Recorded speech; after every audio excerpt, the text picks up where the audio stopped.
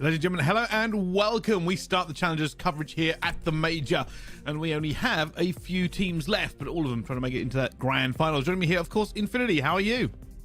Feeling pretty good, mate. Feeling a lot better and rejuvenated after yesterday, for sure. It was a grueler, not just for the players, but for everybody here. Especially, I want to give a shout out to Cash and Corn, who stayed afterwards for, I think, like an extra 3 or 4 hours. Last night, I think, I woke up this morning, it was like 6 or 7 a.m. I was seeing the broadcast was still going. I was like, what the hell? Long day for everybody, but I'm really excited for today. Yeah, me as well. I think with everybody kind of having those late nights, a lot of games went on. And we finally got through to today. It was a bit of a grueler, of course. I don't remember how long it was actually in the end. Something like 16, 17 hours worth of games.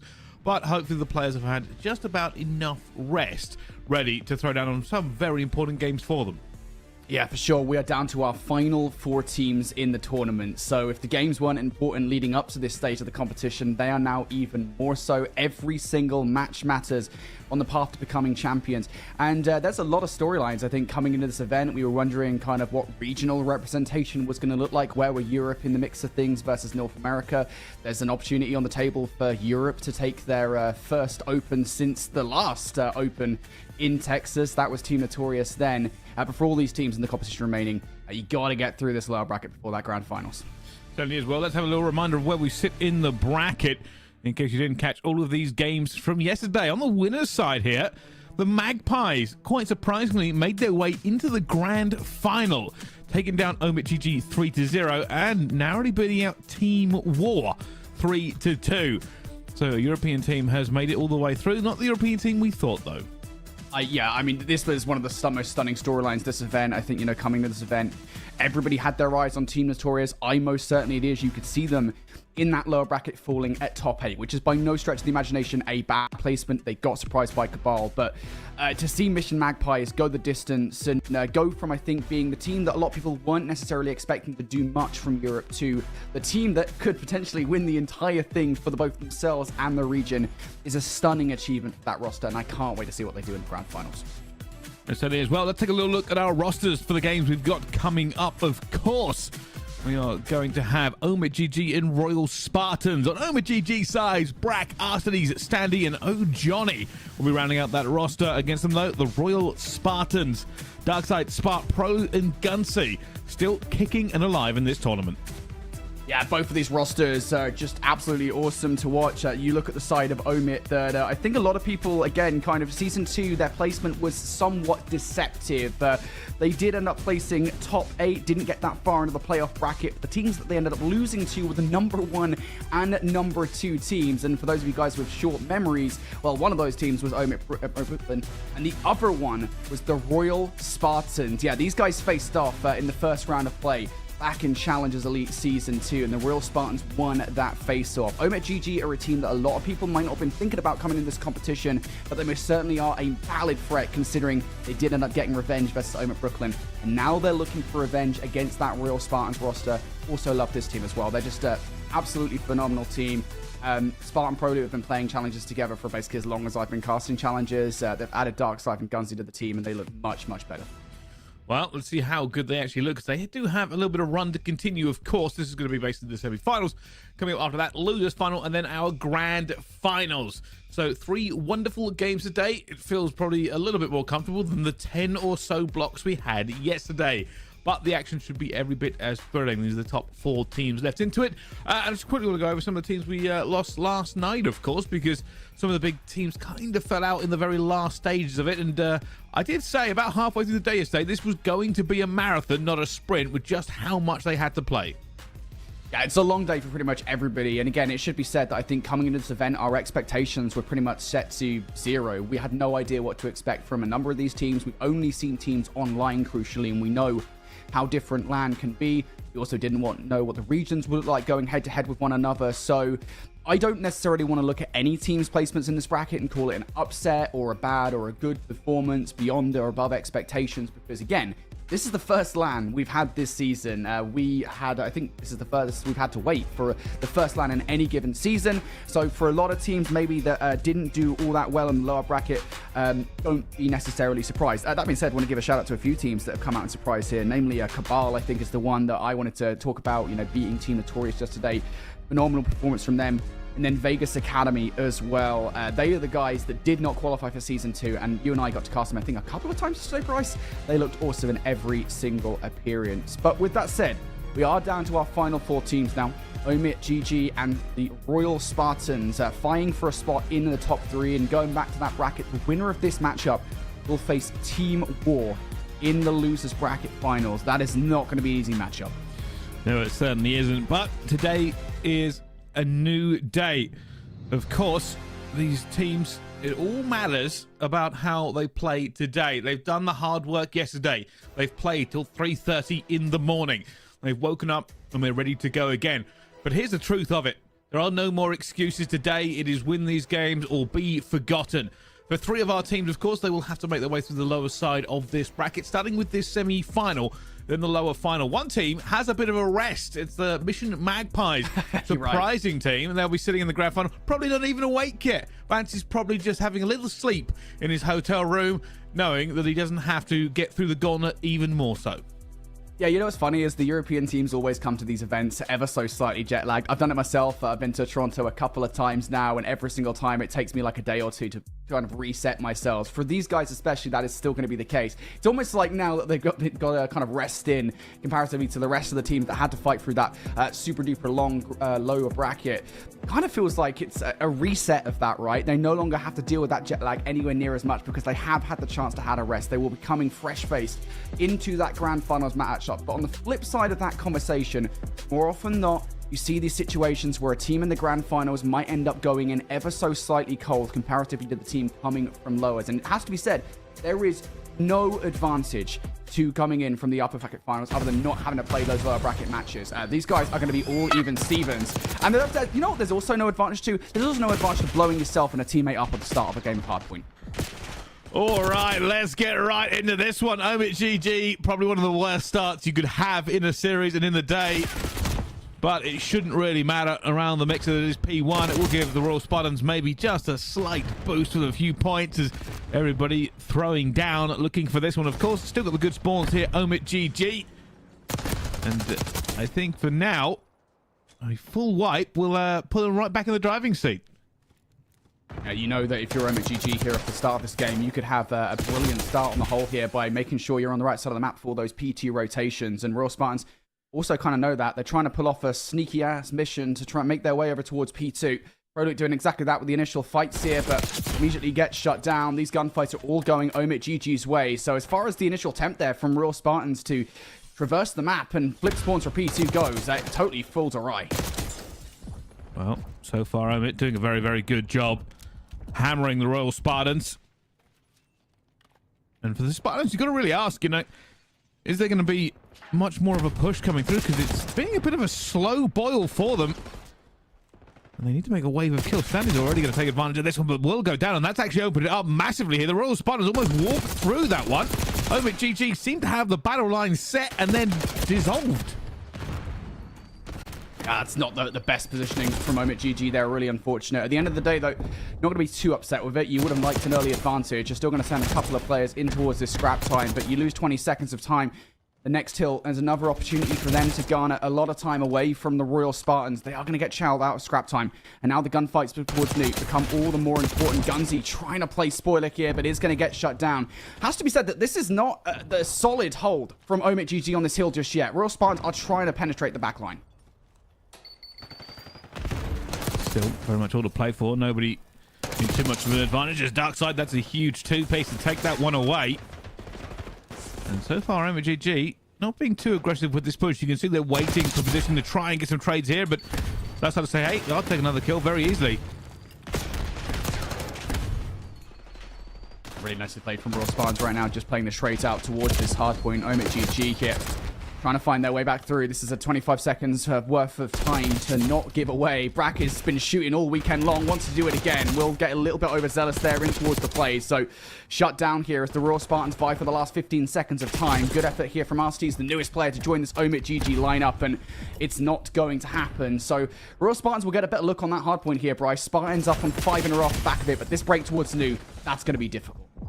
Well, they're putting the pressure on in all the right places. Unfortunately, trade's just not good enough. And Sparty, all that'll be is a slow down Team is staggered, team respawning across the map. Spartan really can't do much at the moment.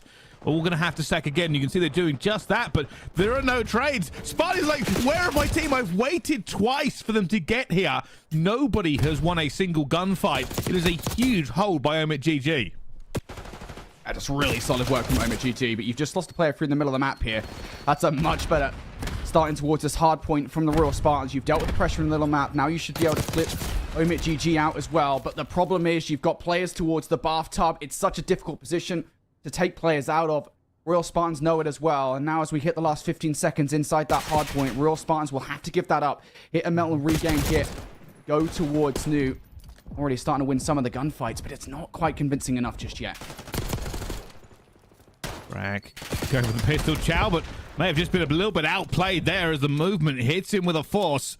And the Royal Spartans looking for this one, but Johnny's decided to call in the missile from up top. It's not going to get an awful lot. A little bit of information, but his teammates are staggered and losing trades. So really, all it's done is save them about 8 seconds. Yeah, definitely could have seen better use of that cruise missile there. See, I'm getting it. We're just calling it Predator Missile of yesterday. We're now back to the cruise missile. We're locked in here for this lower bracket semi-final. Royal Spartans also looking locked in here, able to get a string of kills together. That is dangerous now for OpTic GG. All of your hopes of flipping these spawns out rest on one player. Stanley's just got good timing on towards one. Now looking to thread the needle between all these different players. And I mean, these team shots are good enough, right? You deal with a couple of players. Now you're looking to try and pick players up alongside your teammates. OpTic GG off that one play from Stanley will flip the spawns out. Phenomenal map play from him. Gunsy just threw a nade, then ran into his own grenades. That's always going to be a little bit tricky to get away with. You know exactly where the explosion's going to be, but trying to do everything he can. Seems to be the main player at the moment for the Royal Spartans, but without trades or positioning, it's not going to translate into points. Arsenal's just trying to hold the back here again. Last time around, OpTic GG gave this away a bit too easily to the Royal Spartans, and again, they don't seem to be in the best position. You're already starting to lose the gunfights in by the pie, and you're trying to hunt down any of these Royal Spartans players that might be hanging around, not able to do it. But as I say that, Brack able to double up here. Is it good enough? Johnny doubling up from the right side too. Just one more player isolated, and Darkside needs to play his life. Stanley on the hunt for that player. Darkside will have wasted enough time to give the last couple of Royal Spartans players a good look towards this hard point. Look at Gunsy in the backline. OpTic GG probably are not going to read this, and they won't, but Gunsy has a little bit more work to do for this. Scrap time does not matter. Brack gonna outgun him, and now you know where the spawning players are as well. Brack trying to brace himself for the players coming through. Almost manages to steal away a second there, but Brack does a lot of damage towards Royal Spartans in terms of getting that scrap time. Stanley just trying to stay alive. Knows it could have been a big play if he did so. Hasn't managed it, and the rest of OpTic GG will now have to try and hit this in a difficult way. 3 from the front. They're going to need another player to try and defuse from the back, but Johnny kills 2, so it doesn't actually matter as Arsenis gets his own 2 as well. And, wow, OpTic GG headbutt and won that. Just the AR prowess right now of OpTic GG. Arsenis is one of those players you just added to the lineup. You'll be feeling all the better for it. A bit kind of concerned that it was a lateral move at first. Arsenis sometimes maybe not able to slay out, but he's been able to do it time and time again this weekend and shows it right there, right then. You've now got more work to do. You've lost scrap time. You're also starting to lose the rotation as well. OpTic GG looking a little bit individual here on this play. You've just lost the player furthest pushed up as well. Now you are looking for some kind of individual heroics. You're not going to find it from Bragg. So Royal Spartans here, they might well be down by 30 points in this game, Bryce. But they do have an opportunity to come back with a solid hold on this hill. OpTic GG were able to do it last time around. Royal Spartans now need to do it themselves. Oh, so far, so good. Holding it off. Spark staying in it at the moment. Pro Luke just soaking up the time. Hasn't been having the best of the game. Going to have to try and chow this one because Johnny's throwing a nade passes here. And so far, so good for the Royal Spartans. Will have this locked down, but losing a couple of kills. The good spawn for them is going to give them a little bit of pressure relief, but not if they keep losing these kills. Yeah, you've just lost everything. Nice play from Stanley here towards the back line. Hitting a quick regen here before going for the reach out. You've also lost your teammates, so there's no real reason to get over aggressive there. It isn't good enough. So Royal Spartans actually should be able to take the lead here. It is a momentary lapse in control of the hard point in which OpTic GG are able to take away, but it is only for a moment as Royal Spartans now take the lead in this game. It's going to be a tentative one going into the third final set of hills. A back and forth game so far. Spart has been the slayer for Royal Spartans. Another 4 spree for him. If he can obtain a cruise missile at the back of one more spree, Royal Spartans will be able to use that to perfection, but P2 is probably not going to be the hill you want to use it on. We're going to see at the moment, Darkside just waiting. Timing might be good enough. Gonna have to find somebody, unfortunately, while he's got to go through the back line. Eventually finds the first. They'll now have to turn and deal with him. Still nobody really being able to lock him down. Trying to take down the trophy system. Missed that, and still alive and still kicking. Been an awful long time where nobody has found him not going to a gunfight, but there's his second kill. Eventually will stay alive and take away some of that time on P1. And that's what Royal Spartans have been playing for. On the other side of it, OpTic don't want to commit too hard. They're going to rely on P2. Yeah, you kind of can't afford to give away this last 20 seconds, but also you don't want to overcommit, as you said. P2 is a big rotation to give up. Shout out to Darkside, though. His positioning has been a constant nuisance for teams that Royal Spartans have had to go up against. Constant flank man for Royal Spartans this weekend. Now looking to do it again. The SMGs of Royal Spartans starting to go high and aggressive. Spark finding value towards backline now. All down to Gunsy. You can see him, the lone ranger for the Royal Spartans. How much value can he find? Arsenes has to back down to try and get this trade for his teammate. It does exactly that. OpTic. So far, so good. And it's Arsenes on a 3-streak. Holds it. We'll wait for his life to come back. But this time, maybe just this time, OpTic can hold this from the Royal Spartans. Not been so successful so far, but Arsenes trying to hold them at bay. So difficult to break. You got to get your SMGs around the back line, and it just isn't happening. Royal Spartans are throwing themselves at OpTic one by one. Oh, the Proloop towards the hill at the very least is going to find some value, but Stanley looking to double up, and that's going to be it. OpTic, another wave of gunfights. They still need a full 100% hold on this hill to close things out here. Arsenes with the player who just makes sure that the top and front is locked in. The rest of the players already going around the back. Arsenes will have to help them out in just a second as Brack will be screaming for reinforcements. Not going to help, and OpTic know now that they've got that spawn out already. This is definitely going towards P3. No, it's not. They got it. Oh my goodness.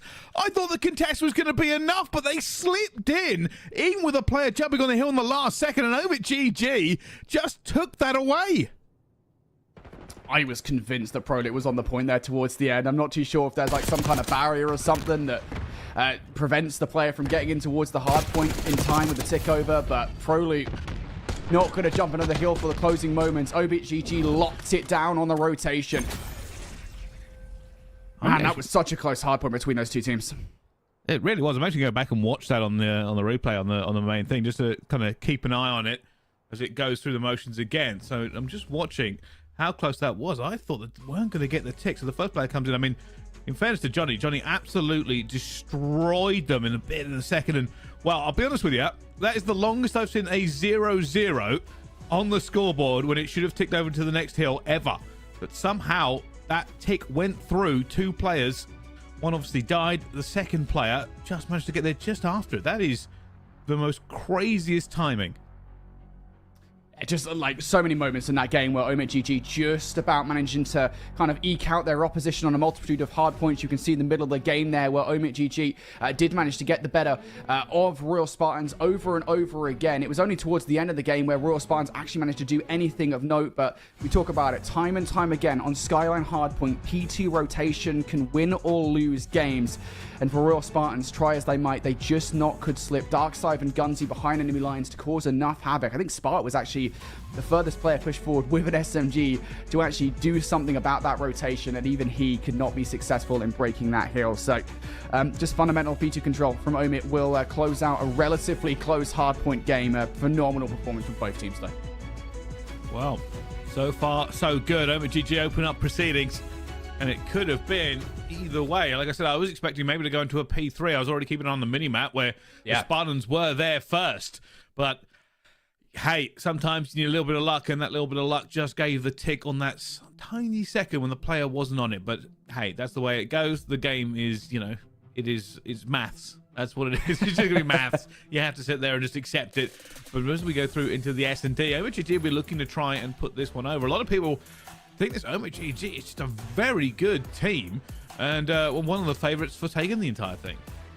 Yeah, for good reason, right? Again, you know, I go back to the conversation about OpTic, I think, in Season 2. A lot of people, like a lot of teams that maybe didn't have the best Season 2 performances, probably didn't come into this event thinking that Omit were much of a threat at all. You think about Omit, you think about the Season 2 champions, Omit Brooklyn, and if you're not well-versed in challenges, you'd be forgiven for thinking that the other Omit team are lesser. Well, that certainly hasn't been the case this event, because Omit GG came out and 3-0'd their sister or brother team, and Omit GG have looked solid. But going back to Season 2, again, I mentioned it at the top of the broadcast here, the reason that Season 2 didn't go well for Omit was the fact that come playoffs, they actually played the 1 and 2 team from the entirety of the event. They got knocked into the lower bracket by the Royal Spartans before becoming another name on Omit Brooklyn's insane lower bracket run. So Omit GG, I think that top 8 placement is super duper deceptive. You've now added Arstes to the roster as well, and I think I was kind of weighing up whether or not that is actually an upgrade over Illy. I think Arstes has proved that is the case this event, despite maybe not having the best online performance,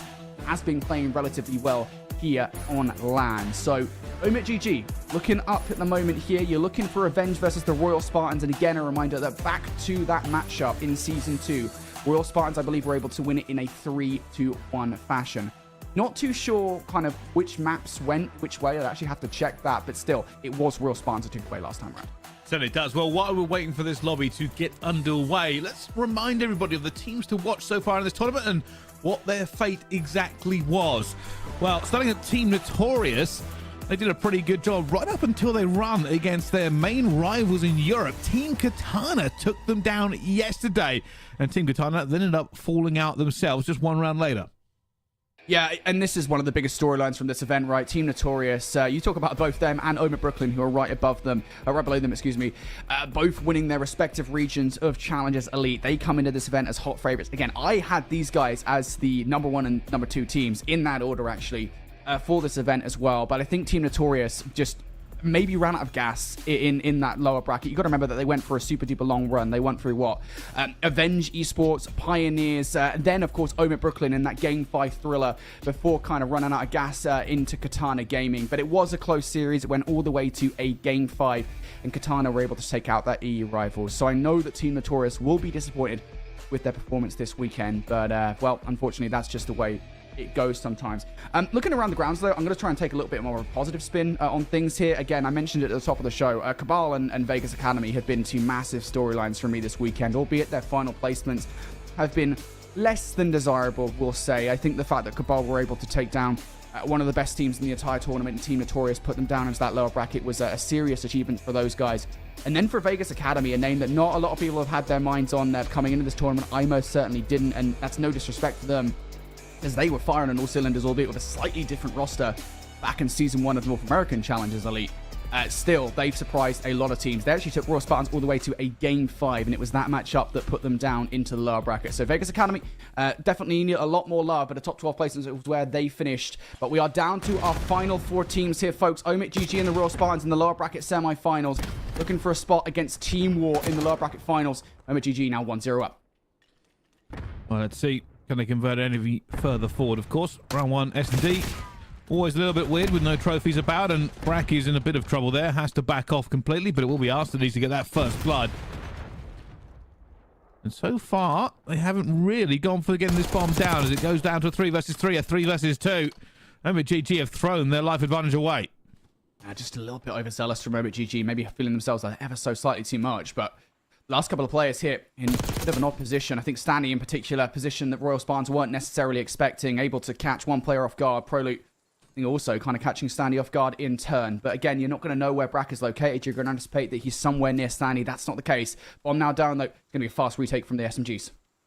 They're looking for him, trying to work out where he's gone, and there'll be the first kill there for him. Can he get traded? He knows where the player's going to be. Will he play time? I don't think he will. He's not got the life back yet. He's waiting for this regen. It's so long to get for him as he keeps just flying by the back, and that's a wonderful clutch. Perfect movement. Waited for the regen. Got himself into another great position, and a 1 versus 2 for Omit GG. Yeah, I feel like Proloot and Darkside went at that just a little bit too individual there. Early aggression from Darkside was almost immediately punished, and Brack managing to work his position to perfection. Didn't want to shoot under the truck. Did Proloot in that situation, was just trying to play around it, in a great backup in that moment from Brack. Again, Brack has been frying. It's worth saying that he is statistically one of the top performers in North American Challengers Elite for Season 2. Again, didn't exactly get much of a chance to prove that, considering they barely made it through anything in playoffs. So OMIT GG starts strong, big 1 versus 2 coming out from Brack. Now Royal Spartans will want to stabilize in this round. So far, haven't got this bomb down, but a pretty standard opener from them. Players watching out towards Paul. Players watching back spawn, and 2 in the point. OMIT GG are stacking this for a retake. Arceus is going in with his teammates. There are players behind him, but they didn't see Gunty, but it's going to be a team kill. A 2 versus 1. Stanley, that's a huge fight if you can win it, which you won't. It's going to give Royal Spartans the round. Brack will have to pull off a 1 versus 3, and he doesn't know where the bodies are. Eventually we'll find one, but there's just too many guns against him. Yeah, Gunzy going crazy there inside the site. He doesn't win those fights. Make no mistake, that is a retake coming through from OMIT GG. But Gunzy makes it happen there. Gunzy, of course, one of those players that I think a lot of people haven't really had much of a chance to talk about over the last couple of years. He's always been maybe a mid-table player in North American challenges, right? Most known for his appearances in the likes of SGP Syndicate or NRK Anarchy. Now, more recently, he's finally got himself an opportunity to shine. He is doing that here. We had a huge clutch from Bracky in round number 1. Huge play from Gunzy in round number 2. What will round number 3 deliver, Bryce? Well, I'm guessing an A plant. You think? Yeah, pretty standard. And Johnny will catch a nade to the face. A double nade. There's no trophies there. And that's advantage to the Royal Spartans. Again, now a 2 versus 4. This is all falling apart for OMIT GG. While they've gone for that standard A push, it's not worked out for them. Stanley's going to try and find one back as well, but now is alive. The bomb down on the other side of the map, and, well, Stanley, it's no good. Yeah, you lose your mid-map coverage there for OMIT GG. The last couple of players really have no choice in a 2 versus 4, considering they're already kind of out of the sight to make moves towards opposite sides of the map. Brack goes down. You already know where Stanley is, and the round is an easy retake from the Royal Spartans. Good effort from OMIT GG, but the lack of those early round trophy systems, I think, kind of messed them up a little bit. Maybe some adjustments for that one. It doesn't mean they're going to be a little bit more cautious about the stairs. Can't afford another double nade to rob you of that first blood. Royal Spartans, though, feeling pretty good about it. They could be 3-0 up if they hadn't been clutched on. It is going to be an immediate hay hit here from Royal Spartans. Same kind of strategy as always. OMIT GG looking for some kind of presence through the middle of the map. Sparta is the reason they're not able to do it. So, changing of the strategy here for OMIT GG. Making their move through the top hallway instead. Spark will be out of this play. He is very far removed from this. This is technically a 4 versus 3 unless Spark can get some good timing on the re-hit. Standy. Trophy's just going to put him off for a few seconds. Well, he finds one, and, well, that's a little bit of a disjointed push. And maybe just teamwork off a tiny bit there. Didn't seem like the most concentrated push it could have been, and Royal Spartans said, all right, we'll take that easily, thank you. Yeah, I'll be honest, I think OMIT GG is just a little bit fragmented there, and I also think they were ever so slightly worried about the presence of Spark towards the backline. That's where you see Brack somewhat out of the play. They knew that Spark's not the kind of player to be playing inside the site. You have to get kind of clear that back area. They took so long to do that it didn't exactly work in the end. So maybe not the best play from OMIT GG on the retake, but now they will have an offense to try and stabilize ever so slightly. But that 2-round advantage coming out from the Royal Spartans is everything. We look through the first 4 rounds so far. All even Stevens as far as first bloods are concerned.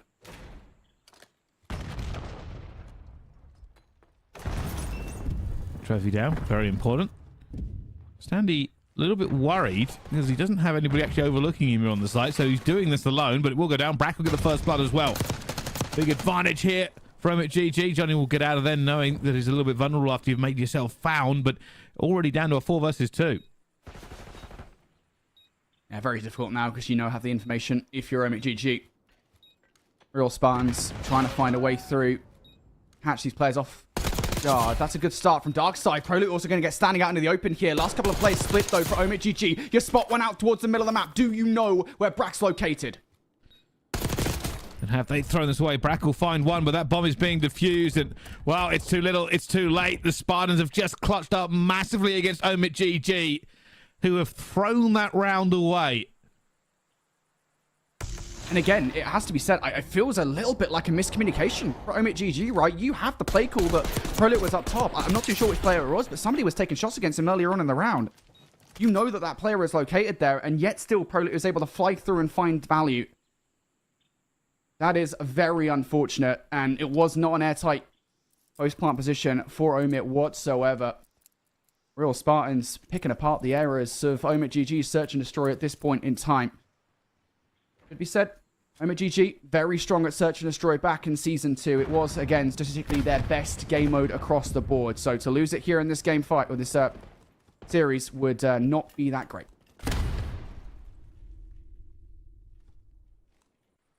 Omit GG recover. It really has been not the greatest of time for them. Royal Spartans looking confident in every move they make. So far waiting this out. I mean, they've got the numbers advantage. They can pretty much dictate the terms of play. Can't be an awful lot left for them to really do but get this round over, and that could have been a bit of a misplay, but fortunately get away with it, and there's another kill.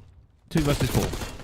Yeah, they were just waiting a really long time here for Omit GG to make the first move, and that's a really smart play from the Royal Spartans. You've studied Omit over the last few rounds of play. You know that they're kind of erratic in the way in which they play.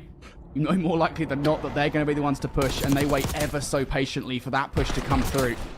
And they are gunning them at the moment as well. Spark doing things like that. That should never happen. Well, let's see.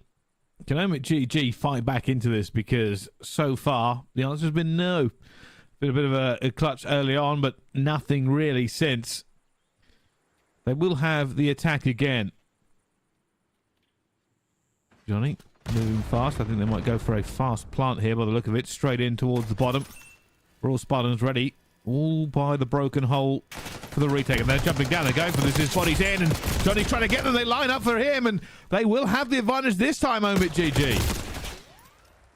Yeah, very standard round of search and destroy there. Royal Spartans just decide to try and swarm the A site on the defense. Omit GG come out on top with the trades. And that's what you need at this stage of the series. This stage of this game, I should say. Omit needs standard rounds of search and destroy.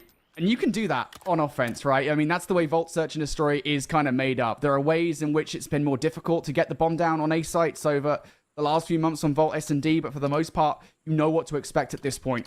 The curious thing for me is how do Omit play this defense now? Because Royal Spartans, I mean, all they realistically need to do is hit the A site first, win the gunfights. I make it sound so easy, but as long as they play this round standard, they should get the dub here.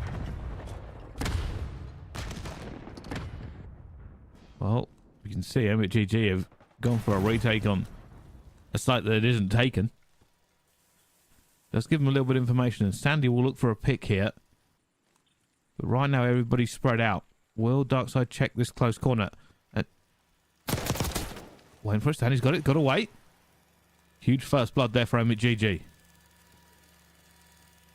Strategy for Real Spartans off the start of this round has been one where they sought their prior offense, wait for Omit to get aggressive. This time, though, they've not really, for the most part, caught them off guard. It's a nice trade coming through from ProLoot. Gives them a little bit more autonomy in this round. Yet still, Royal Spartans now do not have the information to work with. Omit GG still have full A site control. But here's the play call. 35 on the clock. Royal Spartans now rotating their way towards B. Brack has to be the player to make this call, and he's sitting inside Vault. Brack could be the player to blow this entire thing wide open. Oh, they will be watching for it. They know that there could be a player in there, and I think they've just seen him as well, but that should be challenged. Brack is going to have to back down. This bomb will go down here for Royal Spartans, and they don't lose a player. That's unfortunate. Now Omit need to fly across the map. Good read from ProLoot as well to recognize that a player's probably going to take the long route behind enemy lines. Stanley cut down for that. Brack now tagged up by a nade, unlikely to win the fight. And Royal Spartans, great play calls there. Albeit, if you don't get that trade down to a 3 versus 3, that probably doesn't happen the way it does. But still, playing the map to perfection. Ballsy play call to rotate away and take the round in the end. Brilliant, brilliant play call. Managed to get it done, and realistically, you got to ask what happened to Omit GG in that one. So many times, just felt a little bit disconnected, a little bit like they just didn't have a plan or communication, and Royal Spartans just didn't make the mistakes. And you look over towards the kind of the end graphic here, showing you guys all the first bloods, the way in which these guys are able to win the round. It's not exactly like Royal Spartans were winning the first bloods. For the majority of the rounds, you look over it, you can see Omit GG with that little red triangle in there. They get first blood 5 out of the 8 rounds that are played. And that's Royal Spartans just coming out, not just with the clutch propensity here, but also I think with Omit, you saw it a multitude of different occasions there where they just kind of collapsed, right? Omit just not doing that well as a team to keep control of the map. We saw, I think, a couple of rounds, I think particularly in rounds number 4 and 5, where they were playing super duper erratically, not playing as a team on their retakes, their hits. Royal Spartans playing off that. I think it was, what, a 4-1 advantage when that was happening. Royal Spartans just looked much, much better, much more well put together in that Search and Destroy. They certainly were. They looked pretty good moving forward, so all tied up. And that means this could go either way. At least 2 more maps for these 2 teams to move forward in this tournament. And yeah, for every bit that I thought maybe Omit GG looked like the stronger team in that first respawn, just didn't really look like they're on the same level as the Royal Spartans in the S&D.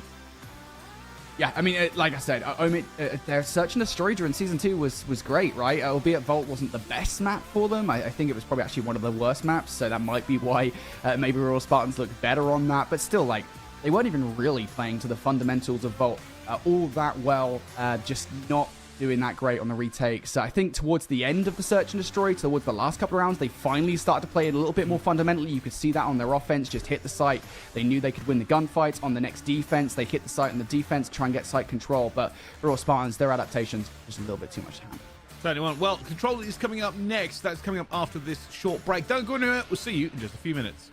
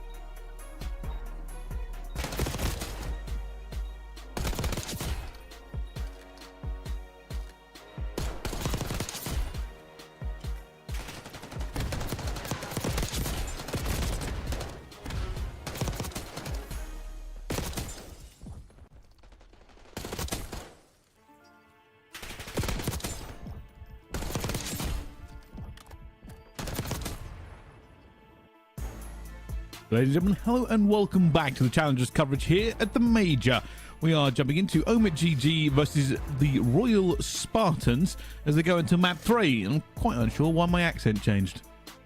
You know what? Sometimes I've been spending a lot of time with Americans recently, Bryce. I'm sure you've noticed it if you've been watching any podcast at all. If you watch any mobile at all. And I don't know what it is. Every so often, I'll say, like, route instead of route. And I honestly just have to take a second for myself and think, I don't know what I'm doing in life anymore. I need to get my British back. I think that's what we need to do. Anyway, Omid versus Royal Spartans. Really excited for this one. Looking forward to the Control. Both of these teams have a 50-50 record, more or less, in Season 2 for Control. So, really, it does feel like this is a throw-up in every single category. Well, we'll find out at the moment. Royal Spartans just getting that progress down today after a bit of a wipe, and it might not really even have a chance to retake this. They haven't stacked it here, the Royal Spartans, so there is still a slight chance. There's already bodies are going down. Gunty will find one, won't find the second, and 8 hasn't been captured. Yeah, it's all well and good. You've got Gunty pushed forward here, but you do need help from the back line, and all those players fall apart. So Royal Spartans going to have to start from square one here. Well, a couple of ticks of progression, so it will be just one hit required, more or less, for Royal Spartans to make the move forward. You can already see themselves starting to set up for that. Making sure the reinforcements are cut off from the source. Spark from up top, or Dark Side, excuse me, from up top, putting some shots in. Spark will be the one to find the pressure. 40 seconds left now. You've got Omid out in the middle of the map. Now's the go time for these kills to come through. Gunty trying to stay alive. There's a lot of pressure coming through, but Spark deflects it all, and this should be a lock-in. And Arsenal's trying to slow them down. So's Johnny, and it's too little, it's too late. It's been captured. Got to be careful now. The transition over to B is upon us. I'm kind of surprised in a way that they haven't sent their SMGs forwards for potential flanking play here. Johnny and Stanley are playing somewhat slow and making sure and being uber cautious that they don't allow any Royal Spartans players in behind enemy lines. But you've now just lost the player furthest push forward. Now Royal Spartans starting to get the move, but now you're seeing it. SMGs looking to cause some mayhem, standing on the map. He might have to be careful here that he doesn't get over aggressive. He needs to get in towards his play and stop the players that have moved forward. And this is where it gets just a little bit tense. Standy trying to farm off the start here. Probably really wants to get across. It's going to be a bit of a grind for them to do so. Already the first domino has fallen. They've cleared their lines a little bit. The Royal Spartans will now look to make a move forward. But you can see OpTic have split this map very effectively. They are watching the angles. Yeah, Omid have pushed Royal Spartans very far back here. Despite the fact a couple of kills come through, Royal Spartans are still going to have to work for map control. That's 3 down though. One player push forward. A lot rests on Standy here. He now gets shot up, and I love this from the Royal Spartans. They are trying to call game with a full 3 stack. Just got bodies on it. The trophies you can hear banging in the background, deflecting all the grenades. That second tick is now in, and OpTic got to move. Somebody has to touch the point. I know everybody's pre-aimed in, but that could have been too little too late. On the minimap, nobody was moving. They were just waiting for Royal Spartans to make some kind of mistake, right? You know, get out from behind cover, but they did nothing. Absolutely nothing to get aggressive themselves. I think everyone just didn't want to be the player to throw the round away. And in the end, I think everybody as a collective on Omid did exactly that. The team play, again, it's what we were talking about in the Search and Destroy. I don't want to quite criticize them for it because their team play has been exemplary the entirety of this weekend thus far. But in this series, I've seen glimpses of maybe that team play not being at 100%. And will that cost them in the end? That'll be the real question. OpTic find themselves down here in the Control. Can they fight back enough? They're looking for their own attacking round. Arsenal's with a big couple of first kills. That's a formidable start from Omid.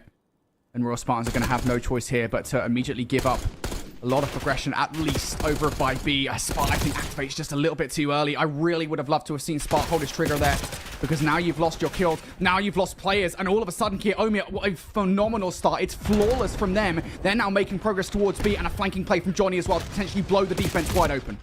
This may already be over. Look at this. They're getting every single point they can. Johnny going back and forth will eventually fall. Wait a minute, Johnny made out of stern and stuff, not able to get the turn and burn. But OpTic, while splitting the map, have got a tick onto B, but haven't actually secured A yet. They've got to be careful here. Again, not keeping an eye on each other's backs. Asti was just basically alone in the middle of the map there. Brack was not helping whatsoever. You've just lost Standy too. All of a sudden, I mean, look, it was a big gamble from Omid to not capture A. They could well have just added the extra 60 seconds and be done with it, but The gamble to get that B-Tick now, I think, has lost the map control. They're now going to have to regain it if they want to get A done, and that's a beautiful double from Gunzy. Now looking to make it 3, will not be able to, but make it be known, OpTic here have to work for map control once again. Well, one of the benefits they've got is they really stopped that clock a lot early on, so they've still got time to play with. Got to be careful. One more push fails, and they could be in serious trouble, and you already see they're being cautious about this push. Nobody engaging quite yet. 25 seconds, you kind of have to. Got to go now. A couple of kills come through here. Just one more player to deal with towards the point. Somebody please take out Spart. Somebody take Spart out of the play. As Spart finds a crucial double. Just one player to do something here for OpTic. Arstes has to find some time. Spart's still going to be alive here, but will eventually go down. And from it, GG, this is all about getting on board 8. Stop the clock at 9.9 seconds. Darkside is tempted to go for it, but he knows there's just too many bodies against him. They've got an extra minute on the clock here, OpTic. Appreciate they've got a 3-life advantage as well, so not all is lost. Could have been in that round, but it's not. They'll have a chance to hit the regain hit. Calm before the inevitable storm that would be a massive hit from OpTic towards B. They've already got one ticket progression done from that earlier hit. And again, for me, for OpTic, it has to be down to the SMGs finding these routes, threading the needle between all these players on the defense. I think Stanley thinks he's done that, but he's about to get surprised from behind. Yeah, Darkside, nice play to make sure that Stanley doesn't cause any havoc. And now, if you're your Royal Spartans on the defense, you're starting to get players in to be nuisance to those players coming off the spawn as well.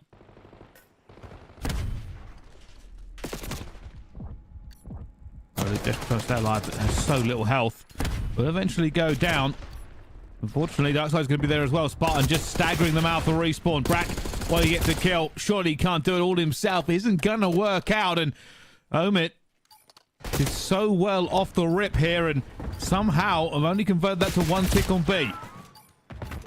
5 seconds. Only choice in this situation is to just full send it. Nobody is going to touch in time, so the Royal Spartans will rest easy that they did not lose that offensive round, although should be said, things were definitely very shaky off the start. OpTic get, what was it? I think it was the first 6 kills back-to-back in full map control.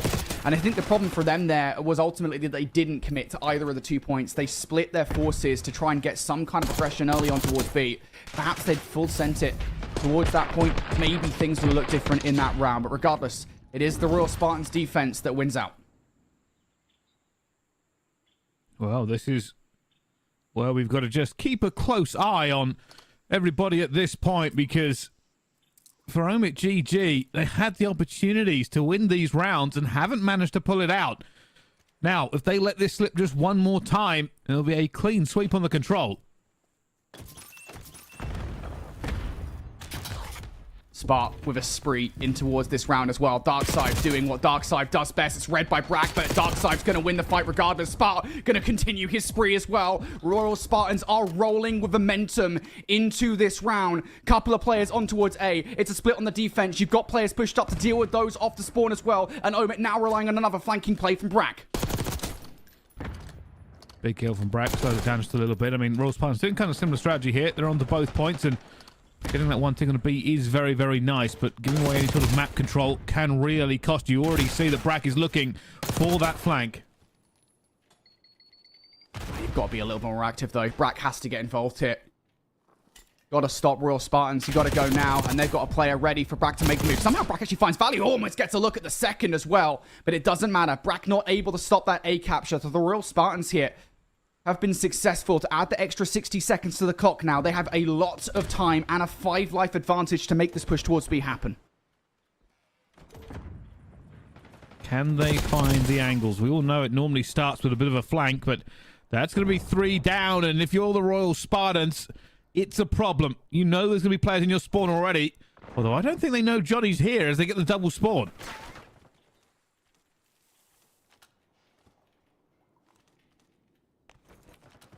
OpTic have a player very far up here. Johnny is a constant nuisance. I think they definitely know now, considering they are on the hunt for him. How much more damage can Johnny realistically do? Tagged up, should be dead to rights, and will be. Royal Spartans now relying on a flanking player of their own. It's not Darkside this time around, though. It is going to be Gunzy. Nomit will have to expend some resources to make sure Gunzi isn't an issue. It is currently just going to be a 1 versus 1 to deal with that player. Arstes thinks he might have the timing, but loses the gunfight. Gunzi continues to be a nuisance, and now you're starting to lose fights on the other side as well. Royal Spartans closing the vice on this round. 60 seconds to go. Now they're starting to make the move. That clock stopped and lives to spare. It is a good position, but they just lost the 2 kills they didn't want to lose. Darkside is just trying to keep everything going and everything flowing, and well, there's another wave of kills, and he's trying to find the last player. Not going to be good enough for the Royal Spartans. They'll try and capture this without the benefit of a player hitting the houses. Hey, you're not going to know about Stanley as well. Stanley comes through. Stanley, doesn't win the second fight. Spark going to do it, but it is enough damage to make sure that Spark doesn't survive the engagement. Back with the knife out, switches towards the AR and gets the kill with the Amez. It's trade, but that's okay. If you're Omit in this position, you got 1 player to deal with. Prolu is the biggest player for Royal Spartans right now if they want to close things out here. But he's being hunted down, and Johnny's going to win that fight. And that's the ace in the hole for Royal Spartans in this round as the round's starting to fall away from them. 20 seconds to go. Need a bit of a miracle. They are really stacking out towards it here, but it will not be clean. Gunzi finds Standy already. They'll stop this clock again. Nades going out. Do they have the trophies to help out? At the moment, you can see no. Spark's already found a kill, but Brack is on the flank. They're going to know this as well, and Brack is moving as he knows that second tick is in. They're looking for him, and Brack wins the gunfight. Will he get the second as well? Brack, the hero in this case, has broken it down just enough for his team to come and reinforce him. A 6th streak for Brack has allowed Omit GG to stay in this control. Yeah, how many times are these offenses from either side being broken up by flanking plays? If it's not Stanley for Omit, it's Brack. If it's not Darkside, it's Gunzi for the Royal Spartans. And it is going to be Brack in this situation who finishes that round out on 6 in a row. Nobody was keeping an eye on it. They were laser focused on the point. Didn't have any lives to spare. And Brack is able to make this miraculous play. Completely cleans house. And almost perfectly plays his life in that situation as well, right? Doesn't get over aggressive. It is very easy to find that first kill and completely fly out the second. But Brack just plays around the coverage he has just for the moment. Able to win out on crucial fights. So Omit will survive that brush with death. Crucially, Brack goes into this round on a 6 spree. A couple of objective kills here, and that cruise missile will be his. So keep an eye on him for that. But right now, I've got to say, across the board, this feels like a Brack versus Spark show. Let's see who's the better player, though. MGG now have to do the difficult job of winning. And so far, just getting a little bit of time on to wait. That's what you want, a good start. This is surprisingly respectful from Royal Spartans here on the defense. Finally, they are going to go for it. Want to be quicker than that. Roland now starting to get himself in an advanced position here. Decides, yeah, it's go time. You've lost a couple of players towards the middle of the map, and now you lose Proloot as well. So Omit now doing what they did again, splitting their forces ever so slightly. You've got players into advanced positions. If Stanley can be a nuisance around the spawn here, this could be a quick round for Omit. Well, they split it again here. They're going to still try and get A down as well as get B, and players everywhere, and so far so good. A will go towards them. OGG also getting the B transition, going down pretty well. They have lost their player towards the back line. Brack bringing a trophy to reinforce. And this push will be successful if they can find a couple more kills. Already that second tick is in. Brack now looking to find the kills here. Royal Spartans can't get close. Car bomb goes off. Is it good enough? No, it is not. Omit GG blast their way through Royal Spartans in that round. Just when you think Royal Spartans might have got this one in the bag, Omit pull a huge clutch out of their backsides. We're going to round 5. Well, Omit GG fighting back every single step of the way on this control. Who walks away with round 5 on what felt like a little bit of a foregone conclusion for Royal Spartans. Man. Could not be closer. I was convinced after the first couple of rounds and even deep into the third round that the Royal Spartans had this one convincingly in the bag. But you've seen standout performances from the likes of Standy and Brack in particular over the last couple of rounds that have done so much damage to the Royal Spartans. And granted, Johnny and Arstes are doing a lot of objective work alongside. Has to be those players that you give a lot of love to at the moment if you're Omit. They are the reason that you are in this game still. Now we go into the first final round here. Omit looking for a way to get things going on the offense, but you got to be cautious. You do not want to lose the first wave of gunfights and almost immediately get spawn trapped.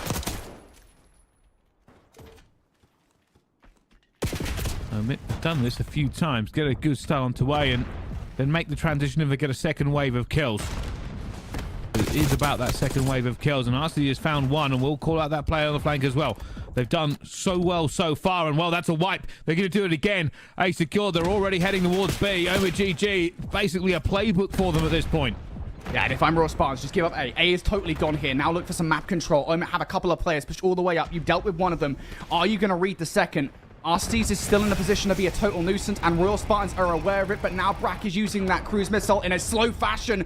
What value does he find? I think he just found Gunzy in that position. It allows Arstees to push all the way through here, and now Omit doing exactly what they did in the last round once again.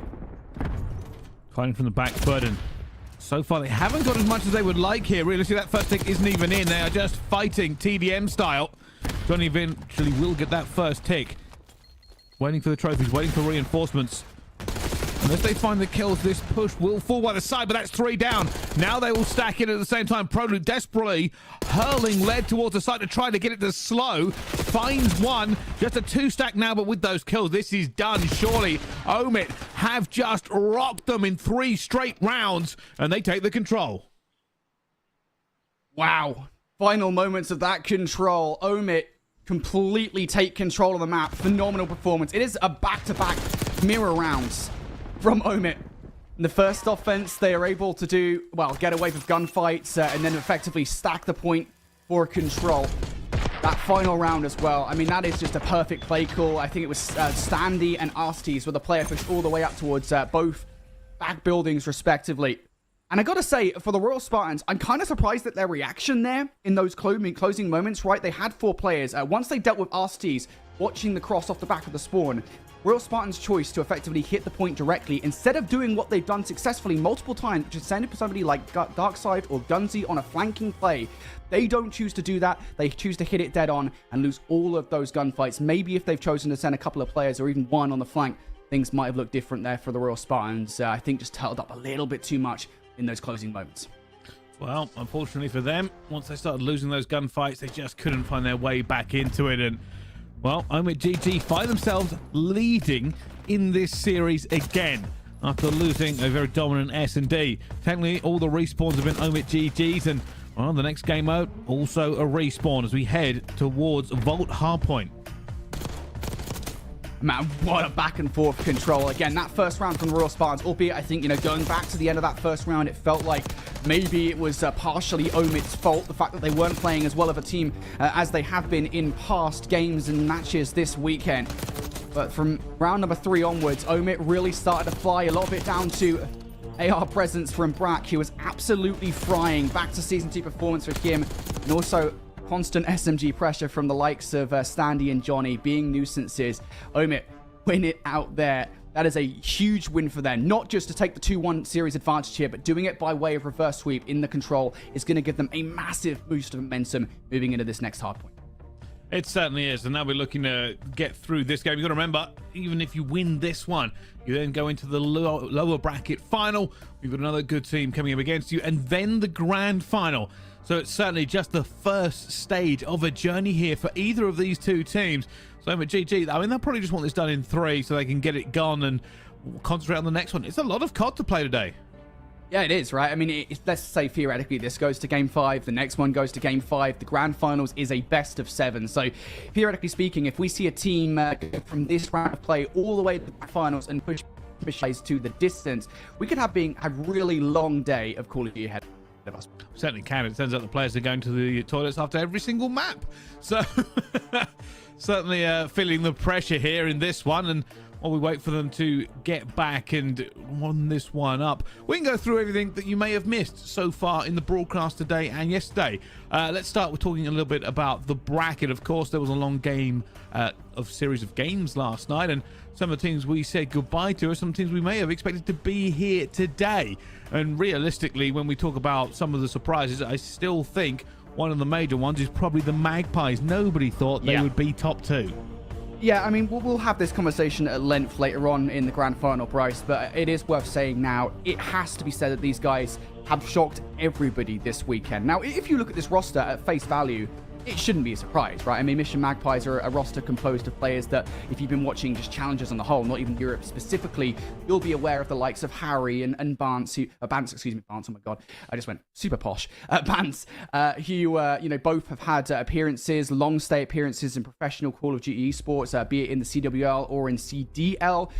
They've also kind of flanked by the likes of Mythix and Henry, who are both up-and-coming players, but at different steps in their career, I would say. Like, Mythix is an AR player that has been firing on all cylinders for the last 3 to 4 years, I want to say, and has been a super underrated AR at that, and even more so on this team, considering Harry is kind of the standout player, if you will. I got to give a lot of love to Henry, though. I mean, this guy has been kind of silently making a lot of moves over the last couple of years in European challenges. He is a phenomenal flex player and really can do a lot for the roster. So for me, Henry has to be the guy that we have to give him a lot of love. Even if he isn't necessarily the main star on this team, that is undoubtedly Harry. Henry has been doing a lot of slaying this weekend. But Mission Magpies, again, the 4th best team in Europe, I think, by far, looking back at Season 2 of Challengers Elite coming into this event.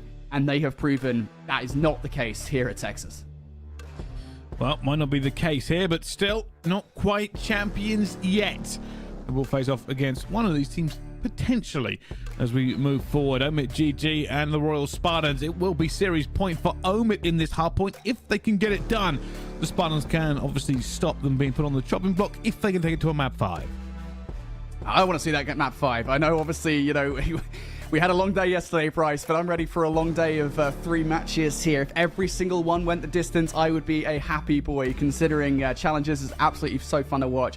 So many different storylines thrown in the mix here at Texas, and a game 5 between Royal Spartans and Omit GG would be the icing on the cake for the first match today. Will we get it, though? Royal Spartans managed to take game number 1. Now looking, or take them number 2, excuse me. They did not do that well in the end of that hard point, but it was ultimately a close one. So they want to have a solid start here. They do exactly that with the opening wave of gunfights, but now Omit GG here looking for a way back through. Well, so far at the moment, a little bit of bleeding as Omit GG try to get control back of P1. They'll do that, and it's a good time for them. Take as much scrap time as you can. Probably not all of it, because you will see the Spartans push through P1, but they're ready for P2 as well. And that's really where there is money to be earned. Yeah, this is that money hard point here. Opportunity for Omit GG to take full control as long as you then don't let flanking players through. This is what players like Darkside are known for, though. They've already been found out. Now have to switch tack just ever so slightly. Try and cause some carnage at the front line of Omit GG, and will not be able to do all that much damage. So things pretty stable here for Omit. You're starting to lose your pressure around the front, though. And now Royal Spartans, they are knocking at the door. I think they're about to kick that thing in. Just done a wonderful job there, Spark, to place Lieutenant and the players he needed to and open it up completely.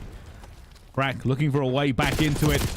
Trying to fight down the side of Paul here, and because it hasn't worked out, his teammates can't make the push towards. Yeah, this is really difficult here for Omit. Now looking to fight this one from the back. Gunzy recognizes it, sees without utility, will be making the con, but you've just lost Prolute. So now Gunzy towards the point. A lot to do. 3 players in his POV. Not even going to find the first. Just needs to try and play his life while the rest of the team do the damage. And towards the backline, Darkside will pick up the frag versus Bragg. So that's a huge break and a huge hold coming through from the Royal Spartans. We said that could have been a massive moment for Omit GG. And now that's null and void. Got so far onto P3, and after these should be able to find that player. Knows where he's going to be as well, but just trying to play his life at the same time.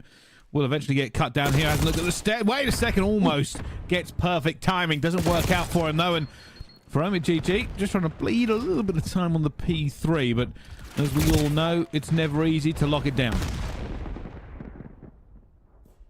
I think sometimes it can be quite deceptive getting a lot of time off this hard point, right? This is not, generally speaking, a kill where you ever feel like you're going to go up more than 20 seconds to the opposition, but you do falter at getting key control of the power positions. Well, you might have to do exactly that. That is the case for Spark right now towards the back line.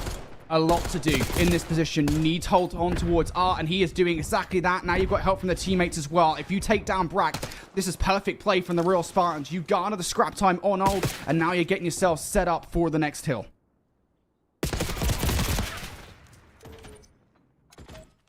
For the Royal Spartans, opportunity beckons. A hold here will put them so far in the lead. Omit GG, though, trying to make their way through. You can keep an eye on Sandy. He will be one of the key players in this, as everybody else winning their gunfights from the Royal Spartans. So No progress made yet towards breaking this. Brack is throwing shoulders towards the back. It's a good first gunfight. Pressure coming in from all angles, and Spart again. 2 shots, too good. And they will hold off against this. Surely. Arsenes, though, still alive, and it will be Spart. Of course it is. 3 streak, and they hold them at bay. How many times are we going to see Spart make big plays like that this weekend? For Royal Spartans, he has been firing on all cylinders. Big performance in that control. Now a big performance here in this game as well, but still a little bit more work to do. You've lost those back spawns. Spart now on 5 in a row. Looking to a cruise missile will finally get shut down, but the damage has been done. Royal Spartans haven't quite blown a hole in this game for OMIT just yet, but they have managed to garner themselves a somewhat significant lead. Now as we rotate towards P1, an opportunity to get a lot more time as well. This game so far is feeling a bit Royal Spartans. They know they have to fight to not be eliminated here on this one, but then they get wiped completely. Johnny finds 3. Now trying to bleed the time on the P1 as he goes for a bit of a wrap himself. They might get good timing here. Help out his team. Should do. Nice kills for Johnny. That's 5 now for him. Royal Spartans now spawning out towards that art side, so opportunity here for OMIT to close the lead between these two teams, sending Gunzy away. And I think Gunzy might have just got the perfect wraparound back towards the point here. I'm kind of surprised that he didn't immediately go straight for ammunition spawns, but it doesn't matter in the end. Royal Spartans now do accrue that scrap time. The spawn out happens regardless. RST stuns up now, needs to go from trying to get kills to trying to play his life. That is not going to happen. And that is a perfect split from Royal Spartans to get control of P1, push out the spawns for Nu, and immediately flip them in. But it's not done yet. You still have to get a couple more gunfights here. And well, those are the gunfights. Having a good time. The Royal Spartans, a little bit of pressure. You can see minimap populated by OMIT GG. They're looking to try and lock this one down, and Spart is not going to get both, but at least gets his one, and Darkside will just continue to rock and roll and take back control of the point. For OMIT GG, it's not going well.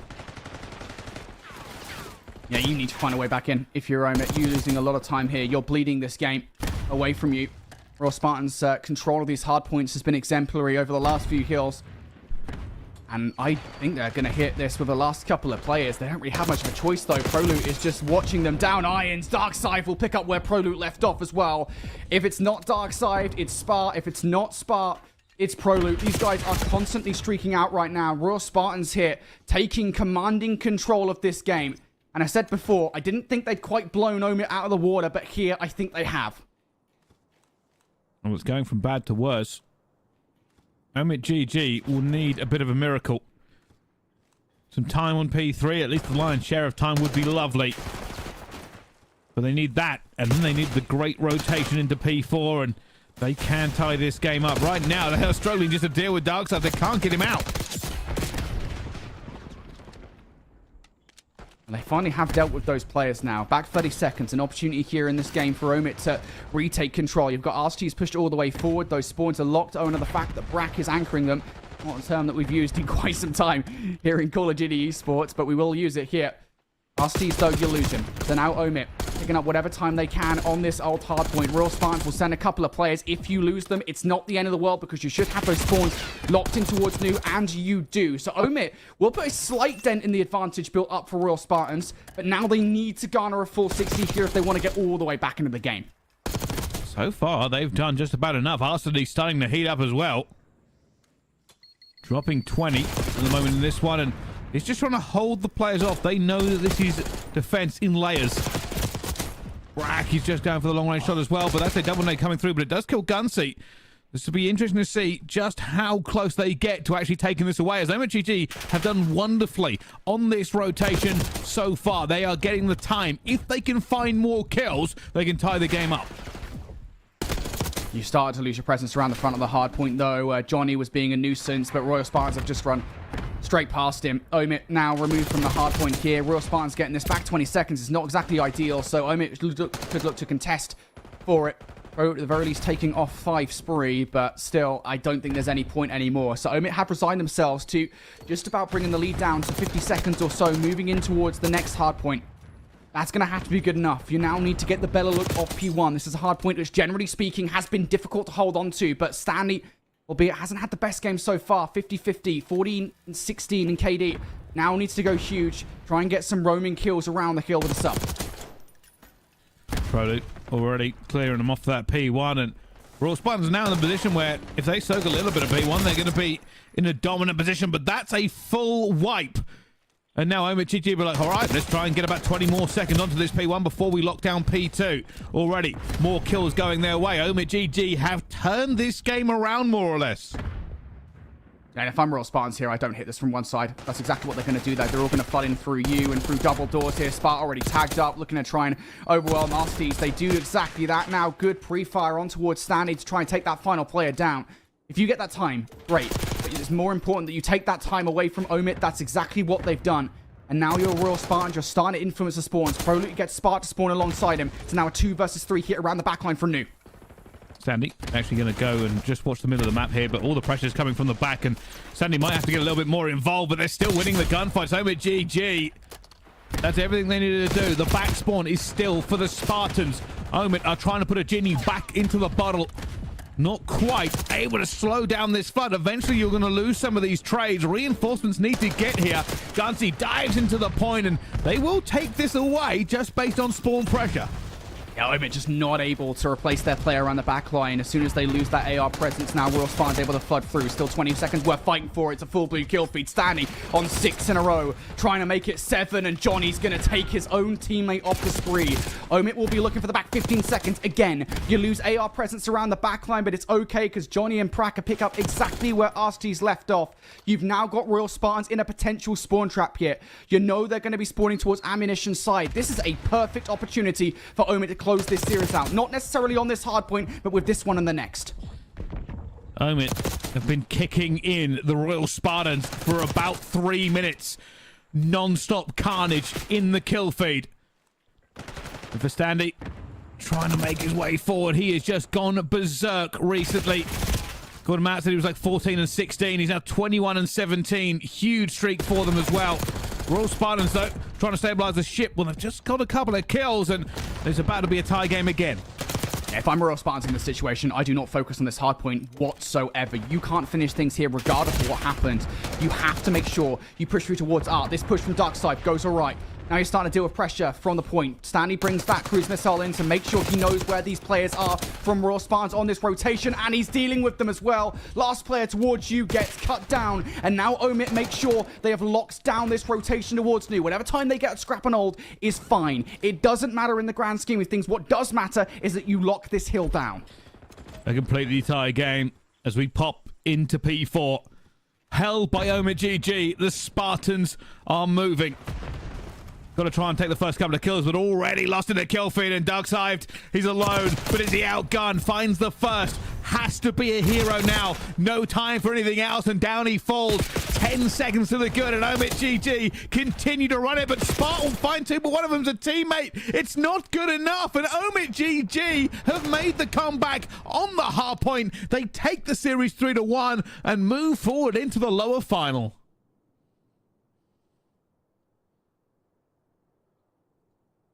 How to blow a 100 to 60-80 lead in Hardpoint. A masterclass by Royal Spartans there. Very unfortunate, and I will say, just phenomenally played from Omit on the whole. Their ARs really started to pick things up towards the back end of that game. Royal Spartans just really unfortunate that they were not able to hold the lead that they had. And I think, you know, again, there are fundamentals of the way certain map mode combinations play in Call of Duty Black Ops 6, and for Vault Hardpoint, it is very simple. You gotta make sure that you are controlling the spawns for that P4 rotation every single time that you can.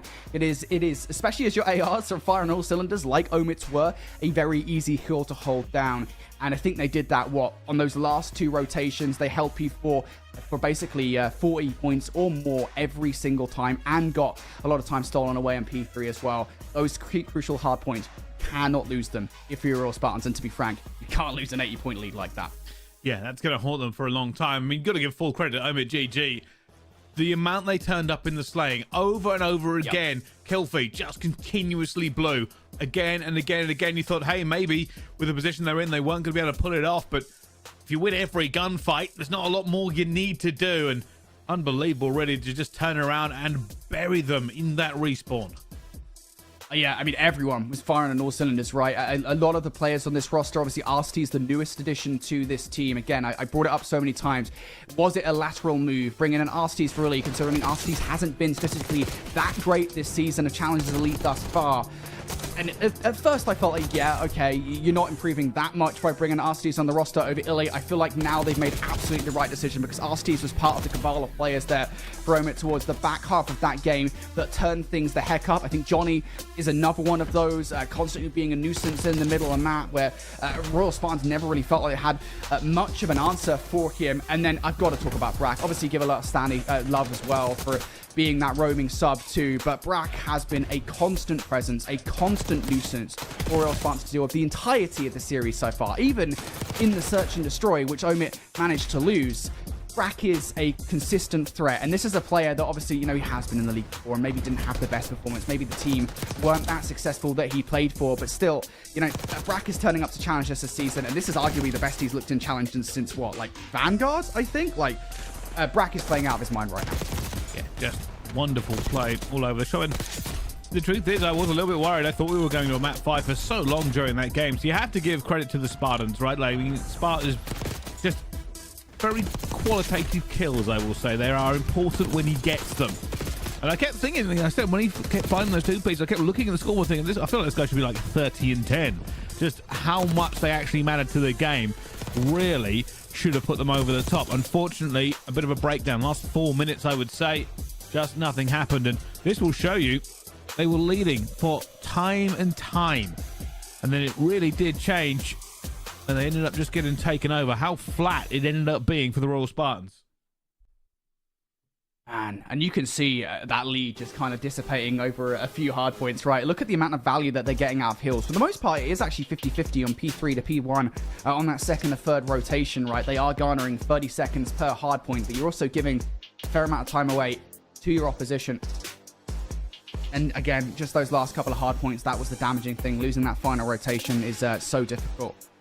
Royal Spartans, again, did not do anything for 3 to 4 hills straight, and that is a very unfortunate turn of events for the Royal Spartans. They blow an 80-point advantage, and that means that they finish 4th place overall in this tournament. Not bad, I think, for the Royal Spartans. I think for ProLoot and Spartan in particular, obviously Darkside and Gunzy joined the lineup after Season 1, before Season 2 started, so they are technically new additions to the roster. It's been a consistently successful season for those guys. They got 3rd back in Season 1, 2nd in Season 2, and now 4th here on LAN against international teams. Royal Spartans should be proud of themselves with their placement, but unfortunately, their path in the tournament is done and dusted. They lose 3-1 to Omit GG, whose tournament lives through this lower bracket run will continue, but the big question is, can they take down Team War in the next round of play? Wow, I mean, I'll be honest with you, if they do, it'd be quite interesting. Obviously, OMTG lost 3-0 to the Magpies, and Team War is a 3-2 Screamer, so both those teams looking for revenge. So whoever moves forward, it'll be a good watch. I'm really excited to see whoever comes out on top here. Team War, just phenomenal team. Obviously, these guys have been consistent this season as one of the best teams in North America. You know, 3rd all the way back in Season 2 of Challengers Elite. They made drastic improvements, bringing a couple of players on the lineup. So looking to see what Team War can do here in this next matchup. It's going to be a banger. It certainly will as well. And, well, starts off with some very good games of Call of Duty here on the final day of Challengers at the Major. 2 more games to go. 1 best of 5 and 1 grand final, which will be a best of 7. Magpies are still sitting pretty, waiting for this to go down, and I do wonder how much of an advantage it will be, considering that when you go through winners bracket in one of these tournaments, you don't play as many games. You finish quite a bit early, although saying that the winners final was very late last night. And then obviously you get a bit of a lay-in today, so those should be fresh and should have the advantage through the veto system as well. Problem being, of course, is that this is a brand new day, and both these 2 teams will not only be ready and prepped for them, but will be waiting for some revenge. But all that and more to come. Don't go anywhere. More Call of Duty action happening here on the Challenger stream. We'll see you in just a bit.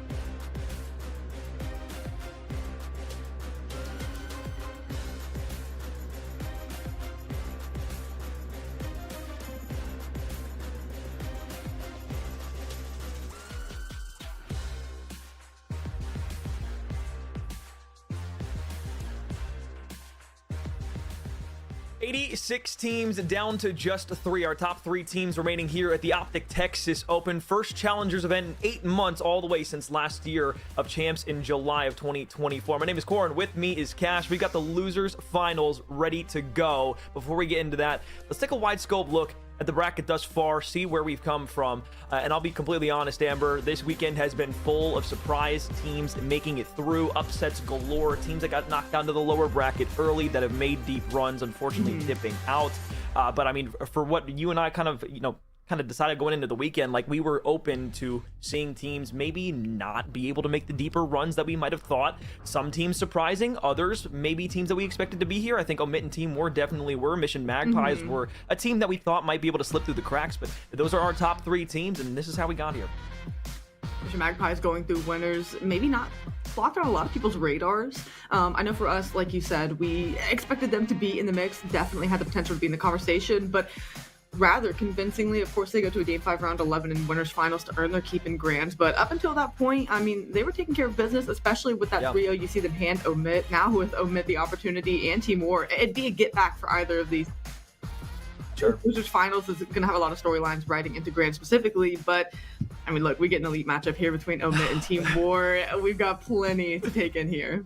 Yeah, I mean, rematches for both of these teams, but more importantly, Team War, I guess we'll start the conversation with them. I think the most important and most impactful player that we've seen all weekend long for this Team War roster has been Ulysses. Yuli has been, to put it candidly, a very, very strong player. At least right now, one of my MVPs for the entire weekend, not just a few matches that we've just even seen them play. He has been a reason for multiple winnings of everything that they've done, from their hard points and their respawns to their search and destroys. It's one of the kind of like most influential players throughout the entire weekend from any team or any roster that we've seen throughout the Open thus far. He's good for double digits, pretty much any S&D you play. He gets his one in the respawns, he'll get lost, do it again, and it's just cutoffs, rotations. He'll hill jockey back and forth with who he's playing against. It's just a guy who's going to get lost. You need one of those guys, but it's communications that he plays off of so well, and it's why this Team War roster has really been at the top of their game. And 2 real supplements that so well with pacing. They play in tandem off one another. But I mean, on the flip side of things, you look at the AR duo and things don't slow down. There's no drop off where it's all sub heavy for this team. They are balanced through and through.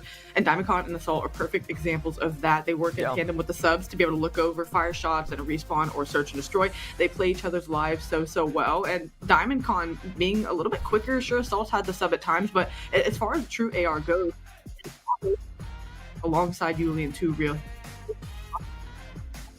From top to bottom, this team performs straight up.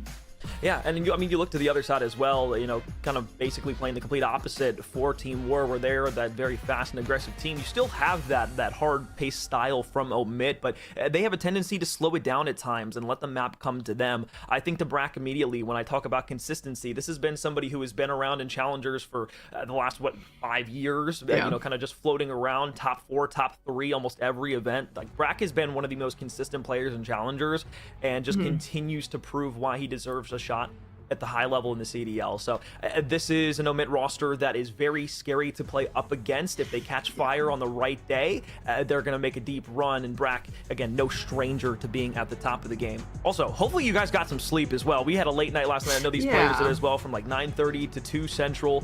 Games were still going on. This Omit roster and the Team War roster both playing late, but this losers finals is going to guarantee themselves a chance to play for the first championship on LAN for the Black Ops 6 season. Mission Magpies awaiting the European team, the first to lock into a best-of-7 grand final here in Dallas, Texas. For Team War, it's been all rainbows and sunshine until that Game 5 that they played against that Mission Magpies roster. Here, back on Red Card, the map where they lost that best-of-5 series last night, they look to strike back first against Omit. If your Team War slower in the series, they want to wear you down over time. Omit, they rely on coming out hard, fast, swinging and smothering comeback attempts. So quite the opposite gameplay style out of either of these teams. Omit GG, you're going to expect to come out, do the things they want to in respawns behind Standy, behind Johnny, the submachine guns, really the standout players for this squad. You call it to Brack as well. Work cut out for them. They get an early bit of time for the moment. Spawns a little back and forth. Johnny will collect from the back side of things. So you're caught in the middle of your Team War. Time going both ways. I like that rep from Standy. Trying to play from behind. get an angle out towards the courtyard. Just keep Team War at bay for a little bit, not allowing them to get any sort of P1 time. So through Ticket, Arcides will play. Trying to force his way over to P2. Another blue feed into kills. This will allow Omit to at least play this from the front. Spawns deep in the back from Team War. This is where Omit want them to be at. Problem is Yuli is still making his way all the way back across the map. Plenty of time here for Team War to muster. You get eyes. If you're Arcides, at least going to slow down the push, but you don't expect Standy to lose the gunfight. So you're just going to chalk that up. Arcides going to try to get in the mix. Another nade over the top, whether it's across the map or in your face. You really continuously making plays for this team. Though you were pinned in the back. Able to spread the map a bit, get more time under your wings. Pinching from BS and D side, you get thwarted once again. So it pushes through a couple lanes, but they're isolated gunfights with that Team War. Making easy work of it. 30 points of difference, 2 HP. Arcides looks to challenge to the front, maybe a bit haphazard, but Johnny and Standy being able to at least push that line of Team War back just a touch. They'll be able to get in for the back 15. Across the map, you can see 6 and 7, now 8 spawning with them. So Omit will have that rotation on that next hill. Should be relatively contest heavy. I wonder what Team War will opt to do. Will they push through that street? Will they go through courtyard, or will it be a middle map push? Well, with those spawns coming right in the top right corner, yeah, they're just taking the street route. They're going to take the little jog over to New, and Standy picking up an exit kill. So a pinch going to develop. Can Omit clean things up? Can they push these spawns to another part of the map, at least through parking? The read is there. The gunfight's won. Now you turn around if you're Omit. Slowly up the staircase. Here comes 2Real, the first one in. Kind of point to him to be that bully ball player, just to push directly through the front door. That's what he likes to do. Where Yuli is that SMG will take that route to get behind you. 2Real will push that objective, get directly in your face, try to win that one-on-one gunfight, and use his movement to his advantage. He does just that. Unfortunately, though, shut down on the opposite side of things is Omit. Still players out in the front, but Team War will finally get in. One rotation, you haven't got any convincing time behind it. Like you said, the submachine gun is just getting dicey, getting around, and making this contest heavy. As you said, it could be on rotation. So they're going to get in for the last bit of time. Uber with a quick double. They're going to try to get out of this parking side. Spawn, you've got mid-map covered. You have ticket cut off as well. Omit set up to garner themselves a fair amount of time, but you find the kill that opens up street. Those gunfights coming quickly once again. And in through middle map. You're taking your clearance, but you've only got 2 bodies up at the moment. Diamondcom looks to at least contest on the top side. Should have Brack on a challenge here in just a moment. Takes his head off completely. Arcides, the next one up for a challenge. Long-range shots from the SMG are good. Diamondcon on 4 straight. Teammates down below. Can he find the shots on the Johnny? Backs him off just enough. But that is a wonderful break from Team War, something you don't necessarily expect within that first 20 seconds. They haven't won rotations up until this point, but the breaks have been on point and they've been early. Now overtaking a marginal lead. The gunfight's shaking down, favoring Omit for the moment, but expect as Diamondcom plays his life, he's going to do everything he can to buy time for his team to snap around good on Johnny as well. Finally, you get the clearance to garner more scrap time. Once again, the foot race T5 gets towards that middle south side of the map. Going to be a 2v2 to start if you're trying to play for exit kills if you're Assault. Scrappy and contest heavy. A map 1 on red card. Everything we expected and more. 10-point gap, spawns by the garage. De facto pinch being set up now for Team War. Assault, few shaky shots on the Brack inside a ticket. The trophy will allow him to live for just a bit longer. But as soon as Omit try to turn back around, the pinch hits through. Hill sitting clear, 15 deficit for Team War. An all-out Assault going down just for time, and so often it's played in and around. You jump in when you can. Standy going to be the one out to 16 and 8 for the moment. 40 seconds of Hill time. Looking to push this lead further and further where they can, give themselves as much leeway and buffer against a strong Team War team. Standy, another big gunfight win. 3 for 1 in the feed. You go. The clearance through. Should be about 110 to 70 going into our second set of rotations. Team War need to tighten up, but really I'm looking at the slaying to this point. Well, that's just the biggest haul of time that we've seen on any of the hills thus far. So what was about a tied game going into P5, Omit will extend their reach out by 43 points. Team War, though, looking to set up through middle map. ARs in power positions. Diamondcon the first blood. You can see what Brack is trying to do. But he's got a gunfight out towards the left-hand side of the stage. Doesn't spot it out just yet. Up in the middle map, Brack will finally fall. Standy also drops with Johnny trading out with the frag. It's going to be 2 throughout the middle of the map, but Team War still holding time in P1. Now the test comes through. Standy, what can you find? Johnny playing up close and personal also. The ARs over the top, trying to pepper shots, so Brack will connect once again with more. You see them start to take spread along the map.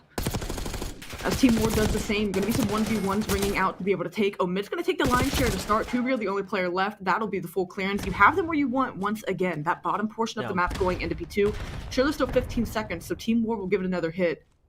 We'll see with RC's playing where he is. These spawns come in after. After a hot start from Yuli on a mid-game skid here. Dropping about 5 straight times. Hasn't been able to find much utility out of that SMG. And the lead continues to grow for Omit.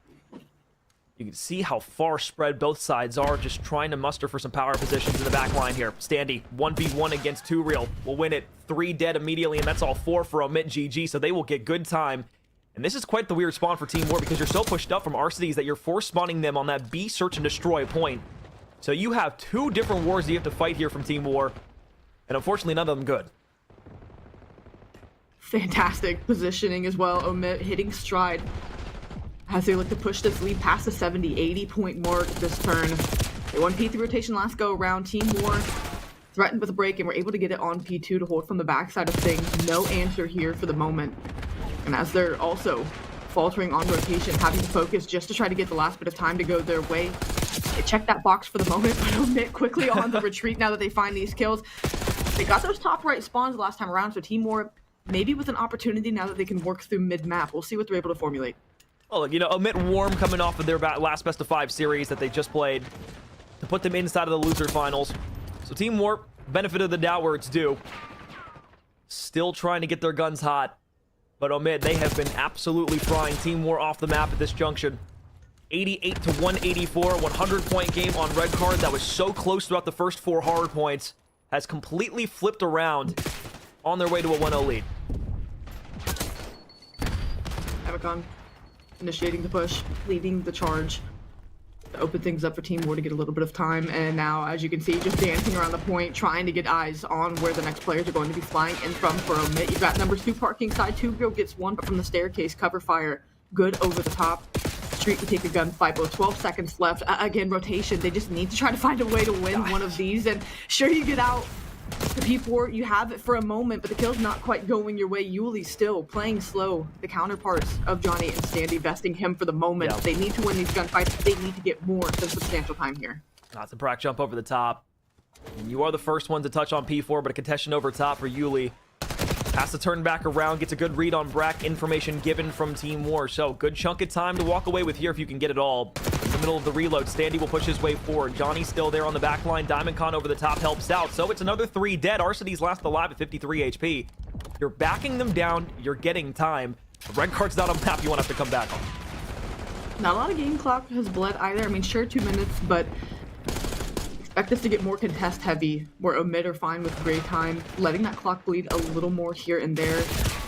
Feeling like they've set game point for the moment where they can start to get the conversation of picking and choosing time at the ideal moments. They don't have to force themselves in uncomfortable positions.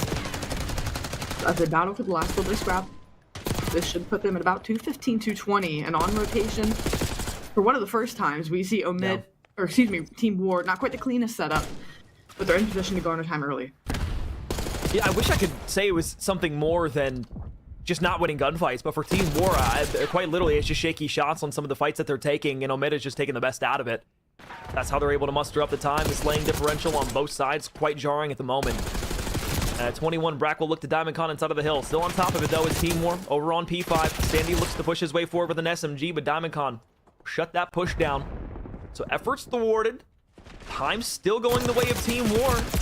Definitely not impossible. Their best effort together, their best foot forward here in the later portions to try to mount this comeback where they can. The last couple of hills, I mean, again, they start stringing things together.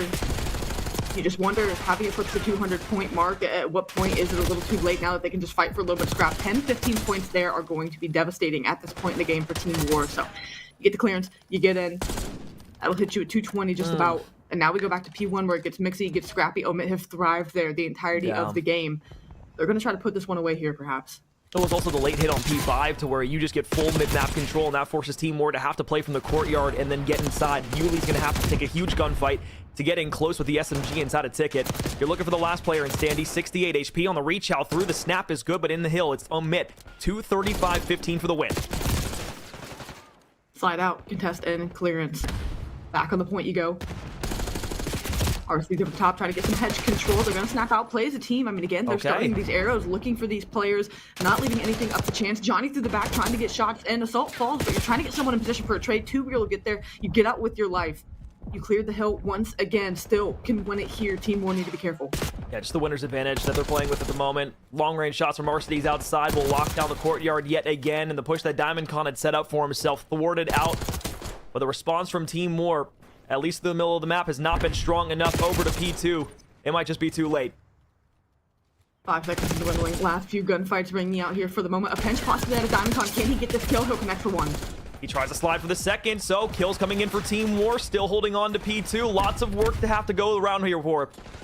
Arcitys on the right-hand side, picks up Yuli, 2 versus 4, all trying to fly directly through the front, and DiamondCon doesn't have a trophy system to keep himself alive. 47 HP on the challenge back. Everybody will just jump on the point. Omit, after breaking out for a 100-point lead halfway through the red card hardpoint, they will keep it on top. 250-188 in map 1. Omit like to get out to those fast starts. We call it to it at the top of the show. They do just that. Sure, the final portions of things, a little door of opportunity that Team War take advantage of to try and get back in. But now that you get up 1-0 in a series like this is where Omit like to continuously apply pressure, try to smother, and just close this out as quick as possible. Still plenty of COD ahead of us to be played. Search and destroy. As we start to dive into that conversation, standing going 36 and 24, mind you. You get to the conversation now that we pivot to a search and destroy. Talk of the town this weekend. What is it? Team War and search and destroy have looked nearly phenomenal. They have. Absolutely have. And you know, kind of just to like couple the point that you and I had talked about before the show, you were very adamant just kind of talking about Standy as like the catalyst for this Omit roster, right? Like if he has a big game and if he's able to just get his footing early on in the map, it's very hard for Omit to lose games, even if the ARs maybe aren't backing up as complimentary as you'd like them to be. So for him to be able to go out, drop 36 in map 1, that Pearl, you know, him playing as that catalyst role, I think you called that perfectly before we even got into the series. So just a good shout on that one. But yeah, talking about the search and destroy, this has kind of been something that Team War were kind of struggling with, especially inside of stage 2. They were 6 and 5 in the mode, only 1 positive to the good, and it just kind of felt like it was always right there, but they could never get over that hump. A lot of, you know, 6-3s or 6-4, 6-5s, but they never lost more than, you know, 3-6. Like they never were getting, you know, just absolutely smoke showed on the map. So yeah, 3-6 still isn't a great look regardless, but they've been playing close search and destroys. This weekend, that's been remedied a lot. They've been playing close game 5s. The only game 5 that they lost that knocked them down to the lower bracket was against Mission Magpies. That was around 11 at like 2 in the morning. So I don't really take too much away from that. Yeah. It's late night decision making, and there were a few plays that Team War made, especially one where 2 real pushed out when he should have just wrapped back to plant the bomb in a 1v3. That allowed a Henry 1v3, and that completely changed the scope of the game from the early portions of that search and destroy. So yes, Team War have been good, but there were some misplays yesterday that need to be corrected today. And they're looking like they're on pace to make that happen. Again, a late rally, but showing that, okay, yeah, you called it. The Omit guns coming out hot, just coming off of a series. You start to see that when a team comes in, I mean, quote unquote, cold into a match, and for them to get going in the back half of a Hardpoint, okay, we've seen that time and time again. The search and destroy looking like one, they're really confident in getting their get back against Omit. And we talk about Team War wearing you down. The counterpoint to that statement is going to be Omit weathering the storm, just withstanding. Though search and destroy is the slower mode, you have to just weather round by round what Team War are going to throw at you.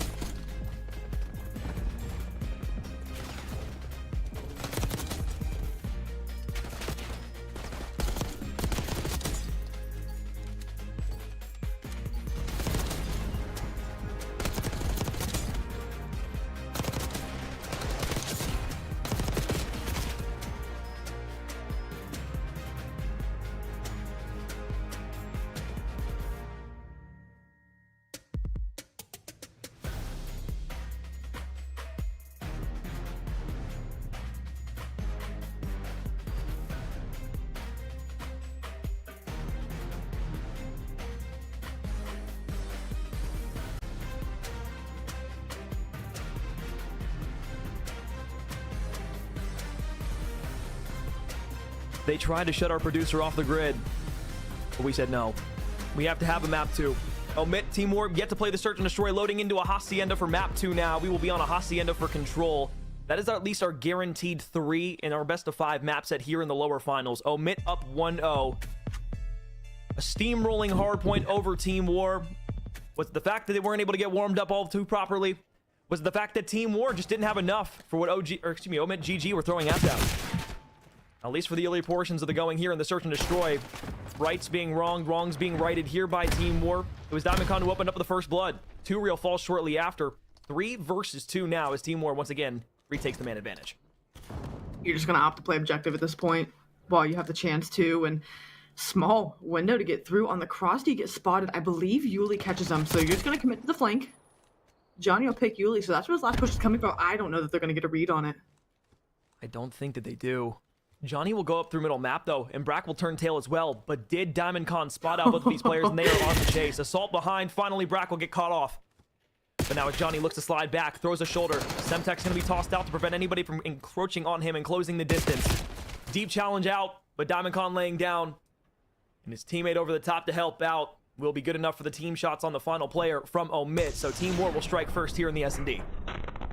3 in the round for Diamondcon. Opens up with the first blood, final kill to close things. Route play, good call. Simply put, fast enough to develop that. You see Yuli Stairs don't get the read on it working through P2 as fast as they go, and sure, it turns into a high-paced pursuit. But they walk away with the round nonetheless.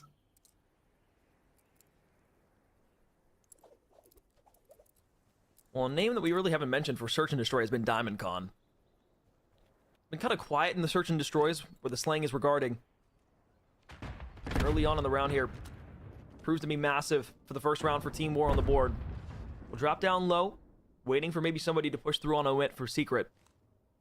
But doesn't realize that top open is going to be the destination for a few of these Omit players. Just lying in wait. B is the objective for the offense. Yuli pushes up.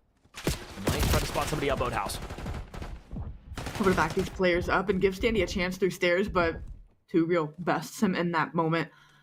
I'm not working down just yet. They're seeing if they can get a couple more of these players to get aggressive. You're seeing what Johnny can find also. That will be a kill. The rebound coming through towards the A side of things. Yuli on the chase as well. Johnny will get another 2 versus 2. Now 1v. All left alive is Johnny. Backed all the way up the map and with 3 HP. Assault will be able to stay alive up top. Secret, he's got help down below from Yuli. And those are the rounds that Team War will live in and thrive in every single time. You give them an inch, they'll take a mile. And just teamwork the first 2 rounds. No one really playing on an island for more than 10-15 seconds trying to get info, maybe a quick gunfight, but offensively, defensively, the transitions across the map have been players working together. They've been so strong in Search and Destroy this weekend. You cannot overstate it. Nope. Here they get out to an early and quick lead on Hacienda. Back on the offensive attempt. Omit gonna try to maybe make an adjustment here. And yeah, looking through mid-map, they might be leaning A for the moment. You don't spot Arcides out top secret though just yet. But finally you'll get the information. And this is going to force Assault to press up. The first blood will be in the hands of Yuli. As a team nade unfortunately lands in secret and now forces the man advantage into Omit's hands. 3 versus 2. Assault forced to jump away. Diamondcon back. So the AR is still alive here for Team War. Free plant. Omit will take that every day. Now you start to see a split from Team War on their push. Johnny going to play the flank. The rest of your players going to sit in sight. But now, just a waiting game. Omit a great push plant. Oh, Assault weakens up Standy with 10 HP. Can't force the challenge down just because Diamondcon hadn't worked his way forward just yet. Arcides playing a cheeky corner. Will be able to walk away with it. Now you have information on where Assault will be laying for the final kill in middle map. So, Omit maybe didn't find the first blood in the round, but a team kill that came in from Assault's frag grenade onto Yuli allows them to go on top of the man advantage 3-2. Precisely what I was going to call to. Team War 3 for 3 on first bloods end up falling in the round, and yeah, you've got to mention that team kill might have a hand to play in that. But they take the free route to B, mid-map giving you opportunities to segue from site to site. Omit take advantage, take care of business in the man disadvantage. Now get themselves 1 on the board.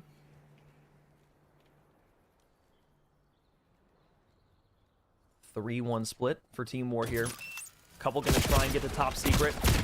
That's a hard gunfight for Assault to be able to slip away from. Had 2 players from Omit looking directly over the top. So if you pick that player off, now it's going to force a 3v4 on the site. A retake very imminent here. Yuli will get the bomb down. Or at least I thought he was going to get the bomb down. Unfortunately, it's just a full wipe. It's a flawless round from Omit after the first blood. Quick lapse. Nothing crazy to say about it. You still try to stick the plant while you maybe have a chance. That was really going to be the only play for you after losing a couple quick bloods. Johnny's on it. He'll clean up a couple kills, close that one out, all tied up.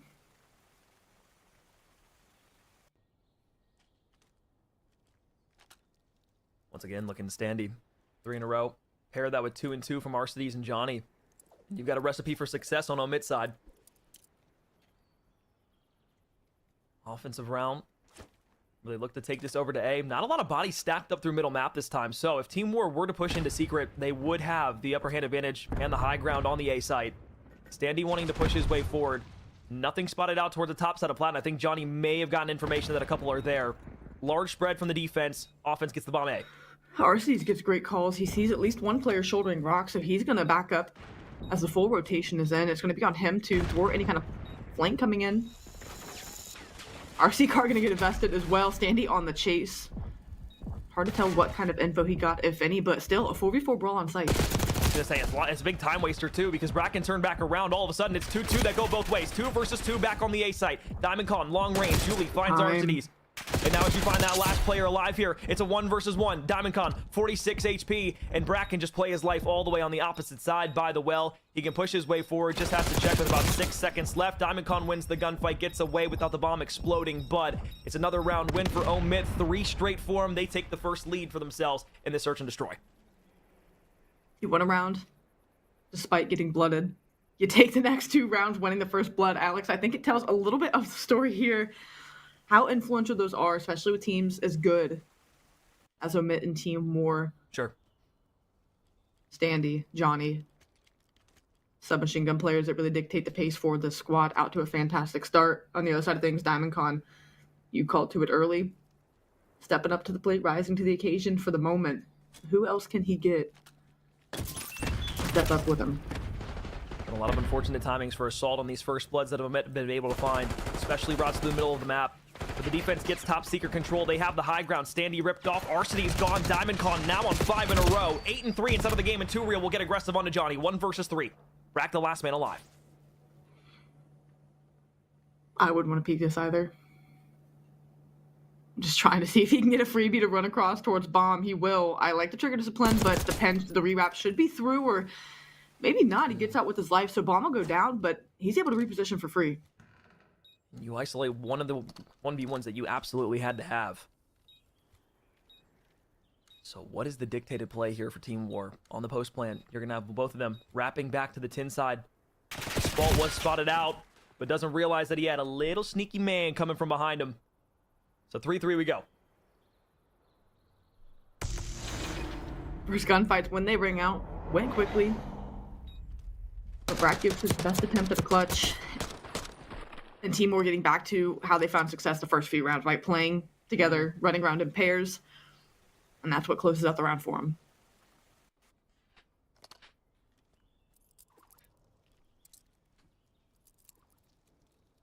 Nil-nil. Essentially the case here. Short sprint to the finish line, but a lot of work to do for either side. As Standy has the bomb. This is the first time that Omit are really going to look to hit over on this B site early on in the round. 2 will hit top open. Assault and Diamond Con forced to back all the way up, and this is going to give them full clearance on this B zone. However, it's a hit from middle map. Brack, gunfight against Yuli, loses it. Arcides also falls, and Standy immediately is dead. It's a flawless round from Team War, and that's a play that you like out of Omit. It just crumbles. Behind the first blood, it really does, and half a map. 10 and 4 for the young man. As it's quick on the retake before bomb even goes down. Not bad at all, just better out of Team War. Take a large meal with the DC. In this case, we're talking Diamond Con, 10 and 4. Over double positive, into double digit territory. We called on Yuli at the beginning of the series to be the leading force in the search and destroy, but you will take anybody on this Team War roster to step up and give them the catalyst that they need to succeed in map 2. 4 through middle map, 3 over to the B site. This time it's Team War on the offense who have the B site cleared out for themselves. Will it be a full collapse through middle like Omit just saw on their defense? Back the bomb planner off, so at least you bought yourself time for the moment. The reposition working through P2. Now DiamondCon leading the charge through well. No one really here to watch this cross. Sure, you have Standy maybe watching the push through stairs or wrap through P1. No good eye secret, but again, he's late to DiamondCon. He's through. Oh, but did Standy get information that one's below? Inside of you, he absolutely did. 4 versus 3, not pushing the agenda forward. It's too real. Loves to play that first gunfight directly through the front, but Arcidy's going to get good timing. Backed off was his teammate. And oh no, Assault will drop on the opposite side. 1 versus 2. Yuli isolates the first gunfight. He's trying to get this bomb down, trying to see if he could pick a 1v1 before that happens. Isn't going to be able to. Finds one, but great position, great timing to be able to swing that together. Not throw that round away.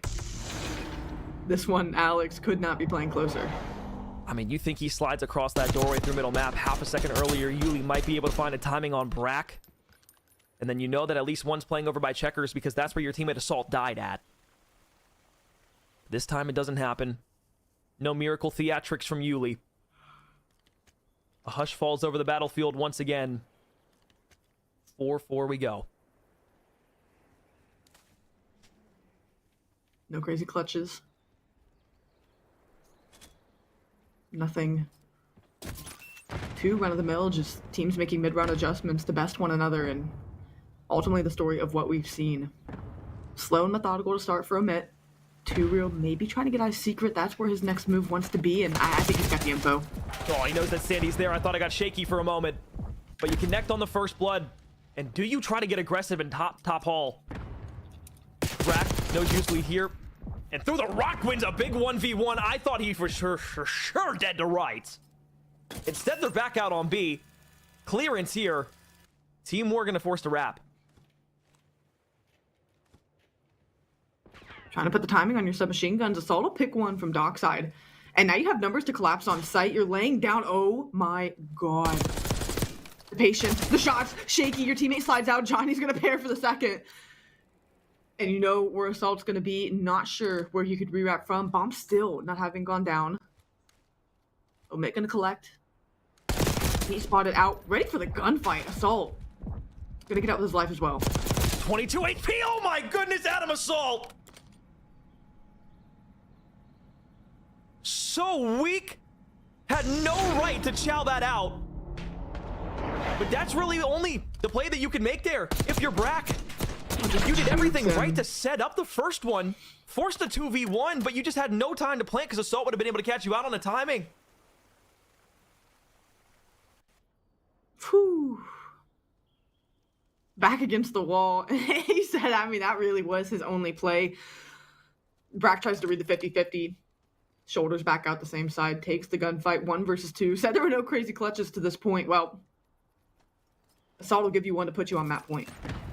And that's what you need if your Team War down 0-1 to this Omid roster. Grand finals looming for one of these teams. Top 3 placement for the other. Johnny will push all the way up into P2. Flank starting to develop early in the round. Standy, good timing on 2-reel. Bodies dropping early for Team War. The assault continues. No pun intended, as Omid will take a hefty life advantage. At least you still have bomb. You're hearing some noise above you. Johnny gonna get timing behind, but the sub up close. Yuli cleans that up 10 times out of 10. 2 versus 3. You've weathered things for the moment. Quiet we fall, and again, patience being played. Yuli trying to play for a route that's just not gonna come. Omit playing disciplined here. So you bait out one with the audio cube. You take down the flanking player. DiamondCon might be able to get this bomb down because Omitter played so far back, and now you're going to force the wrap all the way back boathouse. So Arcides will make his way forward. Brack will be here, 3 versus 2. Omit might try to play this through the middle. And do they play together is going to be the question. You've seen what happens when you isolate 1v1s and give them the Team War. Just playing secret and around P1, they aren't taking any kind of routes up top to clear this out. Going to be such a hard gunfight to take now. Brack on the move. 2v odd for the map. DiamondCon evens it. Now 2 versus 2. RCD spots one out up top. 17 seconds left. Standy wins one. What Gotta does go get it. Yuli have in store for this final push? 12 seconds left. Wants to go through the top. Wallbang shots are there. Has to reach it out. You need to go for the kill. You find it on the bomb. Yuli finds both of them. Team War take map 2.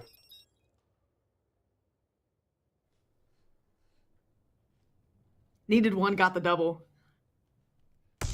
And I want to know how close that was for Standy. Because he was well over halfway through the fuse. And just RCD's shoulder shimmy. I think if you stay put, I know you're maybe trying to keep tabs on where Standy is behind you, making sure you cover all your bases, but whew, just sidesteps a little too far, gives enough shots to connect on the headshot to finish Standy off. We've got a series. I mean, we're not shocked. No, we are not. But we're having fun. I mean, Ulysses in a 1v2 clutch there. I mean, credit to Diamondcom where credit's due. Finds the first to even give them a chance at that 2 versus 2 at the end. You find the trade out. I thought they were going to be doing enough to think, hey, just be the bullet sponge, tank the shots in front of me. I'll be good to get the defuse. And it was, just that close off.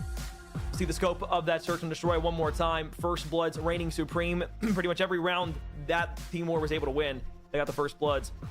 And then that final one where they just hand shook those final few kills. And the lineup from Ulysses gives them enough to tie the series up at 1 apiece. And I can't, state heavily enough that search and destroy where Team War have been good all weekend was something that they absolutely needed against Omit. And here's why. Control has been a pain point for Team War throughout the tournament. Even inside of stage 2, it was a bit shaky. They started off playing it really, really well, but towards the end, especially in playoffs, when they started playing Cabal, Royal Spartans, and Omit Brooklyn, that's when it faltered, and that's when they kind of fell apart and crumbled. It would ultimately, I don't want to say maybe led them to a 3rd place finish, but it's part of the overall picture. Here this weekend, we've seen a lot of a lot of round 5s in the Control that are usually defense, defense, defense, defense, and then an offense to win it at the end. Team War has been able to slip through the cracks a few times behind gameplay from Yuli, and I kind of hate to just keep hitting on it, but throughout the Elite in stage 2, he had a 1.4 KD in Control and led everybody inside of the Elites throughout the entire stage. So yeah, he's a monster when it comes to Control. They just need everybody to step up behind him.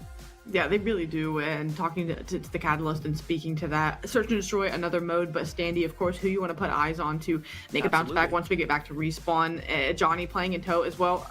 They're playing well off of one another. It was a Search and Destroy where you got bested, simply put. You had good plays at moments. That's why you were able to get 4 rounds on the board. But Team War showing, again, why they are the most dangerous Search and Destroy threat here at this Open.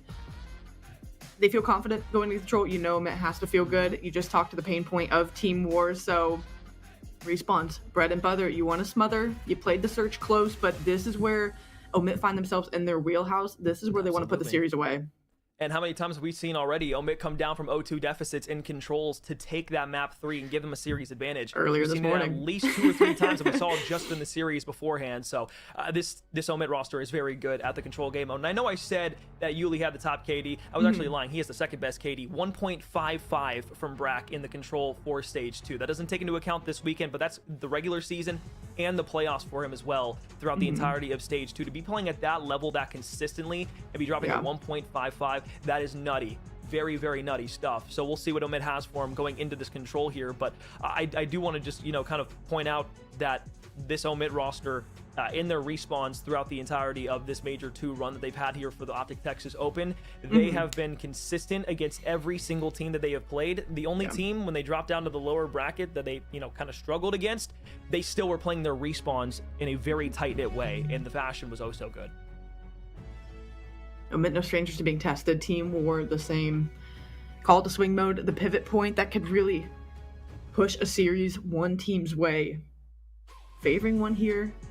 The other with some struggles, but on paper we lay out what all we have in front of us this weekend. We even have plenty to talk about here, but when it truly is do or die time, especially for a spot in grand finals, who knows what could happen.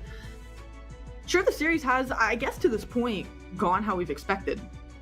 So I think there's a lot of emphasis here for a change-up, a curveball to be thrown. We said, look, if Team War can extend this series, the odds favor them. That map 5 feels like if we get there, we're golden. The 2 respawns that you have to play, one being your weakest game mode, just have to be focused on what's in front of you. Sure, map 5 would be fantastic if Omit find a way to take another respawn, but I can't stress enough for Team War how big Yeah. a potential Neslo could be for them.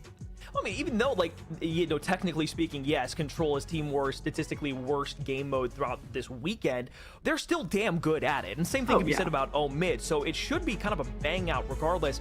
But Hacienda is one of these maps where you put your contestant SMGs and allow them to get behind. I look to Standy, I look to Yuli on both of these two teams to be able to push the agenda into the spawn side, just cause chaos, allow themselves to thrive of getting lost, and then being able to, again, do that all over and over and over every single round that they play, cutting off players from spawns, being able to get behind on an objective capture, whether you're on offense or defense. Those are the things that are going to win you this game, and that's why the SMG presence in Black Ops 6 is so crucial, because the Jackal's the god gun. The flanks that you can take in Control can be devastating with how far you spawn across the map from some of these objectives, especially on Hacienda. This one should be a banger, but for Team War, taking that search and destroy, single biggest thing they could have done for themselves. Taking care of business, both sides of the coin.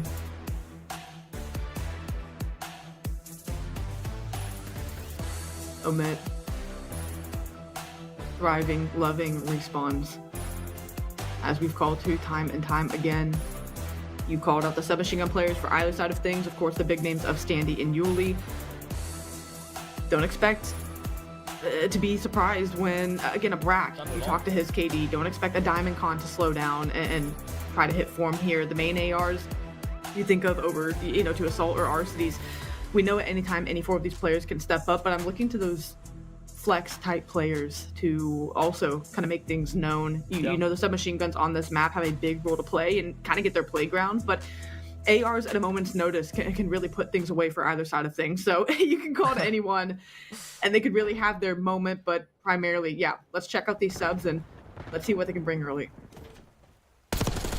Out towards the rock side. Standy wanted to maybe slip the net, get through to the spawn side, start a spawn trap on Team War, and yet again, Assault will take out Turiel in a display of utility usage gone wrong. Good news is at least you've cleared off the B zone now, so this will be a force spawn of Omit all the way deep because you had Yuli pushed so far up rock side. Standy should get spotted out and Shouten will be by Diamond Con. AR will win it up close. 3 lives already, the advantage here on the defensive end. Johnny might have just got the timing through mid. But unfortunately, he's the only one. And you just haven't had a concentrated push. Sure, it's early in the round-ish, but as half the time has gone away, they're just really not going to put too much toward this in a couple players, but they know the emphasis has to be the team's going to try to wrap through well. They're going to try to get back together this way. They can turn the guns forward. Turiel's going to find a couple, and you know that no more than 2 have crossed lines. Now just 1 more player. So they're playing, it's not crisis mode. They just know they can pick and choose the gunfights where they want, work these players off spawn, and that's exactly what they've done to this point. They can, but like the play from Johnny there was the correct play. If L3 go down, you have to get on the zone and start forcing bodies from Team War to have to force the contestation back on there because they don't want to lose a tick. They lose 1 tick, all of a sudden you get a forward down, and then Omid is on the point, adding an extra minute to the rest. Right now, though, 10 life differential. Now make it 12. Gunfight. Yeah, you bodies can't are lose a getting dropped gunfight. across the map. Doubled up in lives. Assault on a 5 spree out to 7-1, Turiel 7-1. But again, you've only lost 8 the entirety of the round. Just wonderful management, not only of time, but of understanding where players are on the map, how many have gotten through, and always had a couple players spawn side. So Team War, a masterclass here to kick off on defense. I mean, when you get a good first break that goes your way and you already dropped 3 bodies, and then all you have to worry about is 1 slipping over to B, you send 2 bodies forward. As long as they win 1 or 2 gunfights, you keep that spawn trap marinating. And then Yuli being so far pushed up on that rock side, it's going to force them to spawn all the way deep back in the base side spawn where you start the round at. So, I mean, it's just a hard gunfight to break out of, regardless of where you take it. Lots of places to get lost. Lost a lot of headies that the defense can take. So going on 5 in a row for the first round. Turiel and Adam Assault pairing for a 14-3 round. All of Team War feels happy. You've got more than Omit combined. Individually as Assault and Turiel. Diamond Con, the attack still being problematic. In the opening moments of these rounds, Omit, you want to take advantage of it where you can. Who is it? Johnny, aggressive. Already trying to push across the map. Pick off a couple of these players. You have a couple pinned secret, so pressure falls to Brack to at least find 1 here if he can before Johnny can get back in the play. A little bit of madness. You're fine with that if you are Team War, but now as you start to sort things on your end for Omit, they can start to take shape. I mean, up until the point where Standy falls there, it was perfect to the first 5 gunfights that everybody on Omid had taken. That's what I talked about for the first round, that opening break. But you basically give up all of the vineyard. You want to take space in middle map and try to push the objective to the spawn side. But with Assault being able to find the catalyst of Johnny, that's one of your flank players dead. Now Brack has to force his way through top secret. He's been spotted out, so somebody should be on a prowl for him. On the B zone, halfway through the first tick of progress. You can't find him just yet. Yuli turns around, finds a second with the help of DiamondCon. They've got 2 bodies versus 2 here. Arcides in the window is now forced to back all the way off. The contestation in from Johnny tries to find his way through. But to mid-map they go. Team War might try A. You don't give up that first tick, which is huge, because you got stunned so sharply on your offensive attempt. Less than 30 seconds working towards this tick on A. You said they might regroup, make this push, and they do. So they get rewarded for it. Now you start seeing the collapse working out of a minute. Good timing on the gunfight for Arcides, Assault, trying to work these players as well. Favorable position. I really like where Standy's playing. He should be able to get this kill quickly, or so I thought. Yeah, there at least comes through for the moment. You get the deep 2 spawns. But instead of going directly to A, you fly through middle map with the clearance that you were given. You get out to B, so you've got 2 bodies stacked on it. You have to look for 2 Real, who's up inside of office, who could play these players coming off a spawn. Although you have Standy on a flank, it might not matter. You've already lost 2 ticks. And they've got 2 bodies stacked on it. Yuli will chase on the fro. Johnny dead. Into the back end. Standy should get spotted out and will be. Yuli finds it. Minute added. 3 ticks gone. Standy finds some, but yeah. Wasn't back in the play and weren't quite aware of how many and how quickly they could have stacked that point. You already have 1 done over at the A side of things. RCD chases the player out of bounds, able to clean that up. So the bottom side of the map secured. Team War slowly gathering reinforcements for their next push. Lying in wait, playing back for the moment is going to be Omid. There's the eyes, there's the backup. Here comes the help. You have got 3 through closed hall right now that you have to take care of if you're Brack, but you get the read as 2 Real slides across to the open side. Standy once again playing the contestation, but Yuli reads it out well. It's a double the kill that comes in for retaliation from Omid GG. 3-2. Team War get the trades this time through. Brack will find 1 down below inside of you. Walk away with the gunfight win, but on A. Close to that second tick. Finally, help arrives from the spawns from Omid. They can push Team War back to the spawn. Team War favored the south side of the map, and that's really what Omid have given them to this point, making sure that, okay, we really want to give them 1 lane to push through, make sure we're taking care of everything else. Make the reads very easy. Less than 30 seconds once again. Not much progress barring that early first tick at A, but with Yuli opening up with a couple more kills, this allows Team War to get in position to pounce. Oh, but look at Johnny on to 2 Real. He was just waiting for everybody to come off spawn, and now he's going to be forcing a flank yet again. This is going to force Yuli to get out of the point. He has to play for these 2 players that are top office, and with 9 HP, he's got 10 seconds to really make something work. Coming off the spawn now. I don't think Johnny's going to read that somebody's coming through the top side of office. With the kills just lining up in front of them and just not an ability to contest on that A point, Omid will retaliate with an offense, or excuse me, a defense of their own. We are tied at 1 apiece on Hacienda. 4-tick advantage, something we'll keep in the back of our mind as this looks to go on. Life advantage to this point also favoring Team War fairly decently through 2 rounds. But Omid played that A site well, especially on opening break. You said opening gunfight's perfect. The B site they let get away from them. But they regroup back on A. They do a fantastic job to shut that round out, so you stay alive. And now we go even once again. Defense for defense. 13-6 leads the lobby for Yuli. DiamondCon, slow start, 5-11. Mid on the opposite side, still trying to get some of their guns hot. We look to Brack with an AR to hold down the middle of the map. Arcides is able to spot out 1. Assault and Yuli trying to push the issue forward. 2 Reals there for it. And that is a 3-for-1 early on. Last player out towards the vineyards. That's going to be Brack by his lonesome. And he should be spotted out from behind here momentarily. Absolutely will be. 73 HP to his name, and a spawn trap starting as Omid are all funneling to the top side of the staircase. Snap almost good. Runs out of ammo. And the opening breaks haven't been good for Omid offensively. They just haven't been able to get anywhere that causes problems for Team War. They don't have to scramble back to any of the sites. And again, just this is where you get into some situations where individual players start challenging things. You get picked apart. Team War knows how they want to play it in these moments. And with time already at the 30-second mark, something's got to go, something's got to give. Omid have to make a play. That's a good luck to Johnny. As he's coming up the staircase, Yuli will just lay in wait. But Brack has done enough to clear that south side of the map out, so they got 2 players stacked on this B zone. 24 seconds left here in the round to try and capture a few ticks. Want to at least equal what Team War were able to get on their offense attempt the last time through. And as Yuli spotted out towards the top side of Secret, he will finally get peppered up and wall banged out. Possession in from DiamondCon. Players, bodies, still here from Team War on defense. Trades on top of it as Brack backside boathouse spawn, 2 ticks in.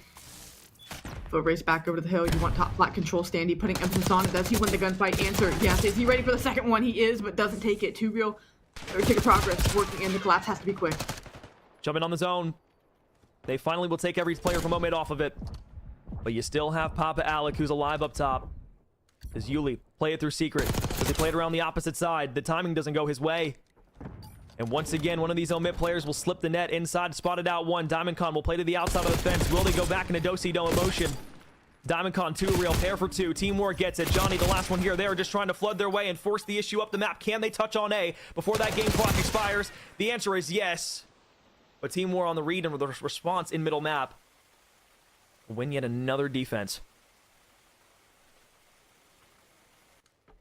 No give whatsoever on the map. Only 2 ticks progress due to offensive attempts. Just not going to bode well going into a round 5, but hey, they have to get there first. But crazy things happen in the late portions of this control. The defense just, I mean, stout through and through for Team War. You can't really gripe it much.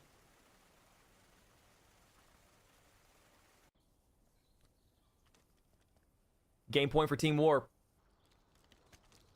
Offense has not been kind to either of these rosters. Whether it be on the back end of the opening gunfights. Whether it be just trying to force to one site, neglecting the other. Can Team War manage something different on this offensive round and close out this control? 2 real on the prowl. Gets through U. All the way over to B. Spotted out. Wallbangs could be there. 20 HP. He has to survive with a little bit of help. Really gonna back the player down to Secret. Not before Standy connects. Team need comes through, but not before you clear just about everyone off this B side. 2 real. Having a great map. Gets traded out, so that pressure going to be worked down for the moment. Standy on the flank through well. Going to get red to the players off spawn.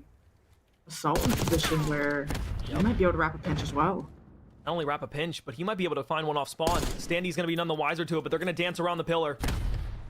Slows down Assault and what he wants to do on the backline. This gives time for Omid to clear off the B site. Last one here is 2 real on 2 in a row. 72 HP, has a challenge coming in from the backside. But he has a little bit of time to work this around. A tick of progress would be joyful for himself, but unfortunately it's just 2 different players from a couple of angles pushing in from Omid. But on the A site, Team War look to pounce. Slide out the check. Good out of RCDs. Take that kill. Gonna force the player to work through well side. Just sit outside of time for the moment. These next wave of gunfights going to be critical for Team War to take if they want progress, if they want real estate around the map. It's going to be a rock side push. Yuli gets one, gets out. And now as you're spawning P2, everyone for Omid controlling the south side of the map. There's just not a lot of pressure through middle map. Arcides was pushed up into the spawn, and you had Brack playing the top side of Office. But they are okay with just hiding themselves. Not allowing anything to be seen for the offense. But Assault, once again, pushes into the back line. Been so good at that here on this Hacienda control. With them on the B site, he's got help into the vineyard. 2 real, though, ripped. 6 in a row for Alec. Wallbang shots, trying to pepper up, trying to collect for another. Knows the player's top secret, about to swing out and does, but Brack able to get the cleanup on the player outer fence. DiamondCon 1v1 versus Brack. Doesn't want to chow just yet. And as Yuli comes from the top side of Office, he gets collapsed upon by Johnny, but it's enough to allow Team War and into the zone. 1 player still here, trying to push top Office. Assault once again shut down from the back end of spawn. Standy wins the 1v, but so does 2 real. Inside is Arcides for a trade. Now you have to get on A. Yuli sitting, laying down, and wait for a contention. Standy, the contention player, knocked off by Diamond. 2 players in the feed, still staying alive, still trying to buy time for his team. You have Prezer, you have Presence. Now 1v2. Just not enough time to drop down. Too many bodies from Omid. But I think the single biggest thing there is you get that second tick in the round with that tick on A. So maybe you weren't trying to play for the win entirely there, but those small victories are going to give you a defense in this final round 5 of control. You just hope the offensive curse doesn't come true. Team War in a good position, at least on paper. We'd have to see a 180 out of Omid on offense.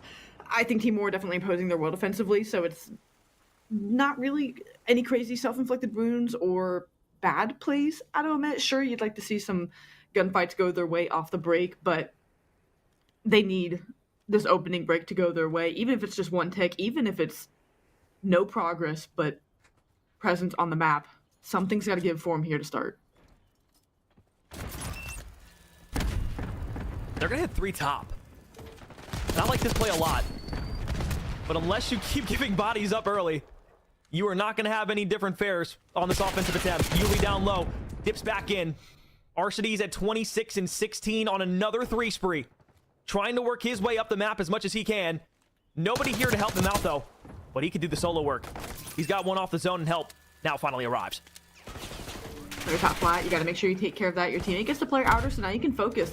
As they hop down, no wall bang in yet, but trying to hunt for Yuli, the pinch out of 2 real fantastic. How good have these subs been off of one another? Brat can't make magic happen with the pistol. The clearance through, another 2-piece for Yuli. They're pushing through Rockside. They know this where the next gunfights are coming from. Oh, Alex slides in. Hipfire shots are good for the first.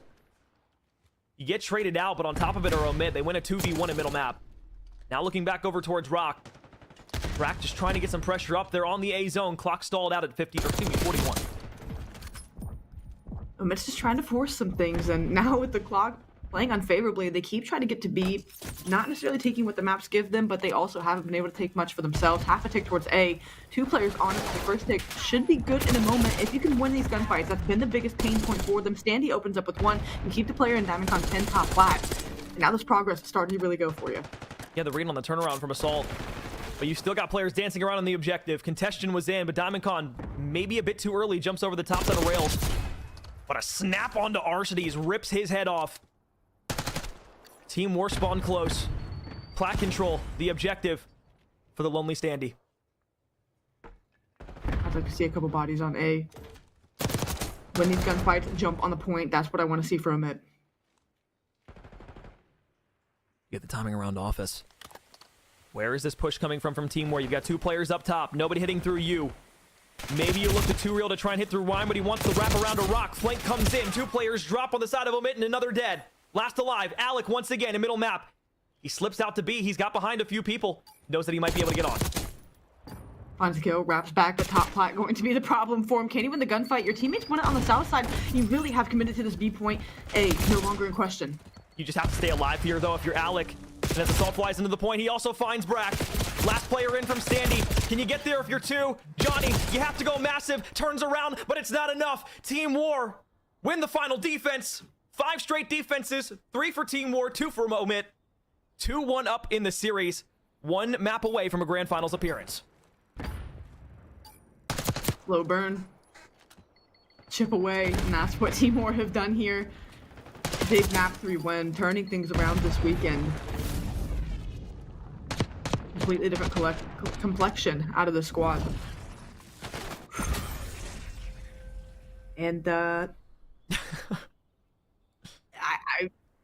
look, nothing crazy but domination. Sure, you're able to force it, but looking at the defenses, it was really strong out of Team War. Omit, it took time. They were able to survive, but it just felt like that's all they were doing was surviving, where Team War on the other side of things were in control. So not too much to point to it there. No crazy insane performances. Alec we were calling to, but it wasn't enough. The rest of the team playing a little too slow, and we'll kind of pivot towards map 4 now, which I believe is Skyline. You look back to the subs, that's just who you have to call to for the rest of the series. I mean, you do, but like I do kind of just want to marinate on that control for a moment, because like on those defenses from Team War, the reason Omit weren't able to get anything up the map is because, simply put, they weren't able to get around to the office or the top side of flat. Team War weren't trying to necessarily play it directly from the front or like contest it from the tin side. They were more concerned with sending bodies through secret every single time, or making a wrap through the backside and coming from the off angle of well. And when you have a dynamic like that where the SMGs can find 1 or 2, or you have Assault who can pull out that SMG and be complementary and have a 3rd one out on the map on some of those defensive rounds, that's when things start to shift up a little bit. Same thing can be said for Omit, though. They just got the worst of the draw because, well, they just didn't capture enough ticks on their offensive rounds. But, I mean, it's standard stuff. You see defense for defense a lot of the time on Hacienda. It can be very hard to contest those zones, and as this map has played deeper and deeper into a lot of teams' pools and control, you know that it's going to be a war all the way out to the end. You know you're probably going to have to win 2-3 defenses in order to take the Hacienda. If you can slip an offensive round through, cool, but Team War were on top of everything that they needed to be. They were just putting 2 bodies and double stacking where they needed to, not taking too much attention away to also be able to play the middle of the map. And Omit never got a chance for a crazy kind of route from their subs either. You didn't see offensively anyone slip through the back to get dockside. It was Team War at moments that were able to do that offensively. You just never got the pressure far enough up the map. B was the furthest you really ever got. Sure, you play Office and Plat, but that's still favoring the B side. You don't get eyes on the players running off spawn. So you couldn't quite get to the places you wanted if you were your subs. That just put a lot of pressure on the ARs to go big, which they did. It just wasn't quite enough. Again, you just managed everything so well for Team War. Absolutely. Yeah, no, you definitely did. And, I mean, you look to 2Real again, going into a Skyline Hardpoint. If we haven't talked about some machine guns enough, hey, get ready to talk about them even more. They're going to be the ones who are flipping out the map. Going back to the conversation we talked about at the top of the show, who to watch for on each of these rosters. Let's start with Team War. Team War, you look for Ulysses. We saw him on a Skyline Hardpoint yesterday when they were playing in the winter semifinals. And what ended up happening there was every single time he would either take the undermap route or just get through kitchen or play the hardpoint. But he was getting out on rotations. He was getting lost around P2. Very reminiscent of, well, maybe not from recent memory what Shotzi does on P2 on Skyline, but from what he was doing in stage 1, just being able to find one, get lost. The 8 or 9 spree that he had early on in the year. Very, very similar stuff to what Yuli is able to do on the map, and it's why I've enjoyed watching him so much. Same thing can be said, though, from the opposite side. Standy and Johnny, both of them have done such an impactful job around the map to where they are also the ones who are just pressing the issue to get out. Like, there's a lot of times where teams can get trapped or you just get lost. They will sit in a corner and they will wait. And that's kind of the difference between the two, where Yuli will just be in your face, ready for that next gunfight hit. Johnny and Standy, they'll get out, but they'll wait for the rest of the team to get there, and then they'll collapse on you. And that's the interesting dichotomy between the two sub-teams. And that's kind of, you know, making those pro comparisons. In a sense, you think of the 2020 Dallas Empire roster, where who can Shotzi a 1-2 punch, and that's kind of what Omit brings to the table. Though it may not be as fast at times, like you said, they lie and wait, but you think you take care of one, the second flies around the corner. So the threat never quite averted for Omit, but that's the thing. They have to be able to play off of one another. Do or die time for Omit. Saw earlier on in the day, Rob was tweeting about they had those championship white jerseys on. Love that that's become a trend, especially at an OpTic major. You gotta love that. But for Omit, their tournament run played really well through the upper bracket, took down their sister team, sent Omit Brooklyn down to the lower bracket, continued on. 0-3 lost to the Mission Magpies. I know they'd love to rematch them in a grand final in a best of 7 on a day where maybe they're a bit more well rested, or maybe not. Depending on how much sleep they were able to get last night after their final matches went through in the losers round. But here on map 4 on Skyline, Team War 1 map away from a date with Mission Magpies in the grand finals. 2Real off the rip, has the AR out at this time. Standy and Johnny the first to fall. Rock trying to see what he can do. Gets the player piano, so he's going to take that as the green light to go. Wrap spawns, flip out the map. It's kind of north and south spawns for the moment. The parallels come through. You win the mid-map battles for the moment, but until you can get Assault out of Cat, he's going to be a problem. It's 15 seconds cleanly, as well as the kill feed. Team War in a good spot. Looking over the top for aerial support for 2Real. And he can just sit and wait. Omit are sending a lot of forces on that left side of the map. They want to make sure they lock down those P2 spawns, but Johnny getting a bit aggressive on the push should spawn them in that deep top right corner. And that is full map spread and full control from Omit. Another good one out of Johnny. Gonna get the last bit of scrap time. Yuli, you called it the underground route. Here he goes once again. Can he wreak havoc? His teammates find a kill. Standy playing for it. They know this is going to be the game plan. Yuli wants to make this magic happen. They've got the counter for the moment. They've slowed down his push. He's forced to back off, but Standy waiting for the rope jump. Will finally collect Yuli. So the contestant player from Team War down low, now taken off the map. But across the catwalk, 2Real looks to be the first man in. Hit directly to the right. Takes the 50-50 gunfight, and it's 2-2 that's split around. Spawns still should be favoring Omit here on the backside. And as 4 will drop for Team War, it's another hit. A solo chow from Yuli. Not sure if I love that.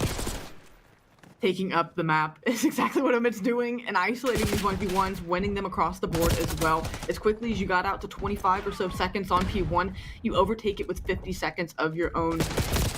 Looking to be in response on P2. Another player trying to take a route, but you are getting gunned at this moment by Omit. You get the break for the last little bit of time. On the bottom side of things, you still have numbers and pressure, a rotation underway. You're trying to get in position to watch the kitchen cross as well. Though you get picked, you've got numbers at least here early. That's what Team War wanted. They wanted to get the high ground, take a look over the P1 pool, be able to put DiamondCon or one of their ARs in a position to get the cross onto it. But Johnny, instead of the hardpoint with the SMG, has made quick work of most everybody on Team War. Still players now corralling around the point. Across the top cat, Yuli will go. Need to be wary of a flank starting to develop here. Spawns could flip very easily. Can get messy. And Omit love that kind of play style, but Team War staying alive here. Getting an even quicker break where they couldn't onto P2, P3. They've got kitchen control. Everyone backed up grass side, submachine guns. Only responsibility just the shoulder. You peek around and watch the push through you, and you've got Standing crawling on the ground. Hill strike. Sandwiched in between a Johnny double. Every day of the week, you'll take that to re-break good from it. You like that wrap out from Yuli as well, because this should allow him to maybe get some good timing up top on Arcides, but he's got 2 real on the help. So the map now going to be forced out. 4 bodies here from the side of Team War, pushing directly through the back line. They have yet to spot out Brack, and he might be able to make the hero play. Finds number 1. Second gunfight on the left-hand side, but Assault is there. Challenge around the back from Diamond. You're hoping that buys enough time for your teammates to flip through top cat and stairs, and that's going to be the answer. Now you just need to find another player in time, get the clearance completely. Standy able to find it. Outside looking in is Team War. Team War had the rotation. They made the initial break, but Omid bounced back almost instantaneously. Didn't take long for them to regain control of this map. 30-point advantage for Omid at the moment. Team War looking to break over the top. Pacing that feels like it's a little out of hand for Team War, which is exactly what caters to Omid's game plan. It seems like they know what they want to do on this map, and knowing what to do is one thing, executing it is another. Omid GG, giving us a look at both. Significant time being garnered on the 2 money hills from Omid. Just allowed them to jump out to this lead that we're seeing from them. Assault will be backed off by Johnny. Well-placed nade. 2-1 for Team War, but with 10 seconds left, all you need to do now is just try to play the top, get some power positions, allow your ARs to start frying on these exit kills from P4. It was quiet for a moment. Route being taken by Arcides. He's been an AR that's really been aggressive at some moments. Doesn't quite pan out there, but you love the play just to throw some multi-dimensional looks. Another underground route being taken. Get aggressive if you're too real. Works out for you there, but you're still wondering where these next players are. Johnny gets all the way through the bottom side of Piano. Somehow Arcides alive on side of the point. That allows Brack to actually find Assault. So the hill that was held down by Team War once again will flip to that pretty blue from Omid. 35 seconds and plenty of time to grab for either of these sides. Team War needs it bad though. The catalyst, the subs, the one you look at for Omid to get things going early on. It is all blue. Very much favoring this team. 60-point lead. You have P2 rotation. You need to keep it. Scrap would be fantastic. A little cherry on top. A well-placed nade ringing through once again. You have kitchen control. You're pushing with pace. Omid. Oh, Noah's watching for you. And I thought for a moment that might have been the play call from Omid to just send 3 bodies through. Assault had a cheeky pixel peek in the back line. But Team War with numbers here on the point. Spawn's going to continue to be close, and now you have the drop down from Yuli, who finds Arcides and Brack on the 2-pinch. Now it's Johnny's turn up top, though, to try and retaliate against Team War. Still in the back line, you have 2 players here. It's going to be a split spawn out on the opposite side. Team War are losing numbers very quickly. Yuli will fall. Last player alive is going to be DiamondCon, and he is dead. 3 breaks. So good out of it. Better even than what Team War can show. They need to get back into this one. Standy snaps for a double. Why not? Yuli trying to do what he can on the other side of things. Sure, you're pairing for some, but the trade's not good enough. Gray time, not good enough. Team War need to get in. Standing on the drop down, now 5 in a row. Little over halfway to a Hellstorm missile. Streak starting to build from Omid. With Team War collapsing on the back end of 20 seconds, this is time they are going to be oh so happy to grab. And as Standy finally falls, that will be a buzzkill for Team War. So now an opportunity to break down into P3. You've got numbers here early. Johnny forced to back off with 13 HP. Just gonna watch from Jim side wisely. Regens lets his teammates get in position. Those ARs overlooking to barbecue side. You open up with the first. You try to chow fireplace for the second. Arcides will clean it up. A pinch developing underground, but Standy in a position to make the read. You're winning the gunfights on the front side. And he's just laying down in a spot you don't expect, but because there's 2 players there, you get the read on it, and you can find the snap in timing. Arcides first up to the challenge, backs off of the AR, now has Brack for aerial support over the top, but it's Yuli who now picks up the AR, trying to contest on into the point. 3 versus 2, 1 player left, 2 real, trying to force the issue through middle map. Plays bed, backs off. 1v1 versus Standy. He is taking that as they are gunning. The submachine guns continuously clearing the feed for Omid. No real answer on the other side of things. We said the pain point was going to be if the subs get out of sync for Team War. That is the case here for the moment. Oh, it's an interesting flip out, though. And Omid sent a lot of pressure to the backside of P4 to make sure they could hold things down. 2 real, a double snapper. And now you can start watching over the hedges. The problem is, though, back 10 seconds, gonna go to omit. Team War still down by a significant chunk of time. Yeah, problem also being that they're about 200 points. And your 100-point lead here for omit. They've done the work, simply put. Now they just cannot break down. They just need to finish this map strong, go force it to a map 5. And winning gunfights like that, I mean, surely you think they have the gumption to get it done. It's all going to be quick on the slides. What can he do? Buying time for his teammates, but you're getting gunned down before they can even get close. It's just a duck chow, and with 47 HP, Yuli can't push down the staircase just yet, but he's got teammates helping in from the front, so this might give him a way to be able to break on in. 2 real will slide down next. Varsity, head tap, gone. Brack, also slide off. Close spawn, Standy close.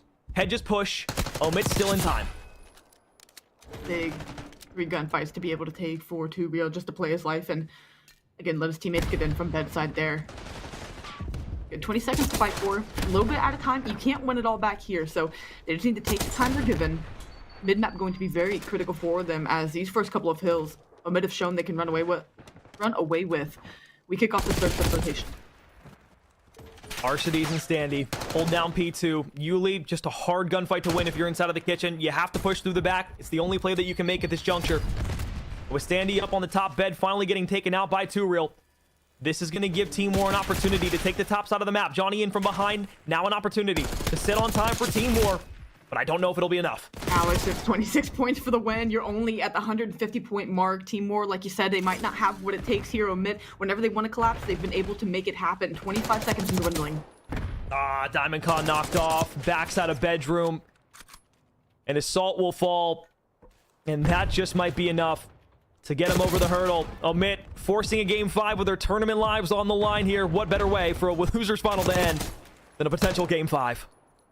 Even across the board, everyone for omit showing up, trying to extend the series where they can. And that was AFP2 rotation as well. That could quickly fold if they're unaware of these gunfights and able to take them. But who is it? Again, the submachine guns, Arcides combining for 3. Just one player to take care of, and 2 real. That will do it. 3 seconds left. Diamond Con can't get there on the contestation, so omit, after losing the control, after fumbling towards the end of the search and destroy, come back to take their second hard point in this best of 5 series. Game 5 on a red card. Team War, no stranger.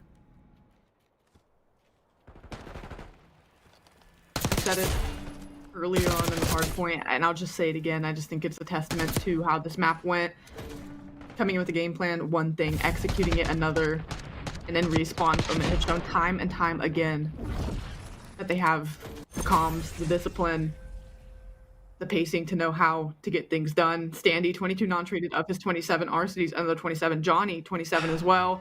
I mean, through and through, every column, they dominated. Of course, hill time, of course, slaying and pressure around the map. You look to it, it was a squeaky clean hard point. You give up 100-some odd points. Dominant. And even though it was dominant, sure, Team War had their moments, but the submachine guns outshined in that moment by the omit. Yeah, no, I mean, omit just played from start to finish a well-coordinated, well-oiled game. Every break that they had, every rotation that they made, it just seemed like everybody was hitting the timings exactly when they wanted to. It wasn't like or Team War where they were kind of just straggling on the early P2. I hate to say it, but it felt like it was already kind of crumbling at the beginning when Yuli decided to make a solo push when he was last alive. Then took about another 5 to 10, maybe even 15 seconds for that next hit to get set up. But Johnny fries, omit fries, but they needed to. They had to force the game 5, so I mean, I don't think anybody's shocked. Not at all. And as we look to, in a moment, set our eyes to game 5. This weekend alone, Alex, it is Team War's 4th. Oh, yeah. Game 5, so no stranger to that. Omit trying to make a statement in map 4, and they do. But Team War done this song and dance before many a times in the last 2 days. And that's what we had at the top of the show is the conversation point, right? It's like Team War, the reason that they have made it so far was because their search and destroys have been so good. So they've been tested many times in the game 5. Last night, again, it was a round 11 loss to Mission Magpies. That was the first time they obviously had lost a game 5 throughout the tournament, but they've been tested multiple times. And that's what you need as a team going throughout the weekend. You need to have that test to where you can just make sure you're pushing through. You have that in the back of your corner. You have that in the back of your mind. You've been there. You've done that. You want to have another rematch against Mission Magpies because you probably feel like you should have won that series last night. You're going to have an opportunity to go against them for 7 maps, but you need to take out Omit first. Same thing can be said from Omit. They got dropped to the lower bracket by the team in the grand final. So they also want the opportunity to right their wrongs. Both teams looking for a rematch in a best of 7.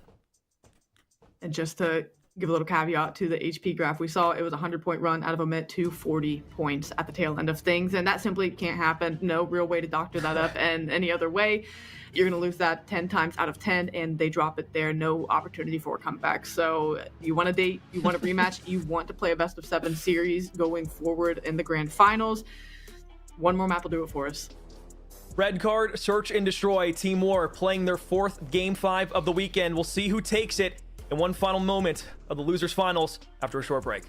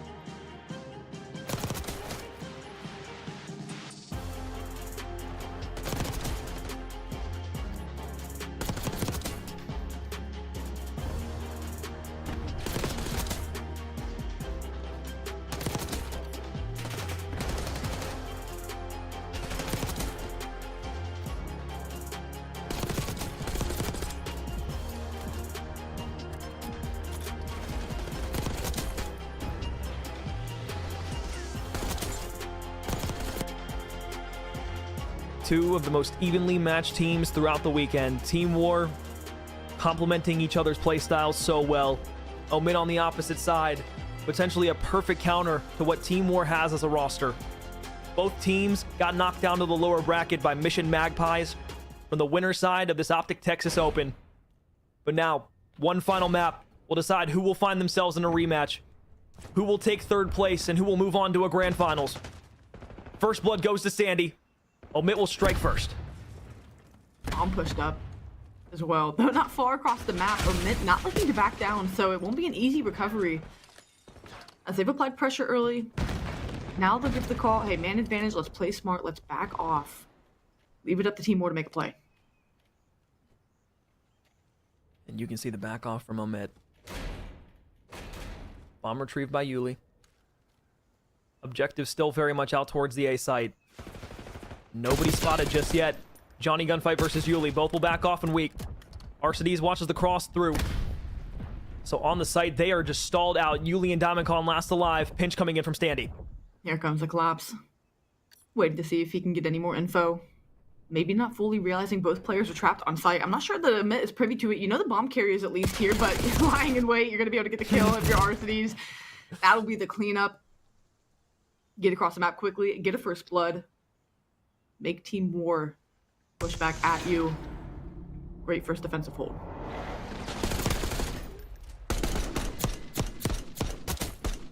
No need to overchallenge if you get that first blood. Called to it. Passive play on defense.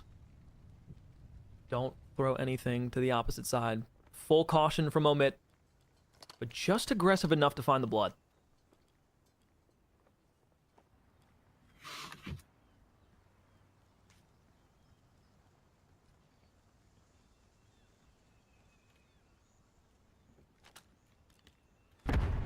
Slow and steady here on a red card.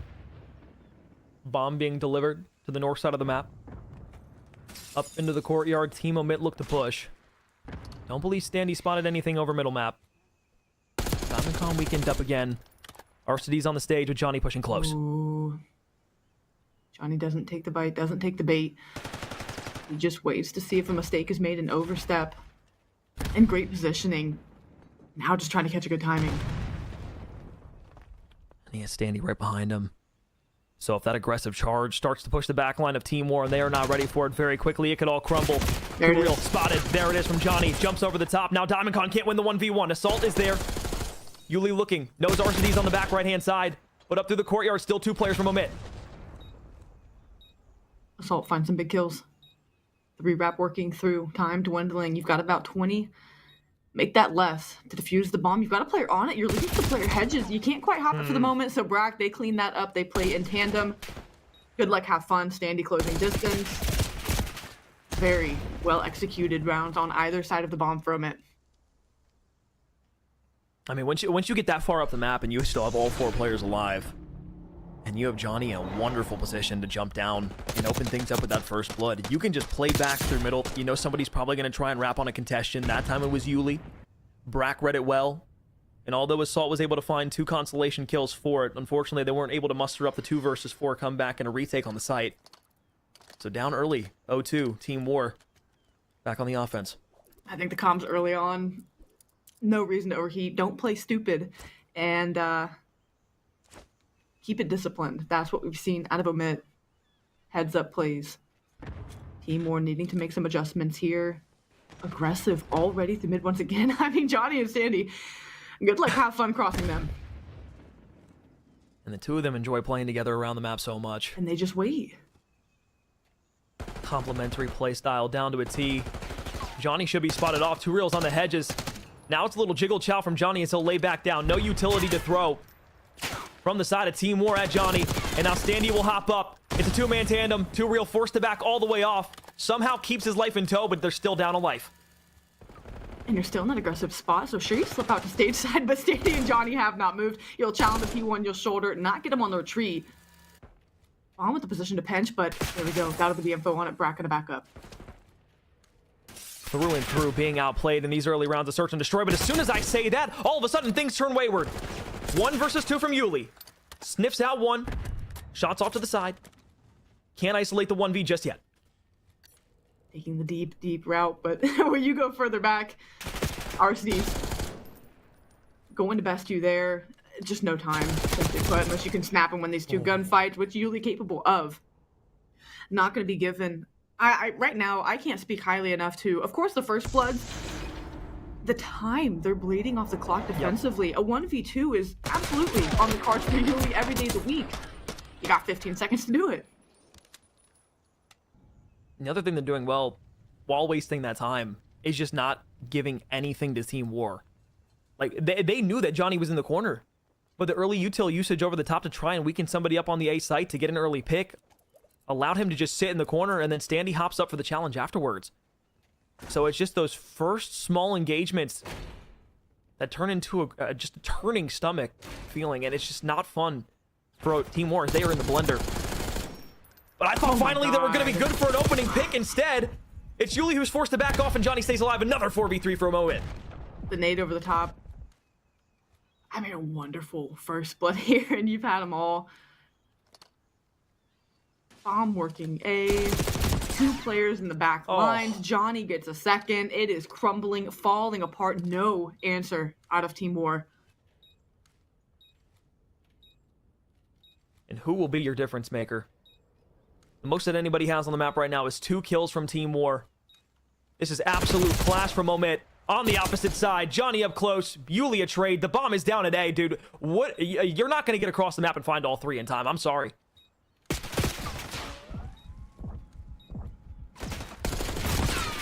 Good night. Now Mitch is flying at you. All right. I'll say it. Through 4 rounds, I am stunned at the lack of pushback Team War has been able to show. I mean this in the highest of regards. It's discipline. There's no overheating. When you have the jurisdiction to, I mean, you're up 4 rounds to this point. You're submachine gun, Standy, Johnny combining for 10. You've got the green light. Just make it happen. But it looks so much better. I mean, again, not only do your stats, of course, look better, but it just looks so much better for your team. Yeah. As far as growth and maturity to not overchallenge these moments. I love everything I'm seeing here from it. Well, Team War just look disjointed. They so heavily in Search and Destroy rely on that isolated 1v or a first blood that they can get. But it's just double stacks every time from Omit that they can't get through. Bait and switch after bait and switch. Every single time. Stun check in. Through the front, they want to send 4 bodies, but Omit will also retaliate with 4 bodies in the same breath. Through the side door, Diamondcon finally opens up with the first blood here for Team War. Can you slide in to potentially find Johnny? No one's behind the bar. Pop-up though from Johnny. Turns back around. Finds the second. All of a sudden, I thought maybe it gives the side of Omit a chance. But Team War will respond, get their first round on the board. Now things can kind of relax, still tense, but a little bit of weight taken off the shoulders. 1-4. I mean, it doesn't really anything looks better, but a 1-4 feeling better than a 5-0. As you get some kills on the board. Diamondcon, I think, gets a couple, his first couple at that. Yeah, he'll get 2 on the round, so that goose egg hard to sit on, and definitely feels better just to even get 1. So a little breath of relief for the moment. Now defensively, they got to string something together. I was going to say, them being able to win that first round on offense is huge. Because it shows that that aggressive gameplay that they like to style themselves with still works. So a gut check feeling from Yuli all by himself on the B zone. Not going to give anything away just yet.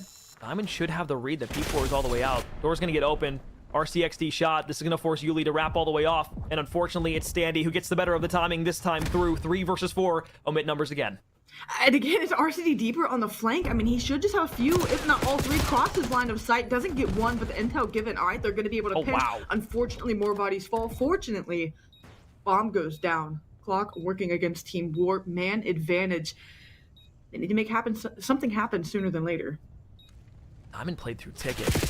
And that timing on the RCD flank doesn't come through. Johnny tries to get the best of the timing, but Standy now on the opposite side. Breaks the glass twice. We're up all the way out to the side of the pitch. 2 flooding in. Rack looks the wrong way. Timing from behind. All good, though. For Team War. 2 straight. The comeback is on. Slow burn. Chip away. Team War probably not even nervous, down 0-4. Sure, it was convincing out of Omit, but we called to it. 4th map 5 this weekend. Omit's only been to 2. can being tried and tested. Start to flip the script for Team War. Lots of work to do. They have dug themselves a hefty hole. But you execute both sides of the bomb, all of a sudden you start feeling pretty good.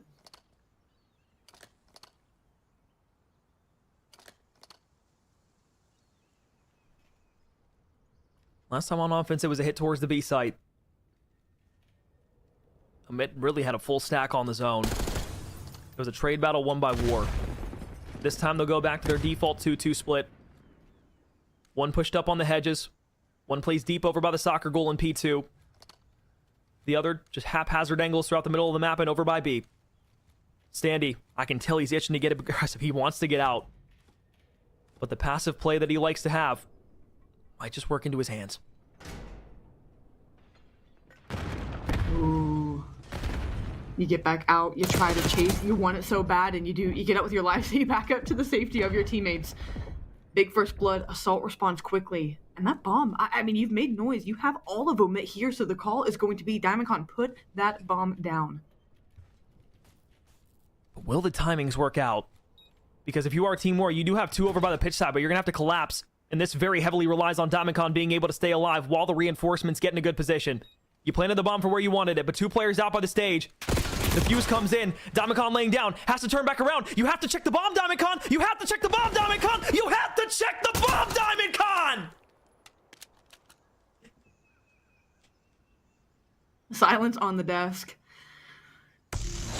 From Ohio, I think I can almost hear the pit. And what that ninja defuse sounds like. Serious point. You gotta check the bomb. And they did everything right.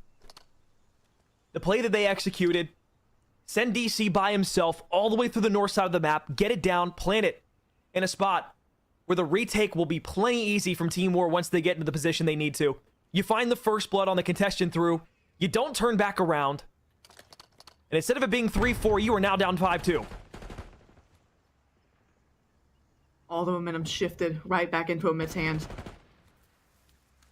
First blood going to be huge if you can get it for Omit. Anything that they do to weaken the side of Team War, gonna just favor their chances more and more to close this one out. It's a little bit more aggressive out of Team War. They're trying to tap into that gameplay. Passive out of Omit to start, seeing if anyone looks to overheat, but not gonna be given.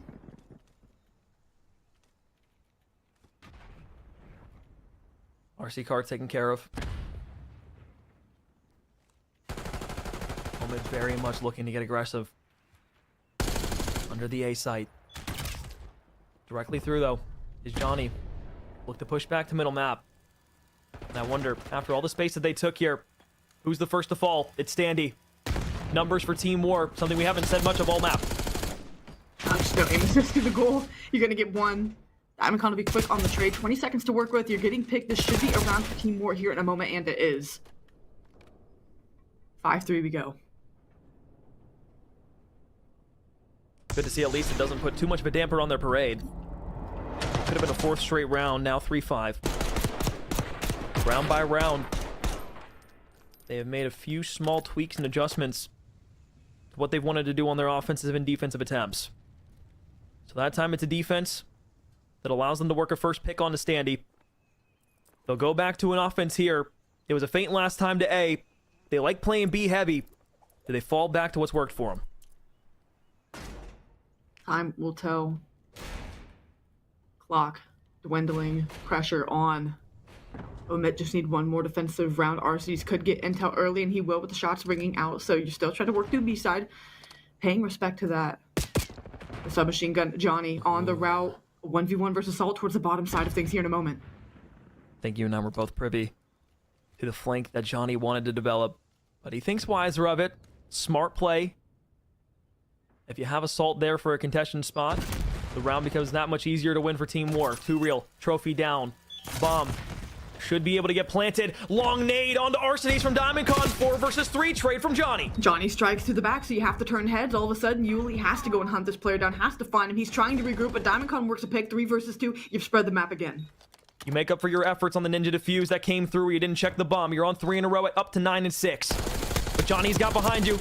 Top zone control on the police car. Somehow stays alive, and the trophy system directly below is going to help Diamondcon stay alive. 2 versus 2 from the back line. Yuli is there. Long range. He can play the retake. 17 seconds for Brack. You've got less than 10 to make the defuse player playing bomb. You've got Yuli playing deep. This should be the round, barring an absolute breakdown. Brack should get picked here. And he does. Staying alive in map 5. Team War. Go 2-1-2 versus Omit. Round 5. Still very much on the cards.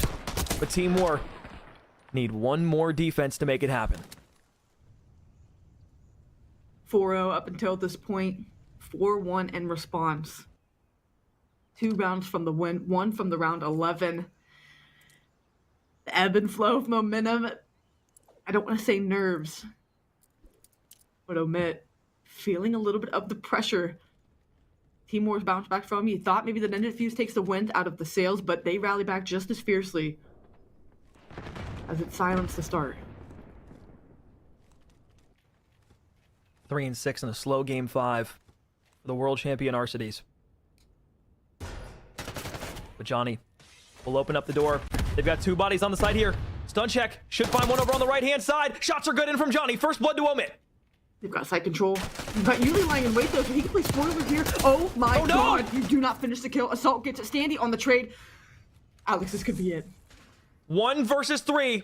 Tournament lives on the line. Diamondcon. You lost the round beforehand. A miracle it would take to re-break this site. At least the bomb hasn't gone down yet. So the contestant timer is not there, but Brack on the heady will find the lonely and waiting Diamondcon. Omit GG 6-4 in the search and destroy will push themselves to the grand finals. Team War eliminated in Dallas. Round 10, what do? Put it in the hands of your submachine gun players. Johnny gets in, Yuli doesn't finish his food. Sandy on the trades. The bread and butter duo make it happen once again for Omit. You fall from the top bracket. You think that you probably should have won the series against Mission Magpies, whether it was being tired in the venue last night, whether it was just maybe a few rounds or a few plays within that final search and destroy went wrong.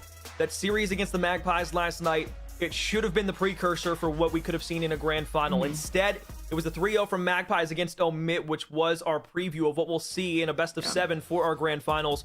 But take nothing away from either of these two teams. Team War played a phenomenal weekend of Call of Duty, but Omit on the opposite side, they have made a pretty lengthy losers bracket run at this point. They have played tons of matches, full momentum riding in this series. Now they play a Mission Magpies roster who is yet to play a single map of COD, at least in a tournament setting, throughout the entirety of Sunday. Might just be the catalyst that they need, but my lord. Congratulations to Omit, I must say. First Blood, who'd have thought? First 4 rounds tells the story. And even, right, you mount the comeback. Talk about it in respawns. It's just applicable across all maps, modes. Doesn't matter. You dig a hole, and it takes beyond the best of the best to get out of that, let alone 4 rounds. Yep. It feels like map 1. You dig a hole, down 100 points. You've already hit 200 for Omit. You try to mount the comeback. You just run out of room. Simply put, run out of area to kind of expand, capitalize on the good plays you are making in the late portions of the search and destroy. The Ninja Defuse round 7. Ninja Defuse heard around the world. And I mean, that just had to feel amazing. Sure, you're above 2 straight if you're Team War, but the deflation that probably came for a moment on the back end of that, just to put them at map point. I mean, a hell of a series, Alex. Team War will bow out third. Will place top 3 at the first open LAN of the year in the Black Ops 6 season. Omit moving on for Mission Magpies in the grand finals. Take a look at the overall bracket real quick once more. You can see throughout the winners bracket, Cabals and Mission Magpies. Team War played both of those very close series all the way to a game 5. And of course, in the losers finals, we get back to the map of a red card search and destroy that saw them bow to the lower bracket last night. And here on today, it just was not enough for them to take on this Omit roster. The hard points might have been what their Achilles heel was, but that red card search and destroy, and just quite literally a 180 turn from Diamondcon that does not come to fruition, seems to be the difference between them moving on to the grand finals or placing top 3. Pricing wise, I mean, they're still going to take home a good amount of money. Sure. Top first and second, you know, they're going to be taking home the lion's share of that, but still not a shabby bit to be walking away with for third place. But you know, it's a feels bad moment for Team War. You really do feel for them. It was a wonderful run throughout the tournament. You hate seeing them come from winners finals and then dropping to the lower bracket, losing immediately. Kind of reminds me of United in a sense, but you know, it is what it is. And you hate to see it be in a map 5 fashion. They've been so strong in Search and Destroy, and when they need to rely on that game mode most, Omit rise to the occasion, get the job done. It's just, quite a way to go out. If your Team War is going to feel bitter there for a little while, but maybe, you know, can kind of wipe their eyes with that third place money. Team that placed 8th in North America for the Challengers Elite versus Mission Magpies, who come in as the 6th seed for this tournament. One more best of 7 here in Dallas, Texas, for us to decide the first champion of what will be a long Black Ops 6 season. Europeans versus North Americans. Find out who comes out on top after this break.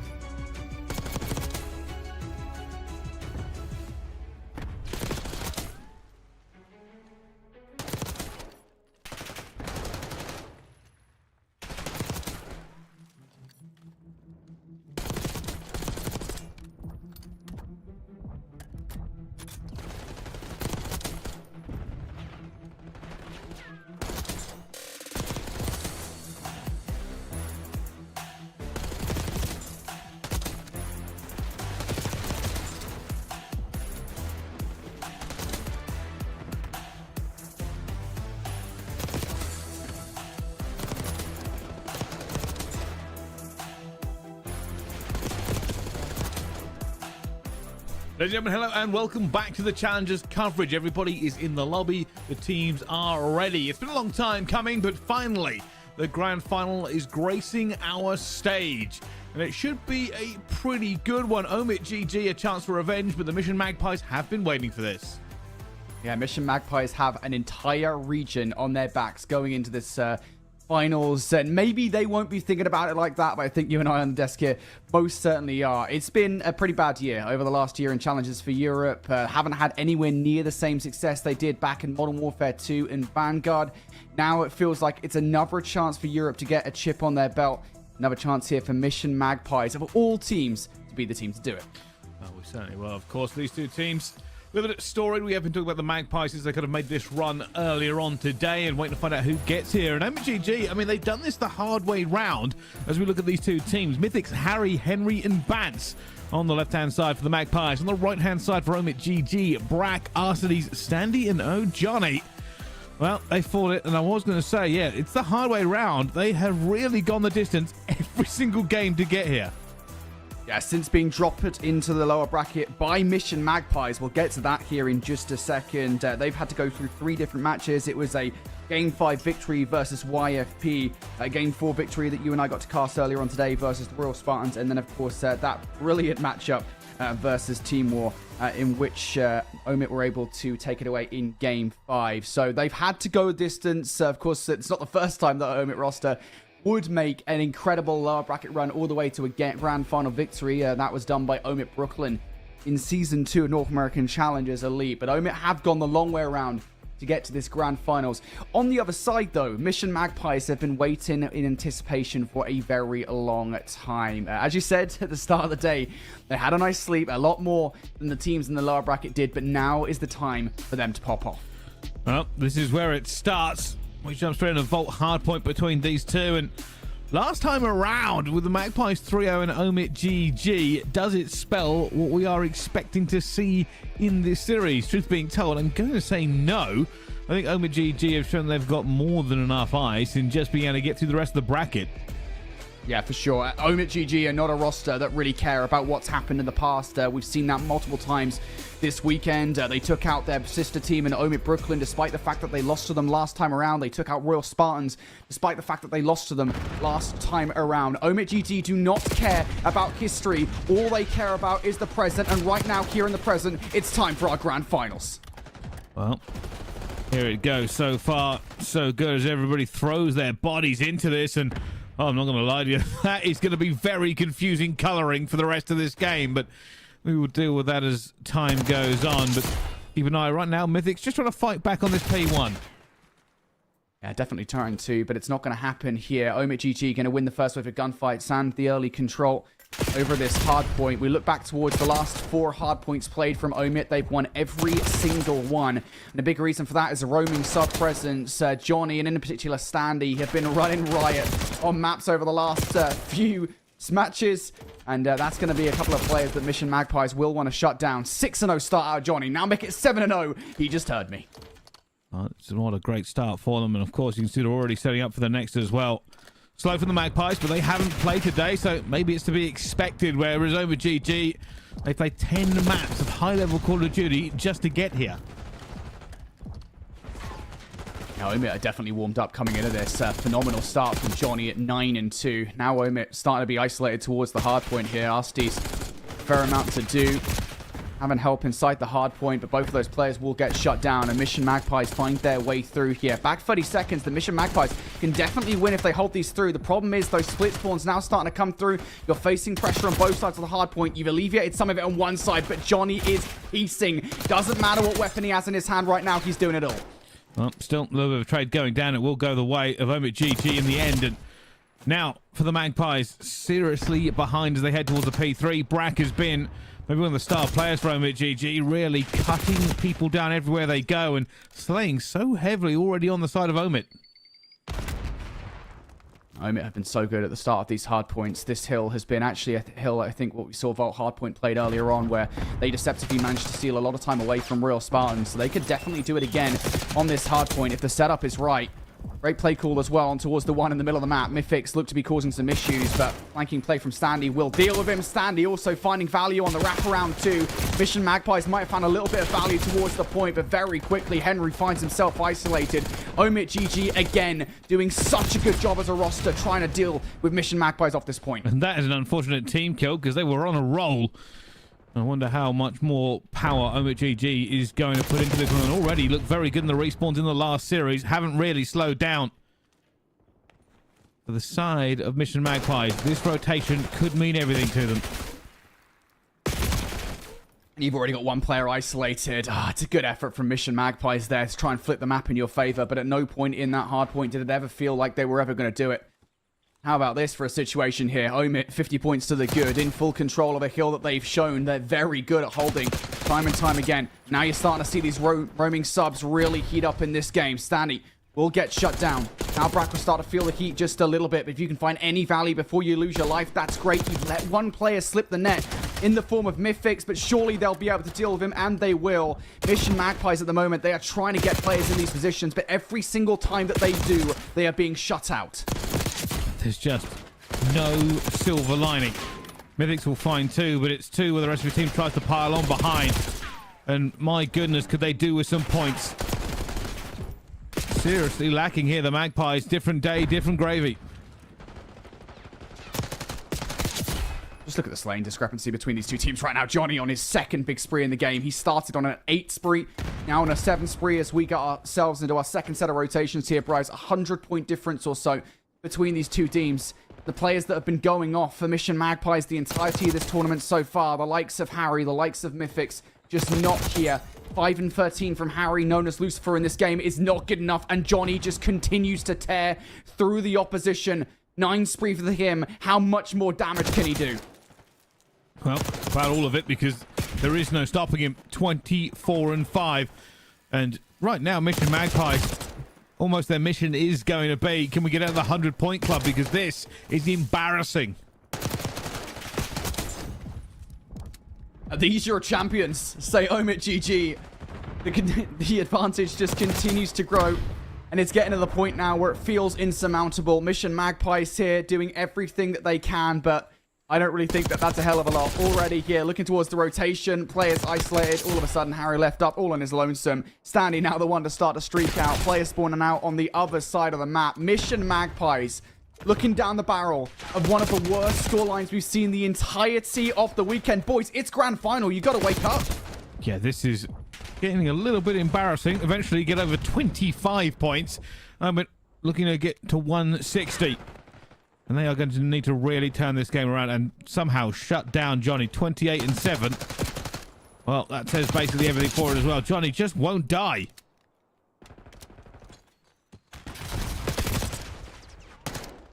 Finally, Johnny does get shut down.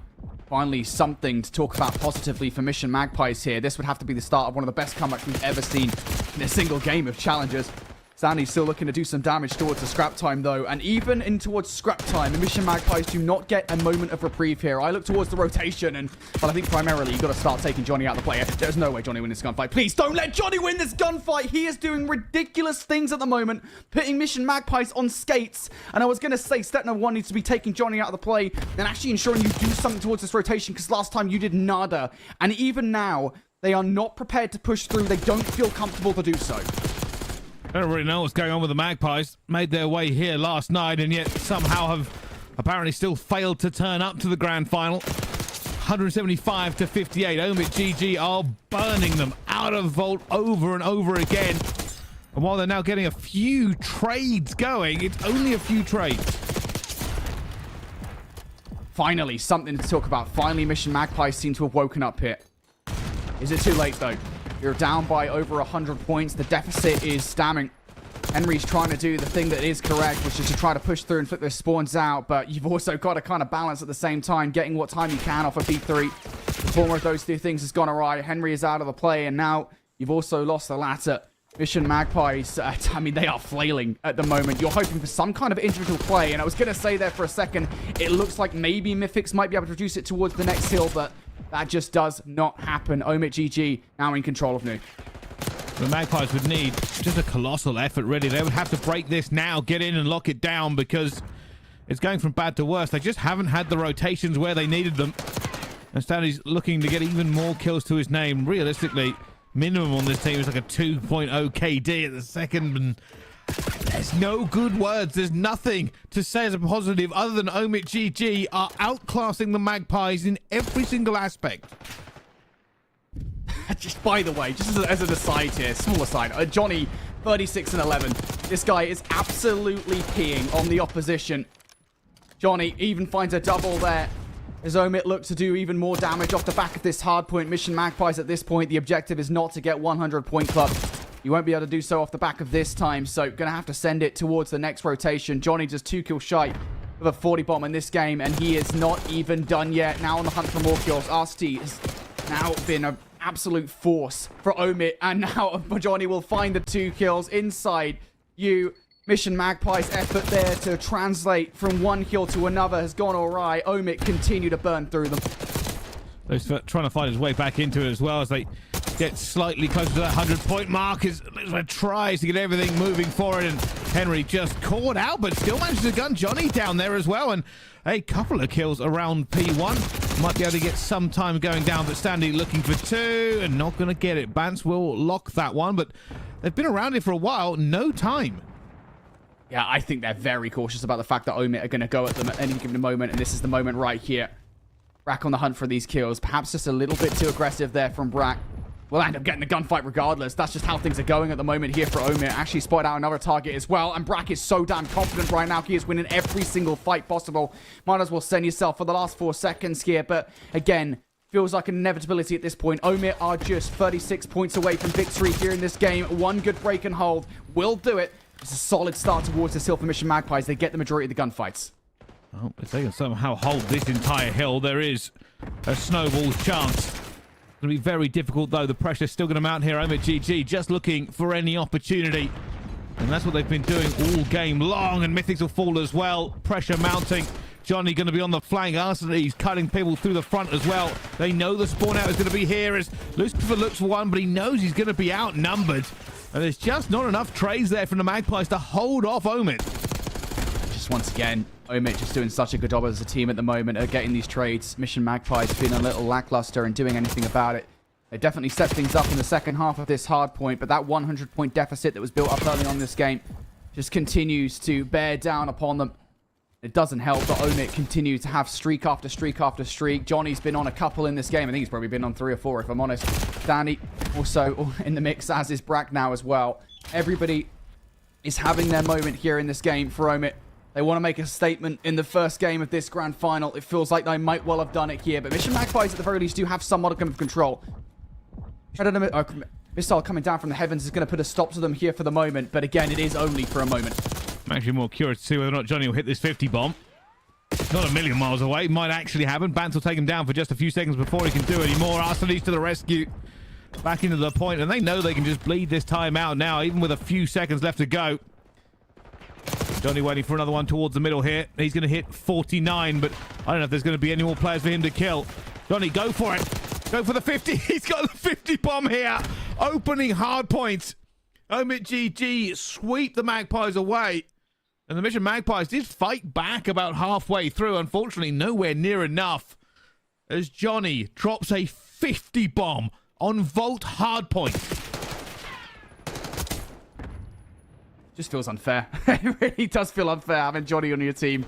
The form that he is on right now. An MVP level performance he's given out over the last couple of series, and he's doing it here again in this grand final. What a start from Omit. And I mean the start very clearly. At the beginning of that game, it was a 100-point advantage and growing. And Mission Magpies could do nada. They were not slaying out. And you're right. I want to say, like, halfway through that game, Mission Magpies actually did start to fight back. They were slaying. The gunfights were significantly more 50-50. The game was still in control for Omit, make no mistake. But Mission Magpies actually had something of relevance to say. But by that point, the damage was done. There is such a thing as an insurmountable lead in Hardpoint, no matter what sometimes we might say here on the desk. And, well, that was one. Yeah, it was. I was actually just watching the replay to see exactly what Johnny got in the end. I'm fairly certain it was like a 2.6 KD almost which really is kind of insane. Yeah, 50 and 19. He ended up dropping ridiculous for that, which is just a scoreline you don't expect to see, especially with a game that slowly got a little bit closer than I was expecting. It just went on so long. Yeah, it was just a slaying, right? I mean, and we kind of referenced it at the beginning of the game where Mission Magpies, all 4 of the players were something, a 0.5 KD, more or less, or worse. And that is not something you can allow to happen out the gate of the game. It has to be said, I think there is a certain element of this that's just probably they are coming into this series cold. Again, a reminder, folks, the way that the kind of formatting works here is that Mission Magpies have been waiting for this matchup for a couple of matches. Omit GG have gone through Royal Spartans and Team War to get to this point, so they are thoroughly warmed. Mission Magpies, I think you could definitely feel the fact that despite the fact that they undoubtedly had a practice station to work with, they've probably been having maybe a fake scrim or two ready to go, maybe even shooting some bots. It wasn't enough to warm them up before the match. Now we do see it in the middle of the lane get warm. It just wasn't enough, but I'm expecting a little bit more out of Mission Magpies the further we go into this series. Yeah, maybe it was a slow start, and it's just kind of crazy about how badly it did really go for them, especially considering how well they played against them at GG the last time around. And going to have a stern word with themselves, I think. That's going to be the kind of the takeaway for this is, hey, we can't do that. That's not acceptable to win a grand final. I know it's a best of 7, and you've got a bit of time. Yeah, I will say, I think, you know, knowing these Mission Magpies guys, having casted them for a few years now, and I'm sure you're in the same boat, they are not quite the team to just throw their heads in the bin, right? They're going to be all right. They're going to hit their reset here. They're not going to be too stressed about that 1-0 lead for Omit. But of course, this is a best of 7, guys. So we've still got a lot of Call of Duty still to be played here in this grand final. Already in this search and destroy. Mission Magpie starting stronger, but that trade for Brack is going to make things infinitely more difficult. 25 seconds on the clock here, and this split is super duper weird. Omit, they're positing for an A plant, but they're giving the signals that it's actually going to be B. After these, he's trying to get out and doesn't get out clean. That may be the biggest part of it already. Mythics is going to jump straight onto this. Surely he has done. Brack needs to go for it as well. Finds one, but that's actually just burning time. Brack cannot see the bomb. They're going to have to try and get on it, and that's defused. Surely it is. It will be the Magpies taking round 1. And that is the other side to that play. It was a solid play call from Omit, right? You know, get the bomb down. The idea being that Mission Magpies on the rotation towards the A site should get turned and burned on by the couple of players that were situated inside B. Unfortunately, the problem is, if you do lose that player that was planting the bomb on A, you're essentially giving away a bomb plant for 3 as long as somebody from Mission Magpies is waiting on the cross and doesn't let those guys get to the bomb in time. So, heads up play call from Mission Magpies. Good read of what Omit GG were trying to do to them. And to be fair, good play call from Omit, but it just doesn't work out. But you can play with rounds in Search and Destroy. You've got a 1-0 advantage in this series if you're Omit. It's okay to lose that. Well, we know how good Omit have been in their hardpoints. S&D's not quite as rock solid, so for Magpies, an opportunity. A little bit of pressure going on. You can see Bance playing on an island. That's what he does best most of the time into this. And already, Lucifer picking up that first kill onto Johnny. A gets a little bit more open. Bance backing off from B as well. They're going to try and stack the numbers here to make this push. But Stanley will be watching the cross. Omit don't seem phased by the fact they've lost the first blood. They haven't changed their positioning whatsoever here. Long-range shot. Stanley gets perfectly predicted by Harry. Now Brack needs to immediately trade out. He's already been spotted. Now overwhelmed by 3 different players. Not on your Nelly, mate. Arstee's the last one left alive. Will piece up a couple of players. Desperately has to dip and dive away here. Needs to hit the regen before going out towards the middle of the map. Bance has spotted him. Arstee's now looking to play around this. Just try and play life, but 25 seconds is not a lot of time. Can he catch him? Arstee's trying to look for the player crossing. And he might have got timing here. He finds the first. He will try and get in position as well. Bance is out of there. He's found Arstee's, but unfortunately he may have run out of time. Does Arstee's think he's crossed? He doesn't see him onto the bomb. He might have thought he's gone to the other bomb site. Bance is looking for him as well, and Bance is not going to find him. Arstee's is going to catch him. No, wait a minute. Oh my goodness. Arstee's almost threw it away. But that will go down to a 1-1.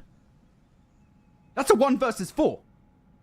Oh my God. That is a 1 versus 4 for Arstee's. Are you kidding me?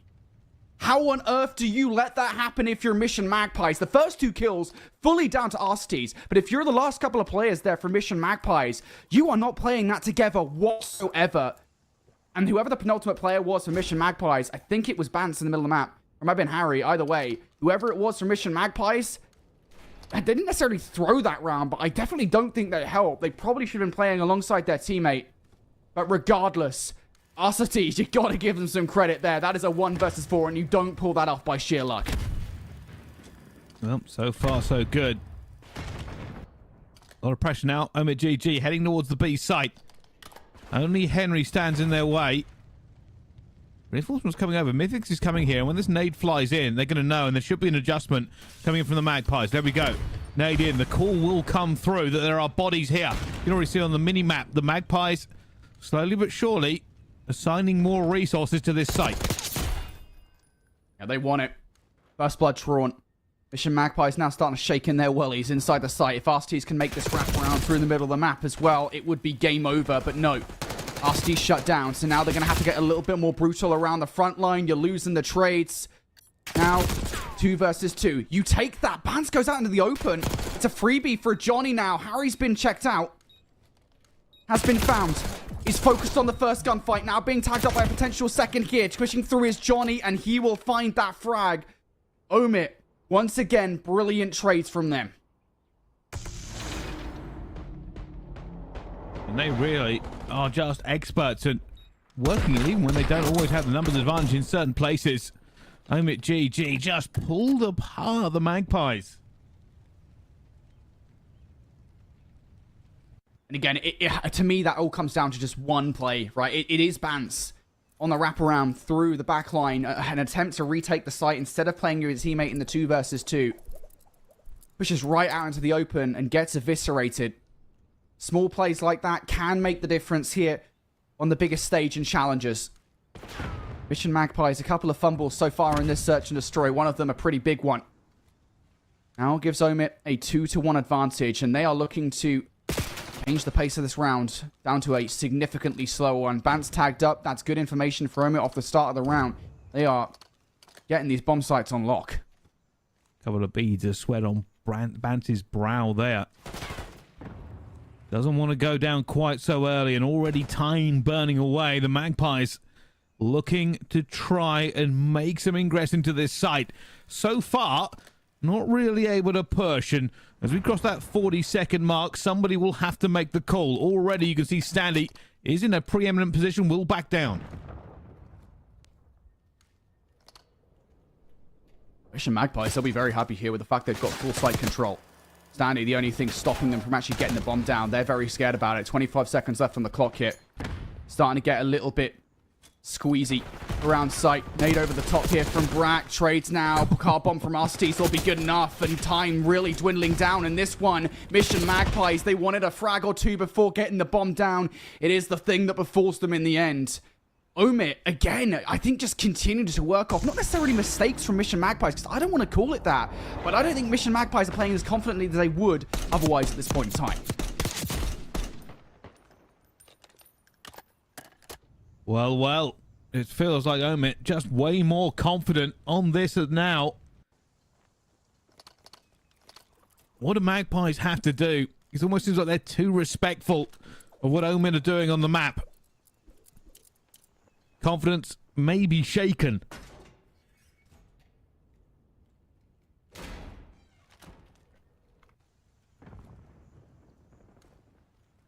Johnny on 5 in a row going into this round number 5. Our C car out. Call has been made from Omit. They've been so good at getting their way in towards the B site time and time again. Mission Magpies, the defense here kind of all rests on Henry. Needs to find some kind of value. Shots out, and immediately reaction from Henry. Again, stressed about that RC car. Is to back away towards a teammate. If this RC car finds some value, that is so detrimental. But it's already done the job. You've already cleared space on the site. Trophies down, preventing an easy retake for them. A huge flank coming in for the Magpies. If Johnny finds anything here, playing that hook, playing that corner, it will work for them. And there's a fight, and Lucifer will find Johnny already. Slight collapse now. It's going to be Omit pinned into this site.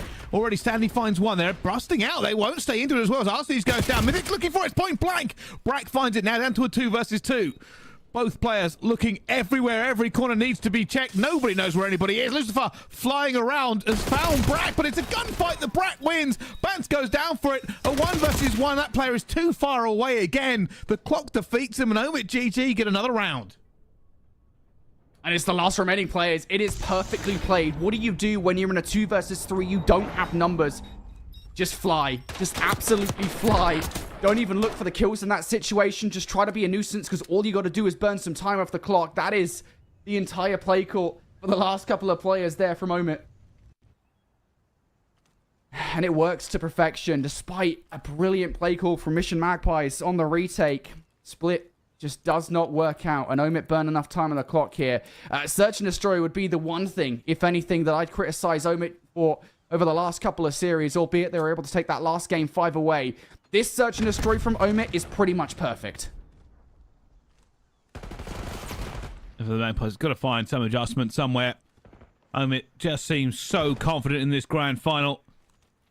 Henry, will you check the right corner? This is the corner that many players end up using. Hello, peekaboo, and Henry will get it. Gets himself off of that goose egg, but it goes back down to a 3 versus 3.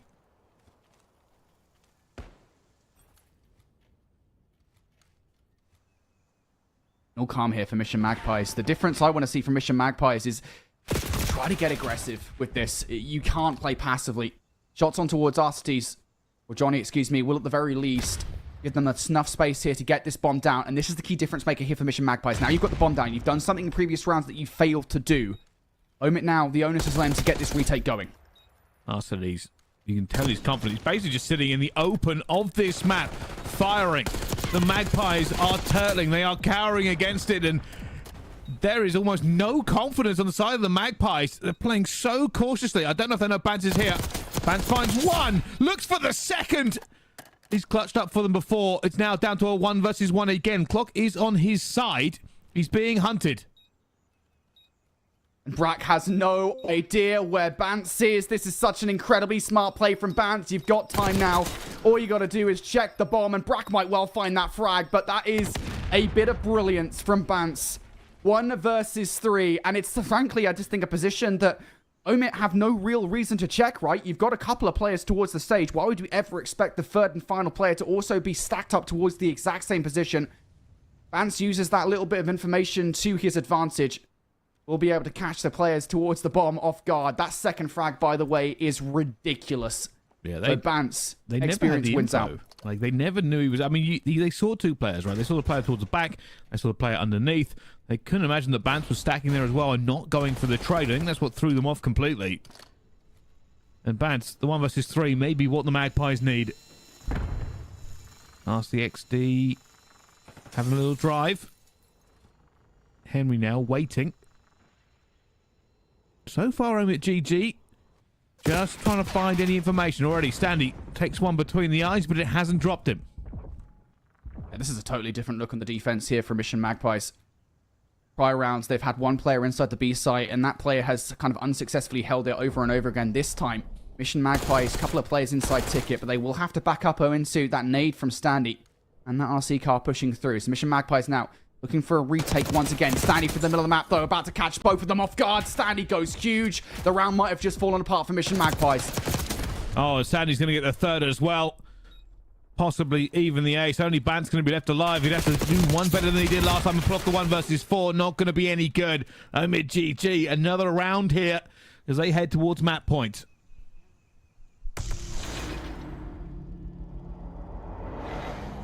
And it was a good adaptation from Mission Magpies off the start of that round. You make the right play call. You know that your presence inside the site hasn't exactly afforded you that much control over B. Change things up just a little bit. But once again, the adaptations from Omit have been on point. That nade from Standy completely blows the defense set up wide open. And then, of course, the reposition through the middle of the map as well. That is tough. And it's going to be a difficult pill for Mission Magpies to swallow now. They only need to stretch 4 rounds on the bounce it. Find a way back in towards this game and tie this series up. Henry at 1 and 7. If he can get things going, he might be able to find some momentum. But early aggression here from Omit. Lucifer finds one already. Johnny's gone down. Henry trying to capitalize it as well.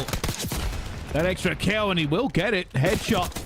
They need to do everything and more. Arcee's going to go down. It goes down to a 1 versus 3. Brack left alone, and for the Magpies, and well, that's a lot of shouldering. I don't know if they saw him. They're still, everybody is just having a little wiggle on the minimap.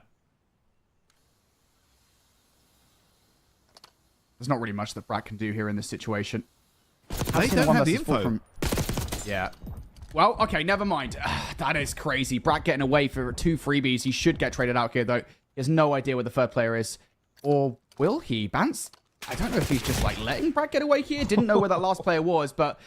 Oh, Bance narrowly avoids a 1 versus 3, and I was going to say there for a second, despite the fact that you don't know where that last player is, at the very least, you should be able to play trades, and regardless of that fact, Brack is able to walk away with 2 kills and almost gets away with it for free. Yeah, this is not even fun to watch at the moment. It feels like the Magpies are just trying to throw it. That was kind of crazy. And I thought they might have seen him, but then when I realized they were all just shouldering, and when I saw Lucifer turn around, I was like, they don't have the info. It's not a case of they're waiting for him to make himself known. They actually don't know where he is.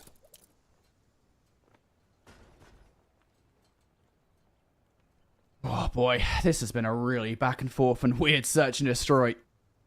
Mission Magpies, though, I said they needed to stretch 4 rounds on the bounce. That's the first. Initial shots out towards RCs. A little bit of information. Omit have done this play 2 times already. RC car in towards the site, but the players are sticking this time around. Mission Magpies have doubled up. Is that RC car going to find any value? It's on the hunt for it. Mythix is in trouble, but the RC car goes, and that site is being held. It looks like Omit GG might be using it as a distraction. Look at the minimap. A little bit of rotation coming around the back. Brack committing himself to it. So this all falls down to Harry, a.k.a. Lucifer. When that cross comes in, he will call it out, and there should be a rotation from the Magpies. Gotta have it. Harry on the hunt for these kills. Hasn't seen anybody just yet. Has to see this cross. If he gets some bad timing here, that would not be great. Gets some brilliant timing, though. Standing now out and towards the open. On the hunt for some more value. Drops down. Not going to get the kill against Johnny, but the bomb now down. 15 seconds on the clock. It has to be go time for Omit. And trying to get across, but they already know he's going to be here. Arsenis has not put the bomb down yet, but he will find the kill. Mythix finds Brack, and Arsenis goes to put it down, but Mythix has just dived in to stop it. And now Bance needs to stay alive. Oh my goodness. Bance out there for the trade. Could have done it by just surviving, but doesn't matter. Wins the gunfight and all is well. That one was a little bit more nervous than it needed to be, but the Magpie still alive. I am not the healthiest guy at 26, mate. I need these guys to stop playing with my ticker right now. This is not good Call of Duty. There has been some crazy things happening between these 2 teams. Every single time that we've seen a player here, across the board, by the way, this doesn't just apply to Mission Magpies, having a play for a 1 versus 1, they rarely play for their life. They are going for the kill every single time. And there's another example of that. Fortunately, Mission Magpies win it, and they stay alive in this search and destroy. Now, Omit, defensive. Heavy defense as well. It's an aggressive one. Early shots on towards Johnny. That's some good information to get off the rip here. But Mission Magpies, they don't seem phased. Mythix already going across and they're trying to get into it as well. Johnny coming under an awful lot of pressure, and he's put bullets in about 18 people. Nobody dropped here, and Omit scrambling to back him up. Somehow Johnny isn't down either, and I think the Magpies are going all the way back across. That's the right play call. Omit have to be fully committed towards this B site. They should be able to translate themselves over towards A here for a partial defense of the site. Mission Magpies aren't fast enough to capitalize, and Omit have actually pushed the player all the way forward here. Did Stanley just get spotted out? I think he did. The con will be made. Oh, and Harry doesn't know that he's right on him. They're going to try and catch him. And he's been found. That call from Bance, well, end up picking it up himself. Arcees with the nade going out. There it is. Looking for the players down low. Trophies will help out here as well when the bomb goes down. It will be the Magpies who have the numerical advantage. Omit trying to swing into action. Yeah, on the hunt for any kind of exit frags here. Mission Magpies are backed all the way up. They are expecting some kind of crazy flanking play, and there it is. Johnny gets tagged up by Mythix. It's a big frag to take. RC's trying to make the wrap around. He's going to get tagged up as well. This is perfection here, but Brack has got himself in close 1 versus 3s before. It's not going to happen. It's a round 11 here as Mission Magpies string 3 rounds on the bounce. And that is a perfect play from the Europeans there. They get that rock down, and instead of sticking towards stage like they did last time, they anticipated a flanking play from Omit too, as a matter of fact, and they perfectly took both of them down. And you had to be nervous when they were looking for Stan the end of the stage. They knew he was there. They knew they had to grab him without being traded. I mean, a lot of that he's bounced on the fact that Bance is 13-6. 3 rounds back-to-back they found here, the Magpies. They'll be looking for one more as they have the attack again.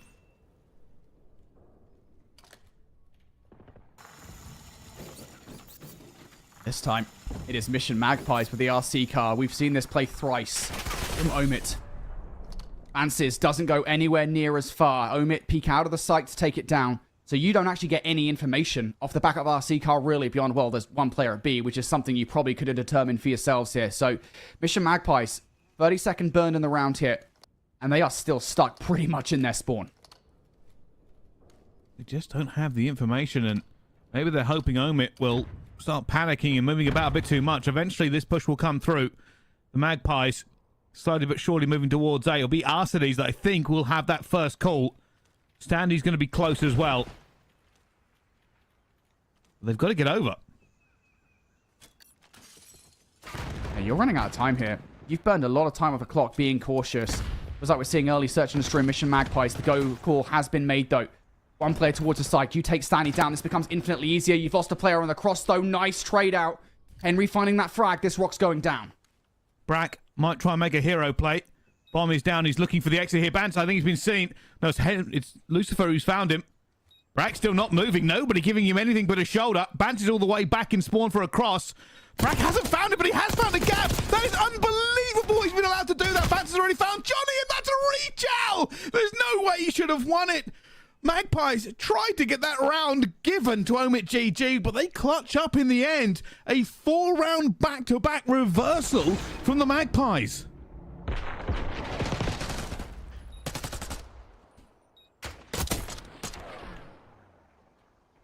I am shook. I cannot believe what we just watched in the closing moments there. I could kind of see it like Raven Simone, a flashback before my very eyes, because there is no reason for Brack to be afforded that much space in a 1 versus 2. I know it's a 1 versus 3 effectively, but the 1 versus 2 and the players around him. Still, the fact that I thought Harry had seen him. I really thought Harry had some kind of knowledge as to where Brack was, but apparently not. Henry certainly didn't seem intent on making any kind of move.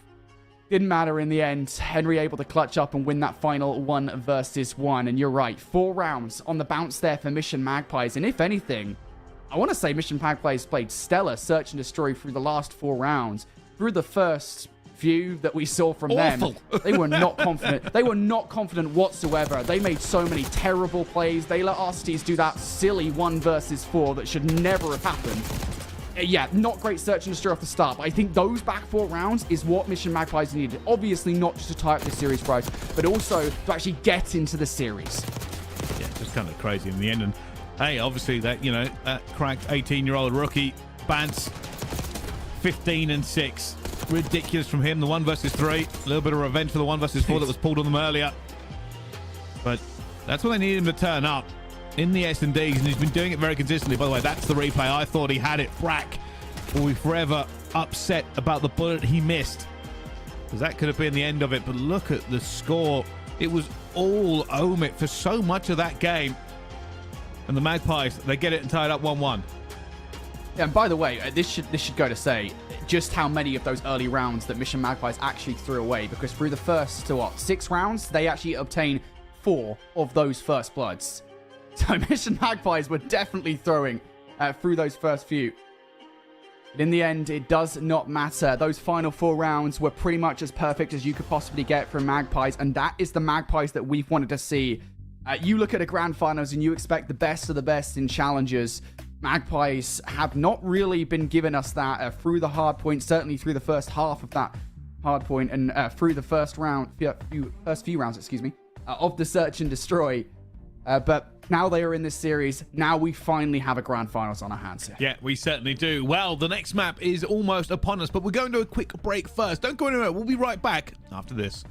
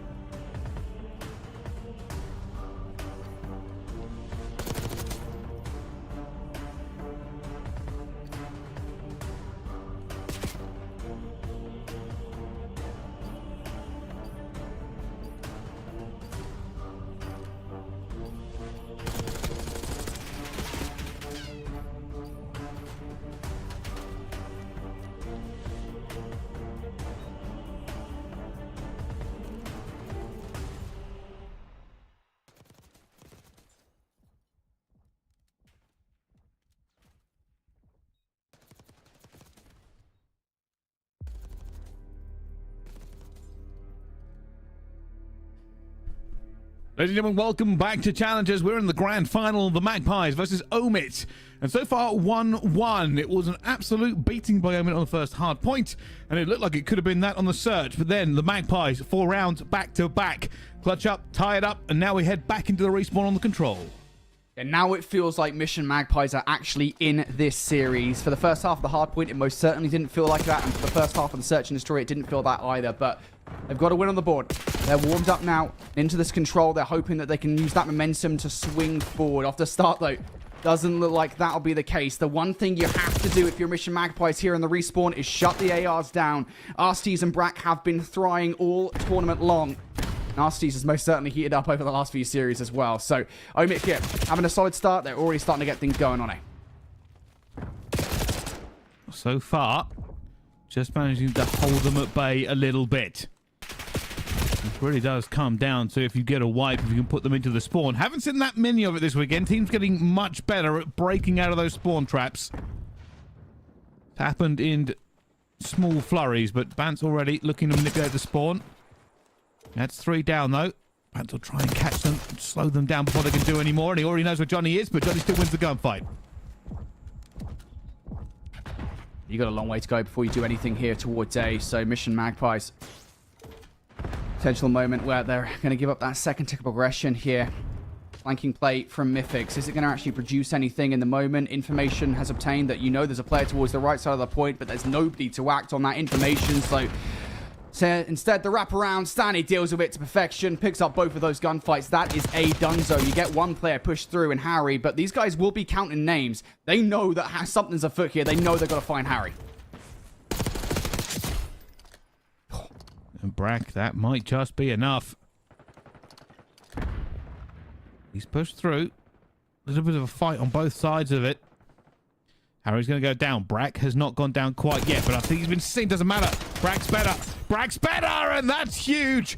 That has pushed them back in the spawn. It might even be game over on this round already as Brack continues to put the pain down. It's a little bit tagged up there as well, but first tick in at B. And the rest of the Magpies trying to react here. Mythics has done worlds of good at holding them back. Brack's still finding value, though. Brack's still finding value, though, towards R. And that's the key issue here for Mission Magpies. They still haven't dealt with him. Brack now repositioned 7 in a row. Looking for more damage. Brack continues to fry through Mission Magpies, clipping their wings. 3 stack, and the round is done. Omit looking solid off the back of Brack's heroics. And again, Mission Magpies, I think they had one solid play throughout the entirety of that control round. It was bringing Harry through. That's what everything rested on. And as soon as Harry was found out, they had nothing to go up against them for. That is an incredible performance. That's the transition from A to B, and Brack never stopped. You have to cut him down. Mythics did so much work as well. As this another story, respawns, Omid are just better. Certainly looks like that at the moment, doesn't it? Getting vibes of the last 3 rounds of Vault Control for Omit versus Royal Spartans when they just hit the go button. They won 2 back-to-back offensive rounds. That was what we just saw right there. Not a roster scared to jump on the point when they feel like they've got enough frags and send players forward to do some serious damage. Carnage caused by Brack in that round. Start of this one needs to be solid for Mission Magpies. So far, so good. But it's not solid enough just yet to hop onto the point. They still need some more frags here, Bryce. Henry going back and forth here. Hoping to find another pick, and does find one. A little bit tagged up, will try and stay alive. It's a very slow burn here for the Magpies, and that will be Stanley finding one, and Bant's a little bit shaky, but good enough. Now, Omit have been so reliant on these roaming subs for the most part in respawns, especially here on Vault. It was a attempted play from Omit on the flank, but that goes awry. Going to see another one here on the minimap. Johnny in behind enemy lines here. Somebody has to be watching it. Nobody from Mission Magpies is. Johnny's able to convert for a double, and that's the point going awry. You had 4 players on the point there, Mission Magpies, and yet still they couldn't watch every point of entry. And that's going to be a problem. You can see with that wipe comes its own range of issues. Standy going to try and pick it up, and well, right now the Magpies, they have broken out. Still haven't got A, but plenty of time left on the clock here. Arsenis is just punching them back into this as well. Got to be a bit careful here because Bance has found him, and well, Arsenis doing his best to stay alive. Eventually will fall down as B will tick, but will it continue to? No, Stanley's going to be here. Going to get it all clear. And if you're Mission Magpies, you need to use that distraction to do something towards the middle of the map. They just have not, to be frank about it. They're still concerned about potential flanking players pushing through. You can see there's the minimap with those exact kind of actions, but you're winning the majority of the fights at the very least here. Standy just calls game in the middle of the map. 25 seconds now. That's all your mid-map presence dissipated in front of your very eyes. Standy now on a 5 spree as well. He is feeling himself at the moment. Omit are on the hunt for Mission Magpies, and they found him. Well, they're just not getting any kills as Stanley goes to work. Only Mythic's still alive. 9 seconds, and Mythics might have to just jump on the point. Not even going to matter. A last hurrah, a last flurry from the Magpies, but they have to run through the choke points. No opportunities, and Omit got up 2-0. It's just the way that Omit are frying at the moment. Everybody is on top form. Every single time it looks like Mission Magpies might have some kind of move forward. Omit deny. And I will say as well, there were a couple of moments in that control round where Mission Magpies probably could have played a little bit better as a team. They had like a 4-stack, I think it was, at the start of the round, and let a player through on the flank. You can't be letting things like that happen when you've got 4 different players in the same area. Again, feels like I've been saying this for the first 3 maps of this series so far, Bryce. If Mission Magpies can just tighten things up ever so slightly, and we know that they can because we saw it in the last 4 rounds of Search and Destroy, they will be able to fight back versus Omit. Well, they're going to have to do that now in a really bad position. Again, the respawns just seem to be all Omit. And, well, Henry didn't even need to do anything there. Johnny cut down his own player. And he gets banned as well, though. Henry will eventually get Johnny. And Henry just needs to stay alive. He knows it's not the greatest position for him. Going to be chowed here, and that's unfortunate timing. Stanley slides in for an easy 2. How many more 2 pieces like that are we going to see? SMG's on fire at the moment. Standy, 18-7. Surely not 19-7. Shots into the leg won't be good enough for the fight because it's okay. Omit have players here to pick up exactly where they left off, and one of those players is the other sub for Omit, Johnny. In and around the point. Second tick already through. Surely you don't let this happen if you're Mission Magpies. There's going to be a last little hit, but Arstes has already perfectly predicted where the potential players could be coming from. Contest is not good enough. Extra 60 seconds on the board here. 2 minutes 10 or so to make the push towards B happen. Arstes just tried to make this push go through, and it might be Standy that is the difference maker. Johnny wants to stay alive. Standy is poised, ready for this as well.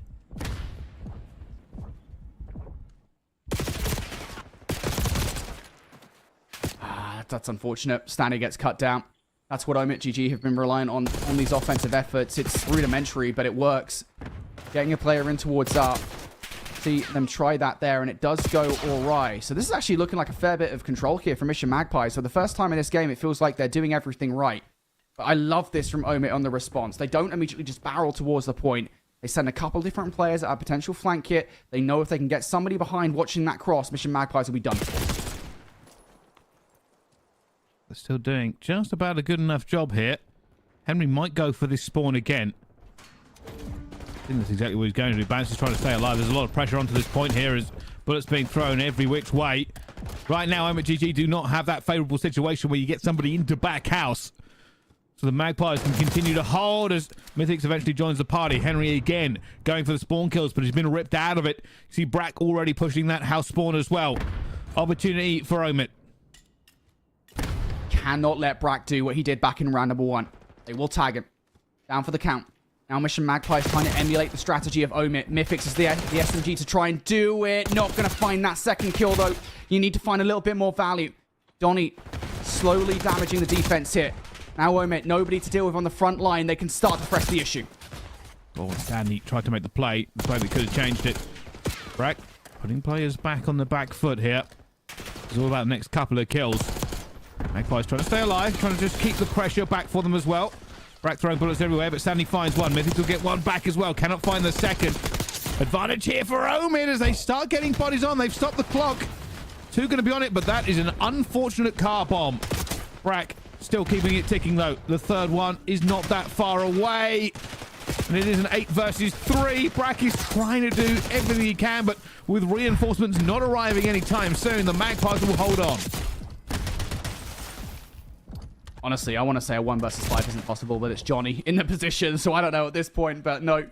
It is not going to happen, and Mission Magpie is successful in stopping Omit from pushing through. You could tell the game plan from Omit there was to try and get players behind enemy lines. So they tried it on a multitude of different occasions with a multitude of different strategies. They tried to send players on the flank. That didn't work. They tried to get a couple of kills on the B zone and then push players through. That didn't work either. Mission Magpie is proving resilient at the moment. It is not by any means a resounding victory on round number 3. They give away every single tick of progression bar 1. But still, it is one that will keep them alive in this control. We need to see something a little bit more convincing out of them now, because right now, Mythix is the only one doing anything of note. He cannot be the only one doing so. And this is where it's a little bit scary. Magpies on the attack haven't felt like they're in control of this game at any point. Can they now find a catalyst? Warm up into this game and stop Omit basically just running through them. Because every single kill, every single metric we have in terms of the slaying, it's all Omit. They just get picked apart. There it is. 4 kills. Clean. Flawless. Omit don't lose a single player on that push. And now Mission Magpies, fundamentally, that was perfectly fine. They were watching every single point of entry. They just lost the fights, and there was never any trades because Omit hit all at the same time. They continue to not lose basically anybody in this game. 1 live lost in this round. Now make it 2 as Stanley goes down, but time's starting to dwindle. You've already lost 35 seconds. Mission Magpies need to go, and they need to go right now. You need to find some value. You need to get onto the point. Finally, they get the frag, and finally, Mission Magpies will jump it. Well, Brack's going up top. He might be able to find something himself. There's just bodies going to be everywhere here. The Magpies cannot shoot in all directions, and Vance is trying to stay alive, but doesn't have the health, and will go down to Standy, and it's 1 by 1. The Magpies march into madness. They cannot get any sort of engine running. And every single time they do, Omit GG are there, guns up and ready. What can you do? 25 seconds. We need 1 last-ditch effort from Mission Magpies. Couple of players looking to hit towards the point here. 1 player inside to deal with. That's Brack, and you've got him. Now just get this last tick through. Get the extra 60 seconds. This has to be a stack. He's going to get on it as well, but Sam's going to be there. It's another trade. They got off the point. Both of them, maybe miscommunication. We're looking. But they've got the extra time. Do they have the extra lives? Do they have the ability? That's the real question. Arseny's going to try and stop this transition. Stanley's going to be here as well. Already tagged the player up. Somebody will chow him. Stanley eventually just trying to get it, but he's being shouldered to death. Nobody forward for the Magpies either, as Stanley eventually goes all the way round. And hope still reigns here in the Magpies. They've got player push forward. Omit feel like they're being cut off at the source here. Nice double coming through from Mythix. That's 5 in a row now for Kim. Nice nades over the top though. Trophy system not there to stop it. Bance weakened by it. No chance to get it done there. So we will see a reset here. If you're Henry, the furthest player push forward, you gotta wait for your teammates to come off the spawn. I'm curious what the reaction looks like for Mission Magpies. You can already see Omit potentially putting players in places where Mission Magpies might look to flank. They're going to do so through you. If they get a couple of kills, get a player in towards Mission Magpies might have a chance of forcing round 5. Magpies are a little bit upset as well, because that trophy was down that last push, but just hadn't activated in time, and there was almost an opportunity. Vance would have to go massive here to give him the chance to get back into this map. It's not really going to happen. 4 versus 9. The Magpies swing and a miss. They all stacked for it. And any single player now goes down. There will not be any reinforcements for the Magpies as they try to get into it. And Johnny already finds that first one, and Brack will find the second. It goes down to a 2 versus 7. Trophy will be down, but with only 2 of them, is it going to be enough? Yep, call has been made. Just stack the point here in this situation. Second tick now through.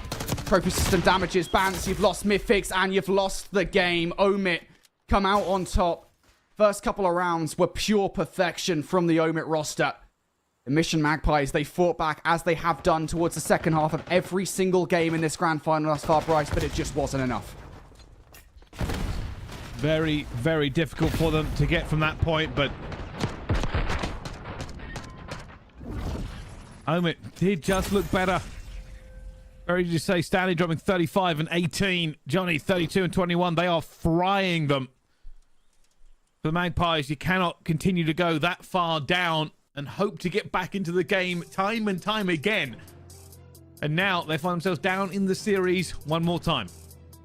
Yeah, it's just what these guys do best. Omit have done it all day long here on the lower bracket run. Yesterday in the winners bracket as well. Every single time that we've seen Omit, particularly on Vault, I mean, it is a map that plays around SMG so damn well. They just have this playstyle of absolutely running rings around the opposition. It's both Stanley and Johnny, and albeit I think yesterday we saw a lot more of Johnny doing it. Today, Stanley has been getting involved in the mixer, being a constant nuisance. You constantly have to be worrying about what's going on behind you. And albeit the early game here on Vault Control was down a Brack, getting that early control inside. Oh, I think it was, what, an 8 spree is what he finished on, or something ridiculous like that? Like, that was all down a Brack. Everything else, I think, for the next 3 rounds, even the one they lost, was pure map presence from Stanley and Johnny being constant nuisances, and Mission Magpies never really felt like they had the timing to deal with them. Just cannot deal with those SMGs. I don't think there's a better SMG duo right now at this event, the way that those guys have been playing. Well, got to give credit to the Magpies for still fighting, though. And I wanted to go back and quickly talk actually about that double nade that happened. That trophy, It felt like it was down. You heard the deploy noise, but maybe a half a second too much, or maybe the grenade just exploded before it could really get going. It was close. Very, very close. They put the trophy down for that exact reason, and unfortunately lost 2 players to the grenade. So if that hadn't happened, maybe, just maybe, the Magpies game would still be going on in the control. But we have another respawn, a hard point, and for the Magpies, you've got to be better than the last time.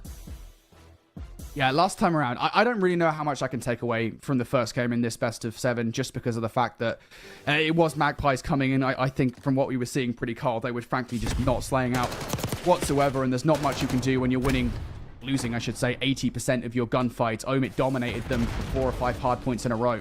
That led to an insurmountable advantage. So for this one, not too sure what to expect. What I will say is that Omit have been on point, generally speaking, in their hard points. Their respawns on the whole, as you noted, in that control has been exemplary, and it's been down to the team play. So I'd have Omit if I'm going into this hard point. We'll see. Magpies trying to get a little bit of a run going there. And we'll get the time, potentially, but this is all going to be about the rotation. You can already see. Big split from Omit GG. They're going to try and get every single kill they can here by squeezing the Mission Magpies, and Arcees will already find one. He's been looking pretty good this series as well. A consistent slayer for them.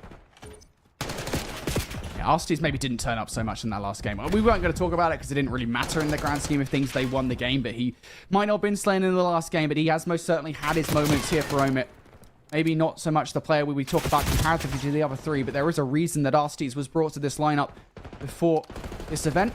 Back of Season 2, they wanted to see improvements, and with him, they could potentially win the entire thing. But as we look back towards this hard point right now, Bryce, Mission Magpies in control, having to deal with presence on both sides of this hard point. Henry, unfortunately, does get overwhelmed there. Omit now looking to get back in for the back 30 seconds here. And Mythics, that was a kill he could have really done with, as at the moment they're getting nothing, and they might just have to settle for going for the rotation. You can even see they're not really winning any gunfights at all. Bats is 0 and 6 to kick this one off, especially considering last time he was on this map, he dropped, what, 15 and 6 in the S&D, and it's getting a little bit worse for him here. Banto and 7 is just not going to be helpful for Mission Magpies here. Like, I don't want to take too much away from the first couple of hard points. It is currently a 30-point advantage to Omit, but cannot afford to let this happen over and over again. Mythics potentially player to blow this play wide open. Flanking play momentarily distracts around the front. Henry going to get cut short, and now Mythics needs to play his life for even longer. Cannot get involved in the play because you don't have any help from your teammates, and you're unlikely to absolutely burn through 3 different players at the same time. It's just not that great in the grand scheme of things. Rogue spawns do come through, though. It's a spawn clip on the whole. Do Omit read it? I think they do, but they didn't expect it to be that fast, and finally Bance is on the board. It's good enough for the break. And well, there's some confidence kills. Sometimes those are just what you need to kick things off, but Omit's still looking like the dominant team.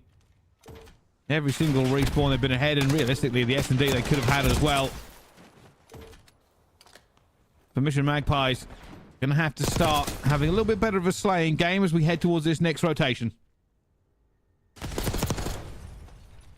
Now, we'll say, for the slaying advantage that Omit have at this point in time, it doesn't feel like they've got that much of an advantage in this game. It certainly isn't an insurmountable one. Mission Magpies can come back, but you have to start winning some rotations here. You've lost every single one for the first 4 hard points of this game. I'm getting vibes back to the beginning of Vault Hardpoint, albeit that one, I think you had an excuse. This time, you do not. You need to start winning these gunfights. A little pre-fire going underneath, and Johnny still gets away with it. Nobody able to get him out of this point.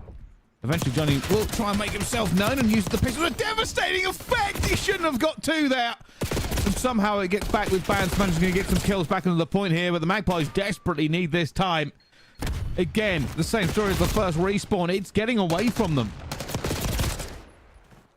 Again, I don't think it's quite as damaging as the first hardpoint, right? You go back to that first hardpoint and what was it, 100-point lead at the end of the third hill? I think it was 120 to 20 or something ridiculous like that. Like, this is a much better effort from Mission Magpies, but again, the same kind of story relies where they just aren't slaying out. Henry now the only one on the roster positive. You're losing the first engagements on these rotations. It's happened once again here. Mission Magpies just late to the party, and they didn't even bring any presents. Johnny comes through for a couple of kills here. You're losing the trades. Bant's the only one to find any value whatsoever. He is on 5 in a row, but that's a fat lot of good when the rest of your roster isn't doing anything. And time only gets worse the longer this goes on. Omit just looking so confident, so slick with it.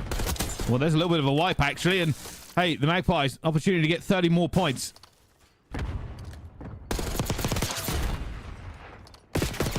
And we'll take this time. 20 seconds here that I think Omit don't actually want to give away. They're actually going to be sending a fair bit of value towards this hardpoint. Continuing rotation towards P1 is really close by. It doesn't really lose anything for it, and it works out at perfection. You find a couple of kills. It is a worthy investment in towards the scrap time. Even Bant's finding these kills isn't going to equate to any time because he's so invested into the fights that he's not getting any time for it. Bant's is desperately trying to do something here in this situation. This is the longest gunfight in the world. Bant's ends up winning it, but does it really earn you anything? To be honest, no.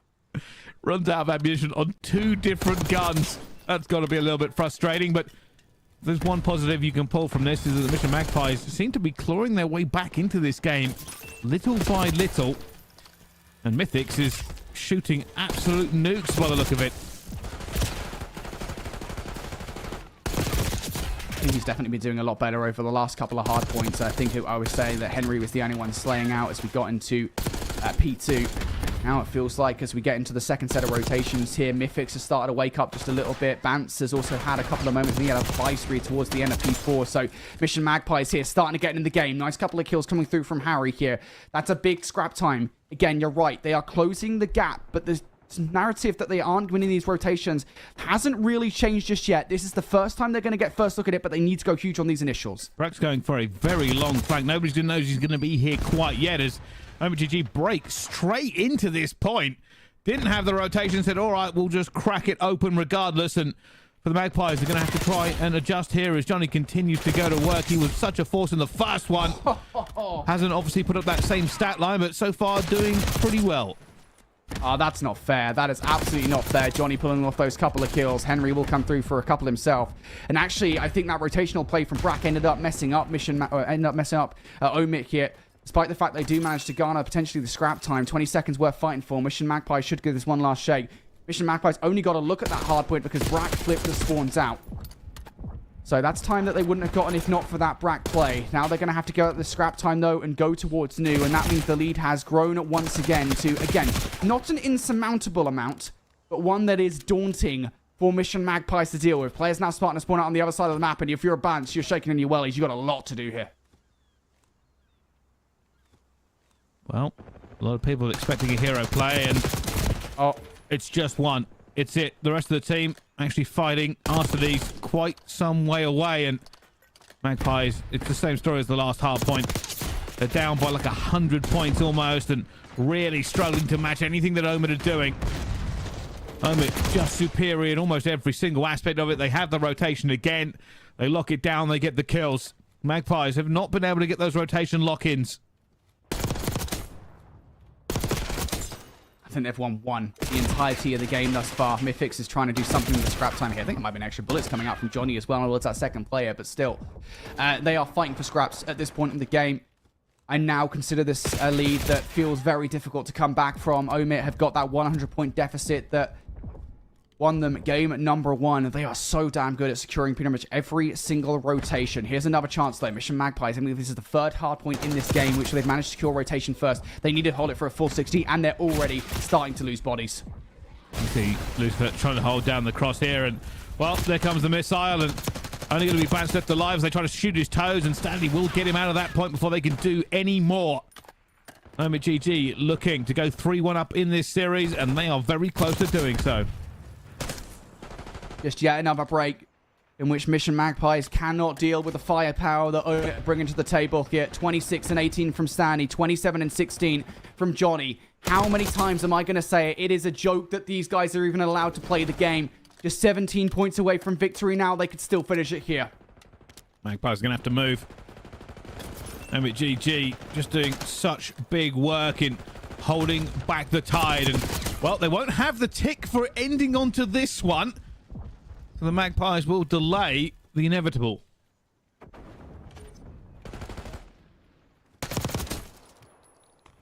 Just looking for new control now. Already losing the first few gunfights. 3-for-1 trade. That's not good enough. One last player remaining. Mythix is finding value. Now you're in towards the point. This game looks like it is done.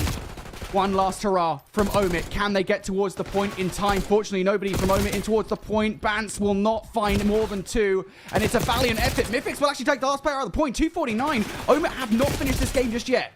Well, and they're still managing to get the kills as well. But for Omit, this could just be all day. They can continue just to trade kills. They don't even need to touch the point. They just need to keep flying at it. Eventually, the Magpies will fail, and, well, that'll be 3. Somebody will jump in to end it, and somehow, man's keeping it alive. Just end the game. Oh, my goodness. Eventually, Johnny will survive for long enough to get 1 point. Omit GG will take the other respawn. 3 of them so far. Again, dominant performance.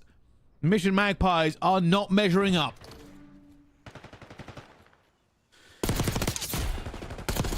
Man. Omit in these hard points, so difficult to take down. That is now 6 hard points, I believe they've won in a row. I'm not too sure beyond that. Looking towards their upper bracket side, I imagine that it is just 6, considering they got knocked into the lower bracket by Mission Magpies earlier on in the tournament. But they look final in respawn at the moment, and I'm going to say it over and over again. It is down to those SMGs. Yes, the ARs are doing something. Yes, Brack is doing the exact same things that he was doing back in Challengers Elite Season 2, but still, those SMGs have been performing pretty much every single game. They have constantly been outgunning their opposition, and there's not been really much of a response from Mission Magpies whatsoever. No, there hasn't, and you got to ask yourself, how do they come back from this? Because all we've been talking about is just how dominant it's been, and realistically, if the Magpies didn't make a 4-round run on the S&D, this would already be over. We'd already be putting the crown onto Omit. This may have to be one of the greatest team talks of all time. Fortunately enough, you do have Skyline Search and Destroy up next, and I think that's probably the easiest way into the series for Mission Magpies. Game number 2 certainly showed that, but we look back towards this game, and those rotations from Mission Magpies were left lacking, I think, so many times. And albeit, I think it's kind of a 50-50 thing of maybe Mission Magpies slipped up every so often on actually obtaining said rotation, but also shout out to Omit, because their spawn manipulation over and over again was pretty much perfect. Even that play that I called out from Brack, I think it was, towards P2 on that second set, right, where Brack made the play call that, hey, I'm just going to go on a really long flank. It actually manipulated the spawns against them for that kill. They were confident that they could retake the hard point and fight it from the front, and that benefited them for the rotation towards the next hard point. It gave them the spawns for rotation towards P3. That, of course, is why Vance was isolated on that rotation. It's small things like that the reason I absolutely love watching Omit and Hardpoint. We can check out the end of the game analysis here on how that hardpoint did break down, and despite like a sort of, I guess, a mid-game slowdown where maybe Mission Magpies had one hardpoint, at no point in that game did I ever feel like Mission Magpies were in control. No, they weren't. It was always a fight from the back foot, and the rotations just didn't really go well for it. It never felt like they were in the position they wanted to be in. They just sort of had to keep scraping their way back into it, and unfortunately, there was no scraping. There was not enough slaying, and there wasn't really a great amount they could do. And now the question is asked, is there anything left for the Magpies who made their way here all the way through the winner's bracket? Or is Omit GG, who have been running the gauntlet, are they the better team? It's certainly something I'll look forward to seeing. Yeah, we do go into a search and destroy next. And, you know, going back to where, I guess, Mission Magpies have found their way into this grand final so far, it has been the search and destroy, right? And albeit it was a 5-2 choke from Omit, they would have actually won this series right now had they just won one more search and destroy round. It has to be said that those back 4 rounds from Mission Magpies were stellar. Like, it was pretty much perfect search and destroy. They won first blood every single time. They were playing as a roster really damn well. Bance was playing out of his mind. I think he finished with something like 15 kills or something ridiculous like that. It certainly does help when you have an injury performance like that. But that, to me, is the way back into this series of Mission Magpies. You got to get it done here on the search and destroy. Certainly do. Well, the next map is almost upon us, but we're going to go for a quick break first. See you in just a few minutes.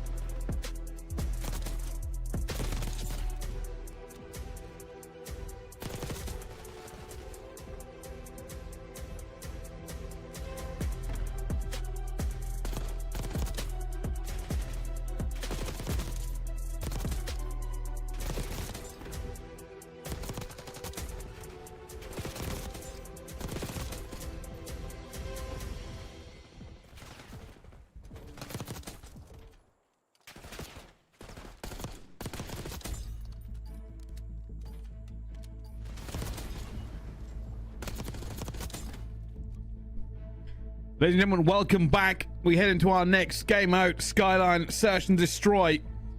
This is where the Magpies have been a little bit strong, but the truth is Skyline is a bit of a chaotic map and it can be difficult for teams to get going on it.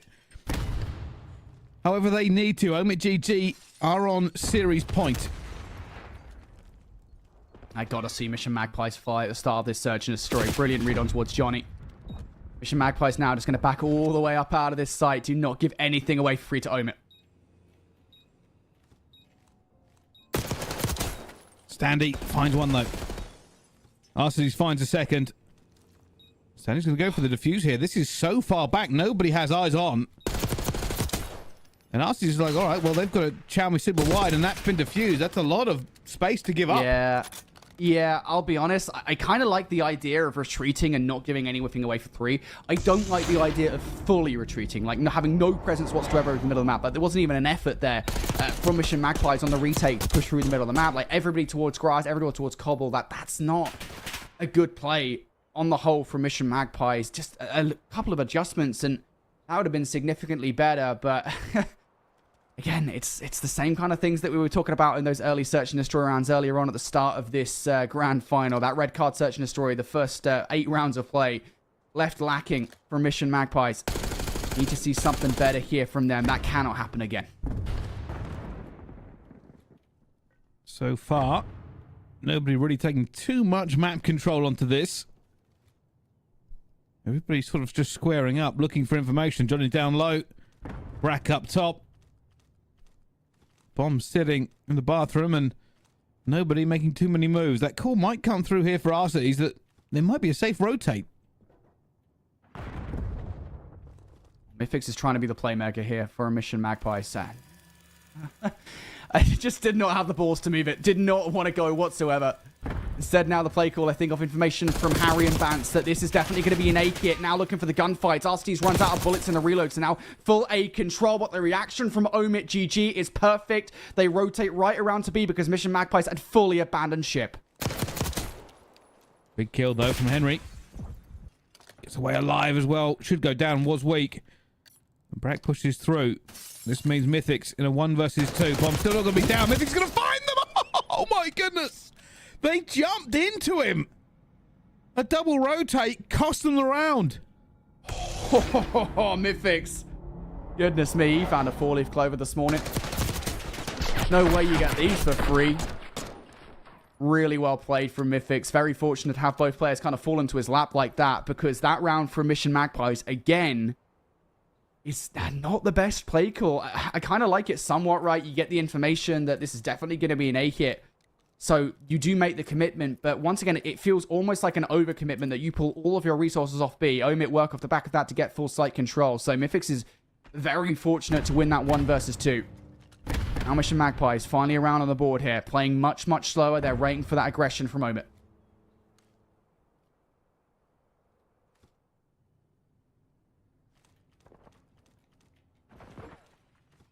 So far, Magpies haven't made the move. Everybody being a little bit more cautious. Brack cannot see where Bance is, but will continue to aim in this general direction. Don't know if he saw him there. I think he will do now, yeah. Brack trying to take this fight here, but it is advantage to Omit.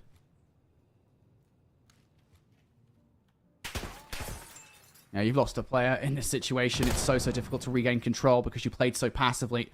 That's a downside of doing so. Now, you've got to take these players out of the site. Arsty's going to find more value. You're already down to 1 remaining player here. Harry's going to do nada. And again, it's a good play call out of Mission Magpies in theory, but the execution as soon as you lose the first player probably needs to be a little bit more venomous. They had no map control whatsoever because they did choose to give it up to Omit. And so far, so good for Omit onto that one. S&D, everybody's playing a little bit more cautious than I was expecting. No big hits coming out yet. The team's going to do it, though. It's probably going to be Omit.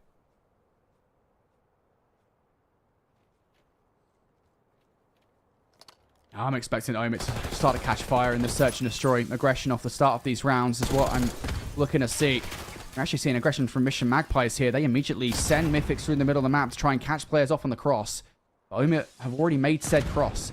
So now he's looking for any extra value he could possibly find. Keeping an eye on player number 7 right above him though. Brack could still blow this play wide open. I'm expecting a trade, and there it is. 2 for 2 we go here. Omit now still going to get this bomb down, but it is slap bang in the middle of the map.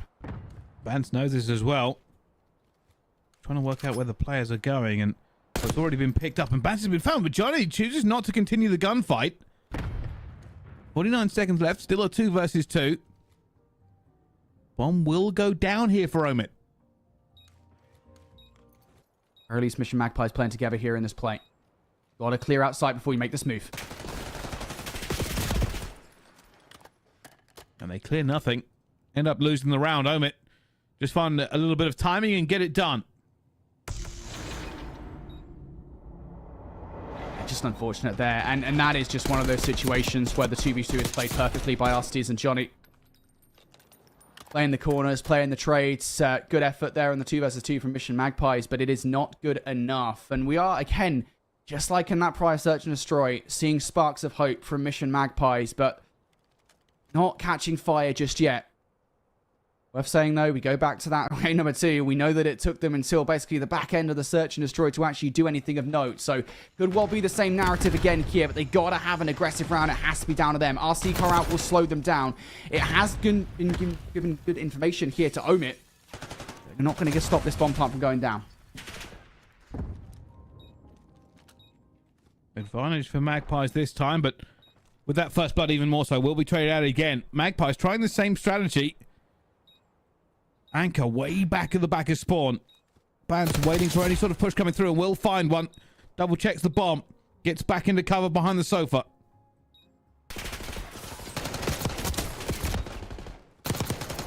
And that's a big hit, and that's probably what they were looking for last time. Get that first kill, turtle up again, and force the enemy team to come towards you. The Magpies did a round back. Yeah, and the only reason that doesn't work this time around for Omit on the retake is the fact that they don't play it anywhere near the same way. It's a lot more individual. They give a lot more of themselves away for free.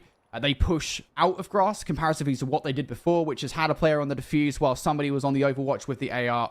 That presence wasn't even through the middle of the map. It was all down a Bance in Cobble. So if anything, that's not the greatest of retakes from Omit. I still don't necessarily love that post-plant position from Mission Magpies. But you know what? If it works, it doesn't matter. It wins you the round. One difference in that round as well is that Mission Magpies did actually draw first blood. So now, Mission Magpies. Finally a first blood on the board here. They lost 3 back-to-back. Now they're starting to feel a little bit more aggressive, confident. You can feel it. They've taken control of the A site. The comp from Omit might actually be an underpush towards B here. Vance taking a little bit of map control. Looking for this first info. He's going to call it, and that is the worst timing you could possibly see. Goes to put a trophy down. Will die because of it. Advantage to Omit. Now you got to pull off 2 versus 4, both on the same side of the map as well. Nothing particularly special to offer. Mythix tries, he might. Harry tries, he might. Both of those players are doing nada. And yeah, that is just an unfortunate bit of Call of Duty timing. Using a bit of utility at the wrong time there. Ends up taking one player out of the play, and from there the round does fall apart. But that is fundamental Call of Duty from both sides. It is just Omit who come out of top. They are just 2 S&D rounds away from being champions here in Texas. Well, well, well. Omit will have to do basically the same thing again. They need all of the rounds, all of the time. And maybe a little bit more luck than that last one they had. 2 players got caught with things in their hands. Mission Magpies will get this bomb down. Worked for them last time. Can they capture lightning in a bottle a second? Nice first blood from Mythix this time around. Also finding value elsewhere. Stanley, the player furthest push forward, was looking for an immediate trade on towards Harry, but Harry has got the hell out of there. Smoke and mirrors for him. He found value elsewhere. Mission Magpies have given up the site once again. Arsty's now in the position, but you don't have a second player. Stanley is preoccupied through the middle of the map here. Gonna find value on towards 1. Time starting to run out in this round. 15 seconds. Arsty, huge 1 versus 1. You end up losing it. And Mission Magpies, that is the 3rd time that they've played that strategy, and the fact they've got numbers probably helps them pull it off.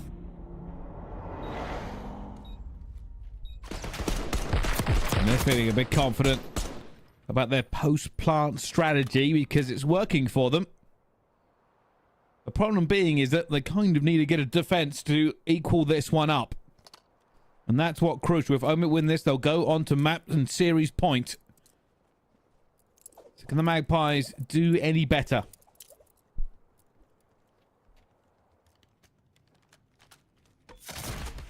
Big round from Magpies. Trying to garner some momentum back into this game. Omit. Early A site control. Stuns and utility over the top. Will be good enough to get it down. Mid-map presence, though, from Mission Magpies. You haven't cleared things out whatsoever. Mythic's able to walk straight towards the site and find 2. You don't find the 3rd. That's not the end of the world, though. The damage is done. That is really poor mid-map control from Omit. Well, we spoke about the Magpies needed to get that defensive round in, and that's exactly what they've just done. Mythix strikes. And Omit fall apart. The question is now, with 2 more rounds for either side, who walks away the victor? Omit, the championship. For the Magpies, just a chance to continue on in this series.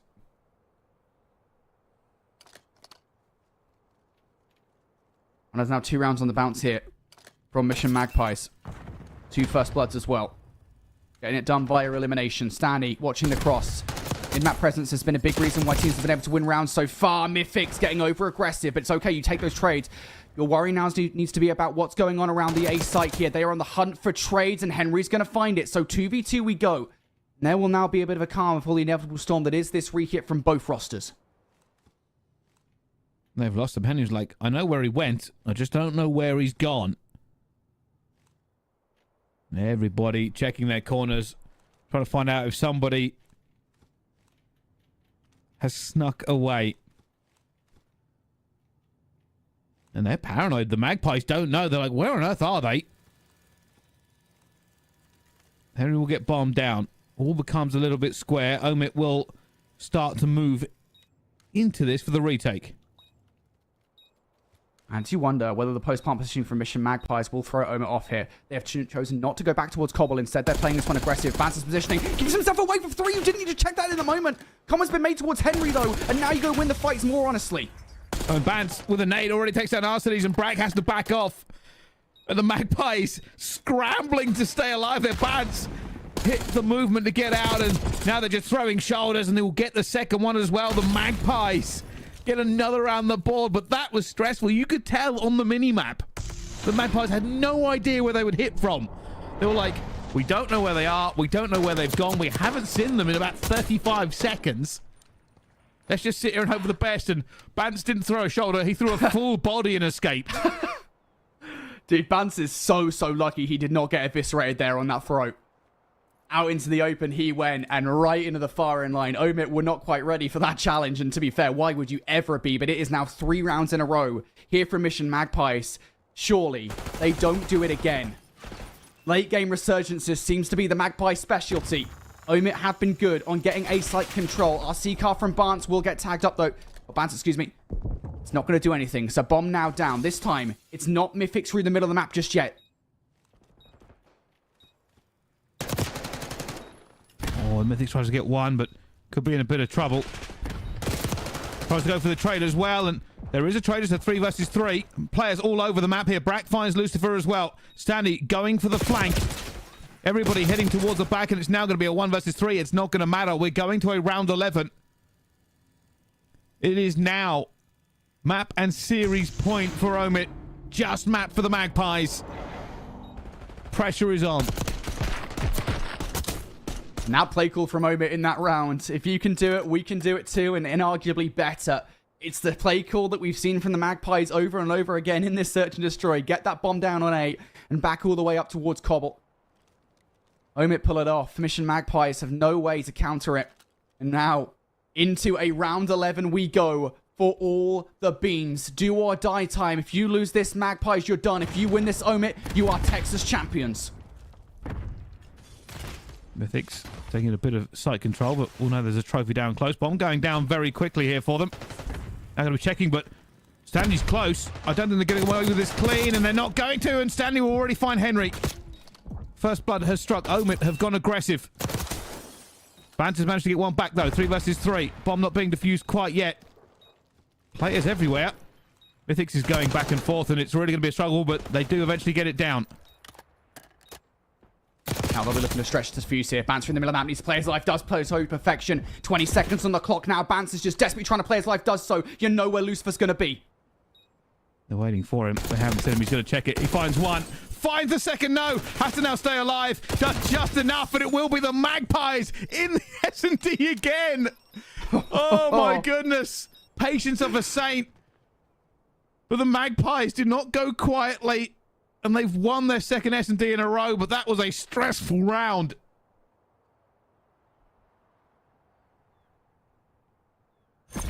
Oh, goodness. What a search and destroy. Round 11 for Mission Magpies to stay alive, and Harry pulls off an excellent 1 versus 2 to push us into yet another map. And, I mean, where do we even start? I genuinely thought, just like in the second game of this series, I genuinely thought when we were 3-1 up, I think it was, or something ridiculous like that, I don't exactly know what the advantage was. At that early advantage from Omit, I was like, yeah, Mission Magpies look lost. It was the exact same thing. The early rounds of Mission Magpies were so lackluster. And then they started to pull stuff together. Then they started to be significantly more confident, pull off more audacious plays. All comes down on 1 versus 2 from Harry, and he gets it done. What a play. Well, it works out. I mean, that was just kind of pulling them all over the map, hoping for the best, really. I mean, Bance managed to stay alive for just a few more seconds, gave him the advantage on the clock, but you could even tell. I mean, Lucifer was a little bit worried about it when that player stood up. He's like, if I get gunned in half a second, I've lost this entire thing. But they stayed to fight a brownie. The problem is that there are more respawns coming. And so far, the Magpies have been pretty bad at them.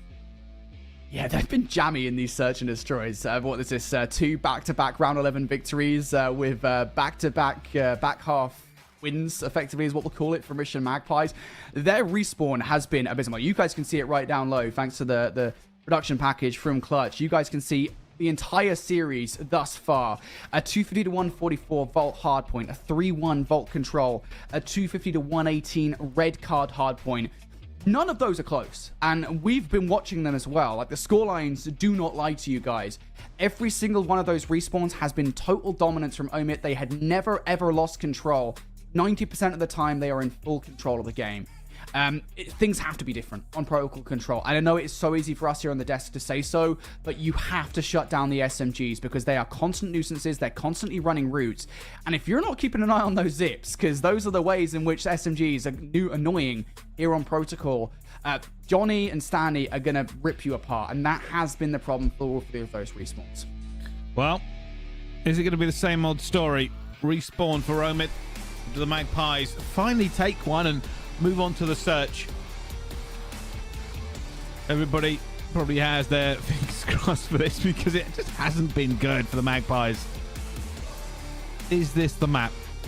Or have Omid just been a cut above? No, I'm pulling for Mission Magpies here. Not just, of course, because I'm a European bias caster, because I want to see a Game 7 here in the finals of the OpTic Texas Open at Major 2. Mission Magpies got to win a respawn, something haven't been able to do so far, and it starts with winning the opening wave of engagements here on protocol control. That is a brilliant 2-hit coming through to clear out some space towards top trips. Every single gunfight going your way right now. This is the start that Mission Magpies wanted. Maybe just a little bit of blood flowing from these close S&D wins has fired them up. Mythics will be the man, the myth, the legend. 5-0 so far. Punishing Omid, who still haven't managed to get a handle on him. There's 6. Still don't know where he is. They're worried that he's going to be on the flank here. There's 7. Surely not going to be 8. Eventually will fall. The rest of the team are here, and they are not letting them move.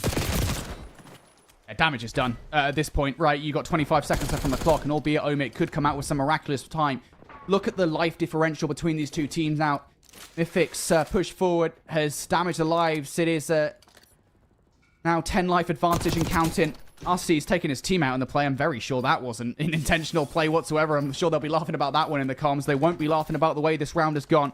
Rack, one last-ditch effort to try and garner some space in the middle of the map. Has just made the spot that there's a player towards top double. Made over the top through alley as well. Omid might actually be able to get a point here towards consolation prize. I don't necessarily think that's going to be the case, though. RC's trying to keep this round alive. Well, so far, they've got a tick. 5.6 seconds left, and the pressure continues to mount, but RC's staying alive. They did manage to get a play onto B briefly. And somehow, Omid might be able to get away with this. They certainly have. We're going to have an extra minute. That life differential is still the biggest issue here for Omid. I don't doubt that a team like Omid could make it happen here in a 7v15. The problem is that you do have to be pretty much perfect. Have to clear out all the space. This is a phenomenal start. Harry even finding anything, though, in this situation is egregious. He finds one. Trade should be great from Henry, and they are. 4 versus 13. I would be pretty confident to say this isn't happening, although as a caster, I probably should. Well, Johnny trying to make it happen on a 5 streak. Cutting them down, but it is a 3 versus 11. Awful long time to go, and Johnny is using the pistol to devastating effect. That's a 6 streak for them now. 2 versus 9, unfortunately. Now a 1 versus 9. Johnny just going to be running around looking for kills, really. Not an awful lot else he can bother to be done, so Magpies get that first round on the control.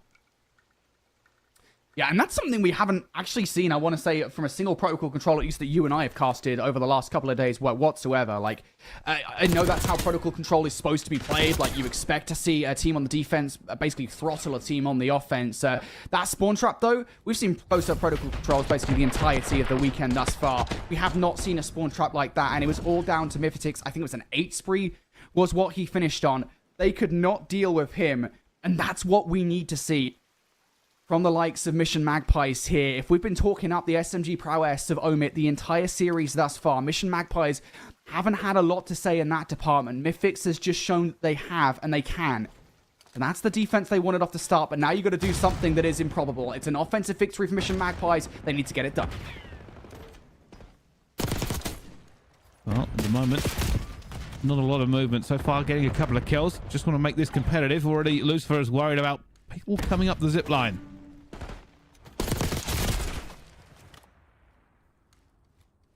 And generally speaking, would be worried about that, to be fair, given the fact that that is how Omid have won the respawns out in this series thus far, is being a nuisance, with those SMGs. Harry trying to be a nuisance up top in trips, though, will do exactly that. Those SMGs are now behind you, though. There we go. Brack now will find a couple of kills, switches to the AMES for the second.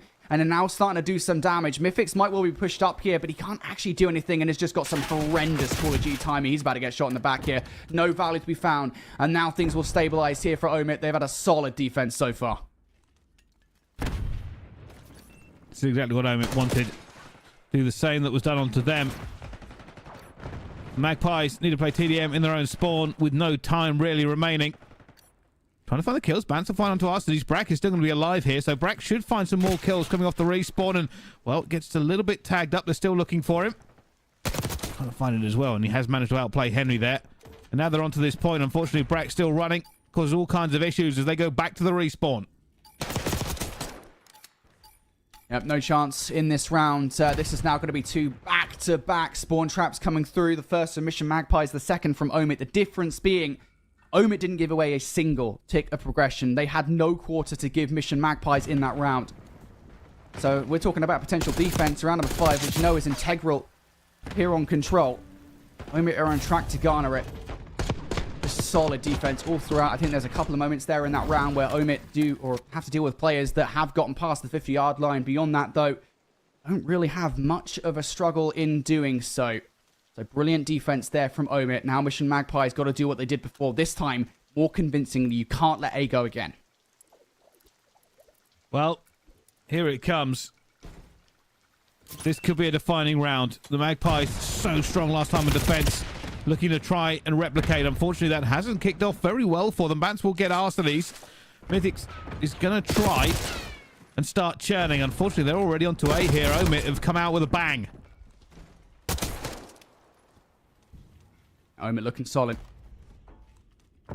A might already been gone. The way that Mission Magpies are playing here, they're playing to clear out B to make sure those transitions happen. Yeah, I mean, they just don't care. They're just immediately giving up the point.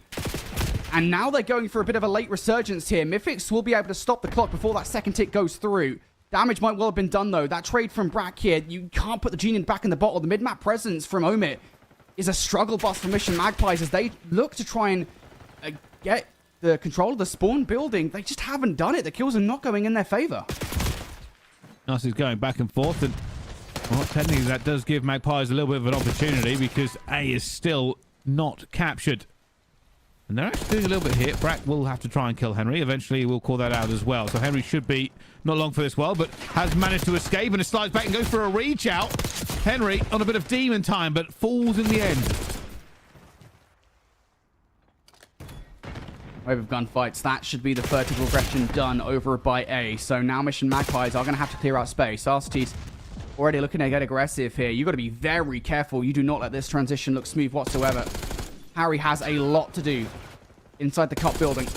Now has to play his life. Arsty's piling on the pressure here. Players for Mission Magpies now looking to deal with it. Nice slide through from Henry. Does not get anything, though. Henry has to find some value here because the players are now stacking the point for Omit.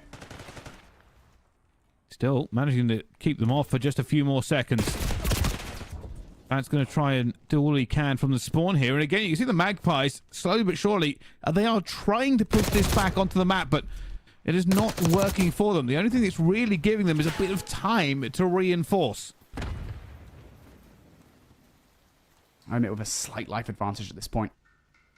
Stanley has been allowed to get in behind enemy lines, a slight presence in towards Grandma's. Ants hasn't gotten that kill, and they still haven't traded him out. Stanley will take some shots from the crosshair. Should be very presently dealt with by Henry, and they will be, but he's done enough. He's created space around the front here. Omit are knocking at the door, but they're not finding the frags, and there will be a sigh of relief breathed for the Mission Magpies here as they find free in the feed, and now will be able to transfer themselves back towards the mid-map and get some mad presence. For the Magpies, this is all about making Omit bleed as they look to retake map control. You can already see they're holding irons basically in a line across the map, looking for the easiest kills, but Stanley already finds Henry. Trade still continuing. For the Magpies, they now have the life advantage, and, well, they'll just continue to try and trade this. And Mission Magpies will be very fortunate, very happy that they've managed to regain control of this round. One player has slipped the net. Brack could still blow this entire thing wide open. Bance is ready for it. Com is made. Harry's going to go straight for the kill and actually ends up giving up his position in doing so. Doesn't find either of those kills. Brack has just made this possible. 4 versus 5. No response from any. We'll go now up the ladder. Bance is not ready for this play call. Omit have to go. Bance tries to find the second. Isn't going to. Down to a 3 versus 3.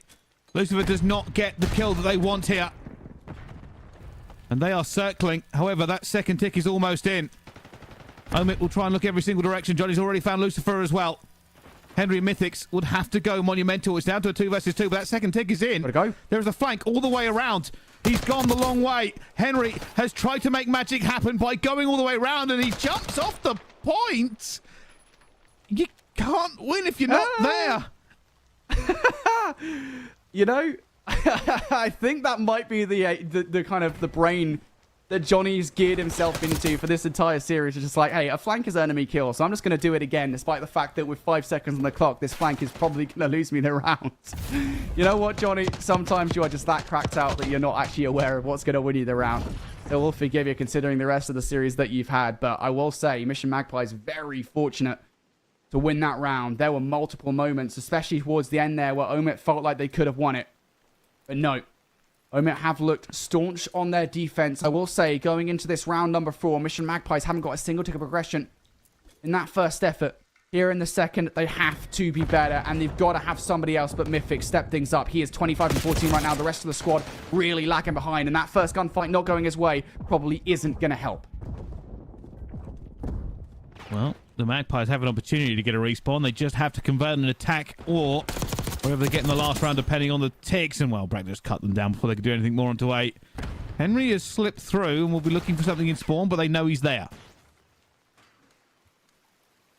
Magpies haven't done much in the way of moving forward towards the middle of the map. Brack has actually slipped past a couple of players here. Henry will find value towards the spawn. So, Mission Magpies, I think the problem is they haven't got eyes on everybody. Brack is a problem.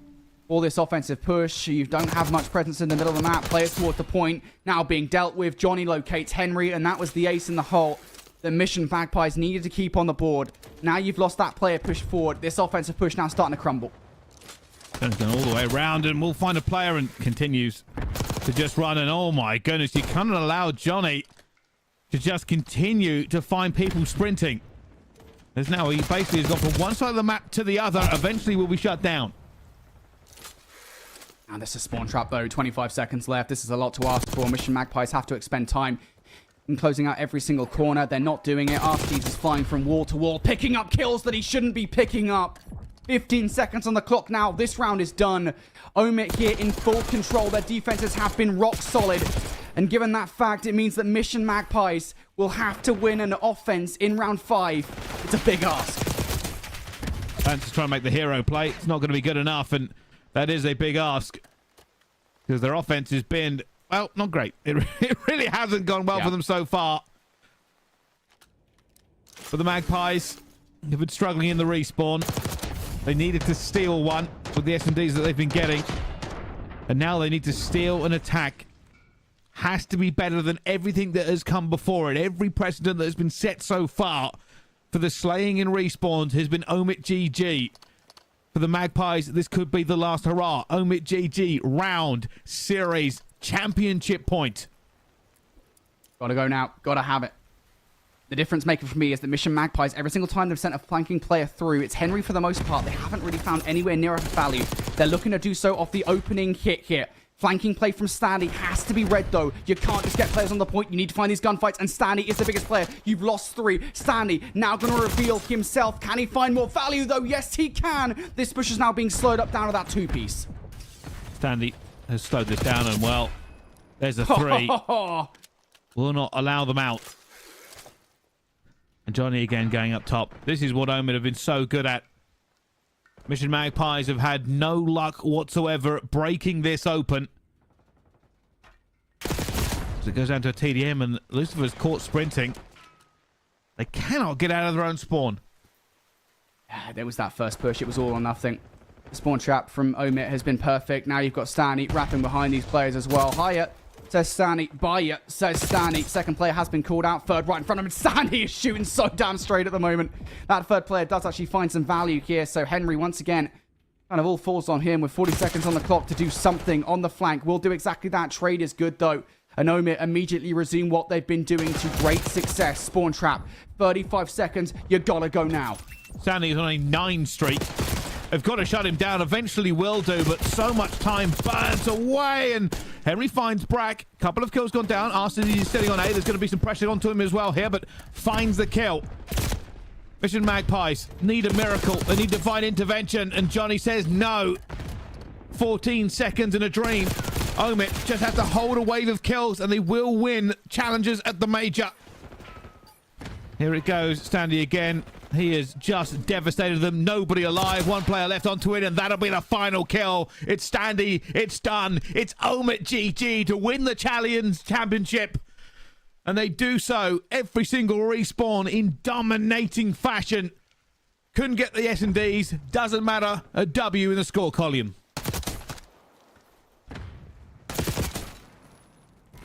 Fair play to Omit. Their respawns have been exemplary.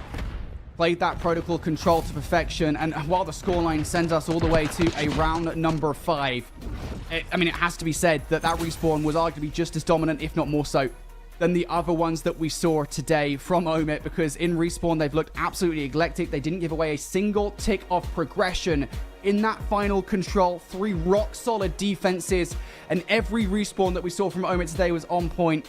Everybody firing on all cylinders, and for that reason, Omit are your champions. They've done it. They have battled their way through. Maybe, just maybe, need a little bit more S&D prowess in those final dying stages, but Magpies were outclassed when it came to just slaying. Mythics had it actually really good kind of control, but was going to be enough. Standing on a 9 streak is something you cannot allow to happen on series point like that, and, well, communication wasn't there to shut him down in the end. Omit are insane. And I think looking at this lineup of players, that shouldn't be a surprise, right? I mean, these guys have all CDL pedigree one way or another. All you've seen them all in CDL teams at one point or another. They've all just made their way into challengers, and all of them have been frying here. They've looked like the best team by far and away. I don't want to be revisionist. Mission Magpies did beat Omit 3-0 yesterday, so I don't think there's any way we could particularly say definitively that Omit GG are by far and away better than Mission Magpies, but they definitely felt like it here in this grand finals, and especially here in this respawn. I will say this much: Mission Magpies, I think, just somewhat unfortunate that they did end up coming from the upper bracket, because while you do have an advantage in the vetoes, you do end up kind of feeling a little bit disadvantaged by the fact that Omit had so much momentum coming into this grand final. They won 2 best of 5s back-to-back coming into this. Didn't really have to wait whatsoever, and I think you can definitely feel that, at least through the first couple of maps, that Mission Magpies, they came into this series cold. Yeah, I think so. I mean, they did fight back at points, but unfortunately, it was just never really enough. And even going through that replay, you could just tell where it all fell apart. Great break there from the Mission Magpies. Unfortunately, Standy existed, and that was going to be enough. And this is how our final bracket looks like. The Magpies all the way through the winners bracket, right up into the grand finals, where they took their first loss and end up falling out into second place. But small consolation, most people didn't have them as top 2, and top 2 still a very good position, but not as good as Omit GG. They lost much earlier on in the winners bracket to Mission Magpies, got their revenge, and now they are the champions. Yeah, fair play to Mission Magpies, right? They tried their heart out here, not just in this grand final, but in this tournament. They have an incredible achievement on their hands. The fact they make it all the way to grand finals and are the best performing European team here at this event. That is not something I think anybody, an analyst, caster, viewer would have said, I think, about Mission Magpies, maybe apart from their closest friends and family, because Mission Magpies, go back to Season 2 of Challengers Elite, and this is a team that got, I think it was 4th place. People were looking at the Taurus. They were looking at Katana. They were even looking at Ask, that had probably the worst event of the lot. But just not good enough. Mission Magpies, fair play, though. You guys got it all the way towards the grand finals. Just couldn't get it done at the final hurdle. No, they certainly could not, of course. But it has been an awful lot of games played over 3 days. And Omit GG, they will feel every single second of it. It was not an easy journey for them, but they will be your champions, so congratulations. And on that note, thank you so much for watching Challengers here at the Major. We appreciate it that you join us on the journey of these players, but thank you so much. Good night, and we'll see you next time.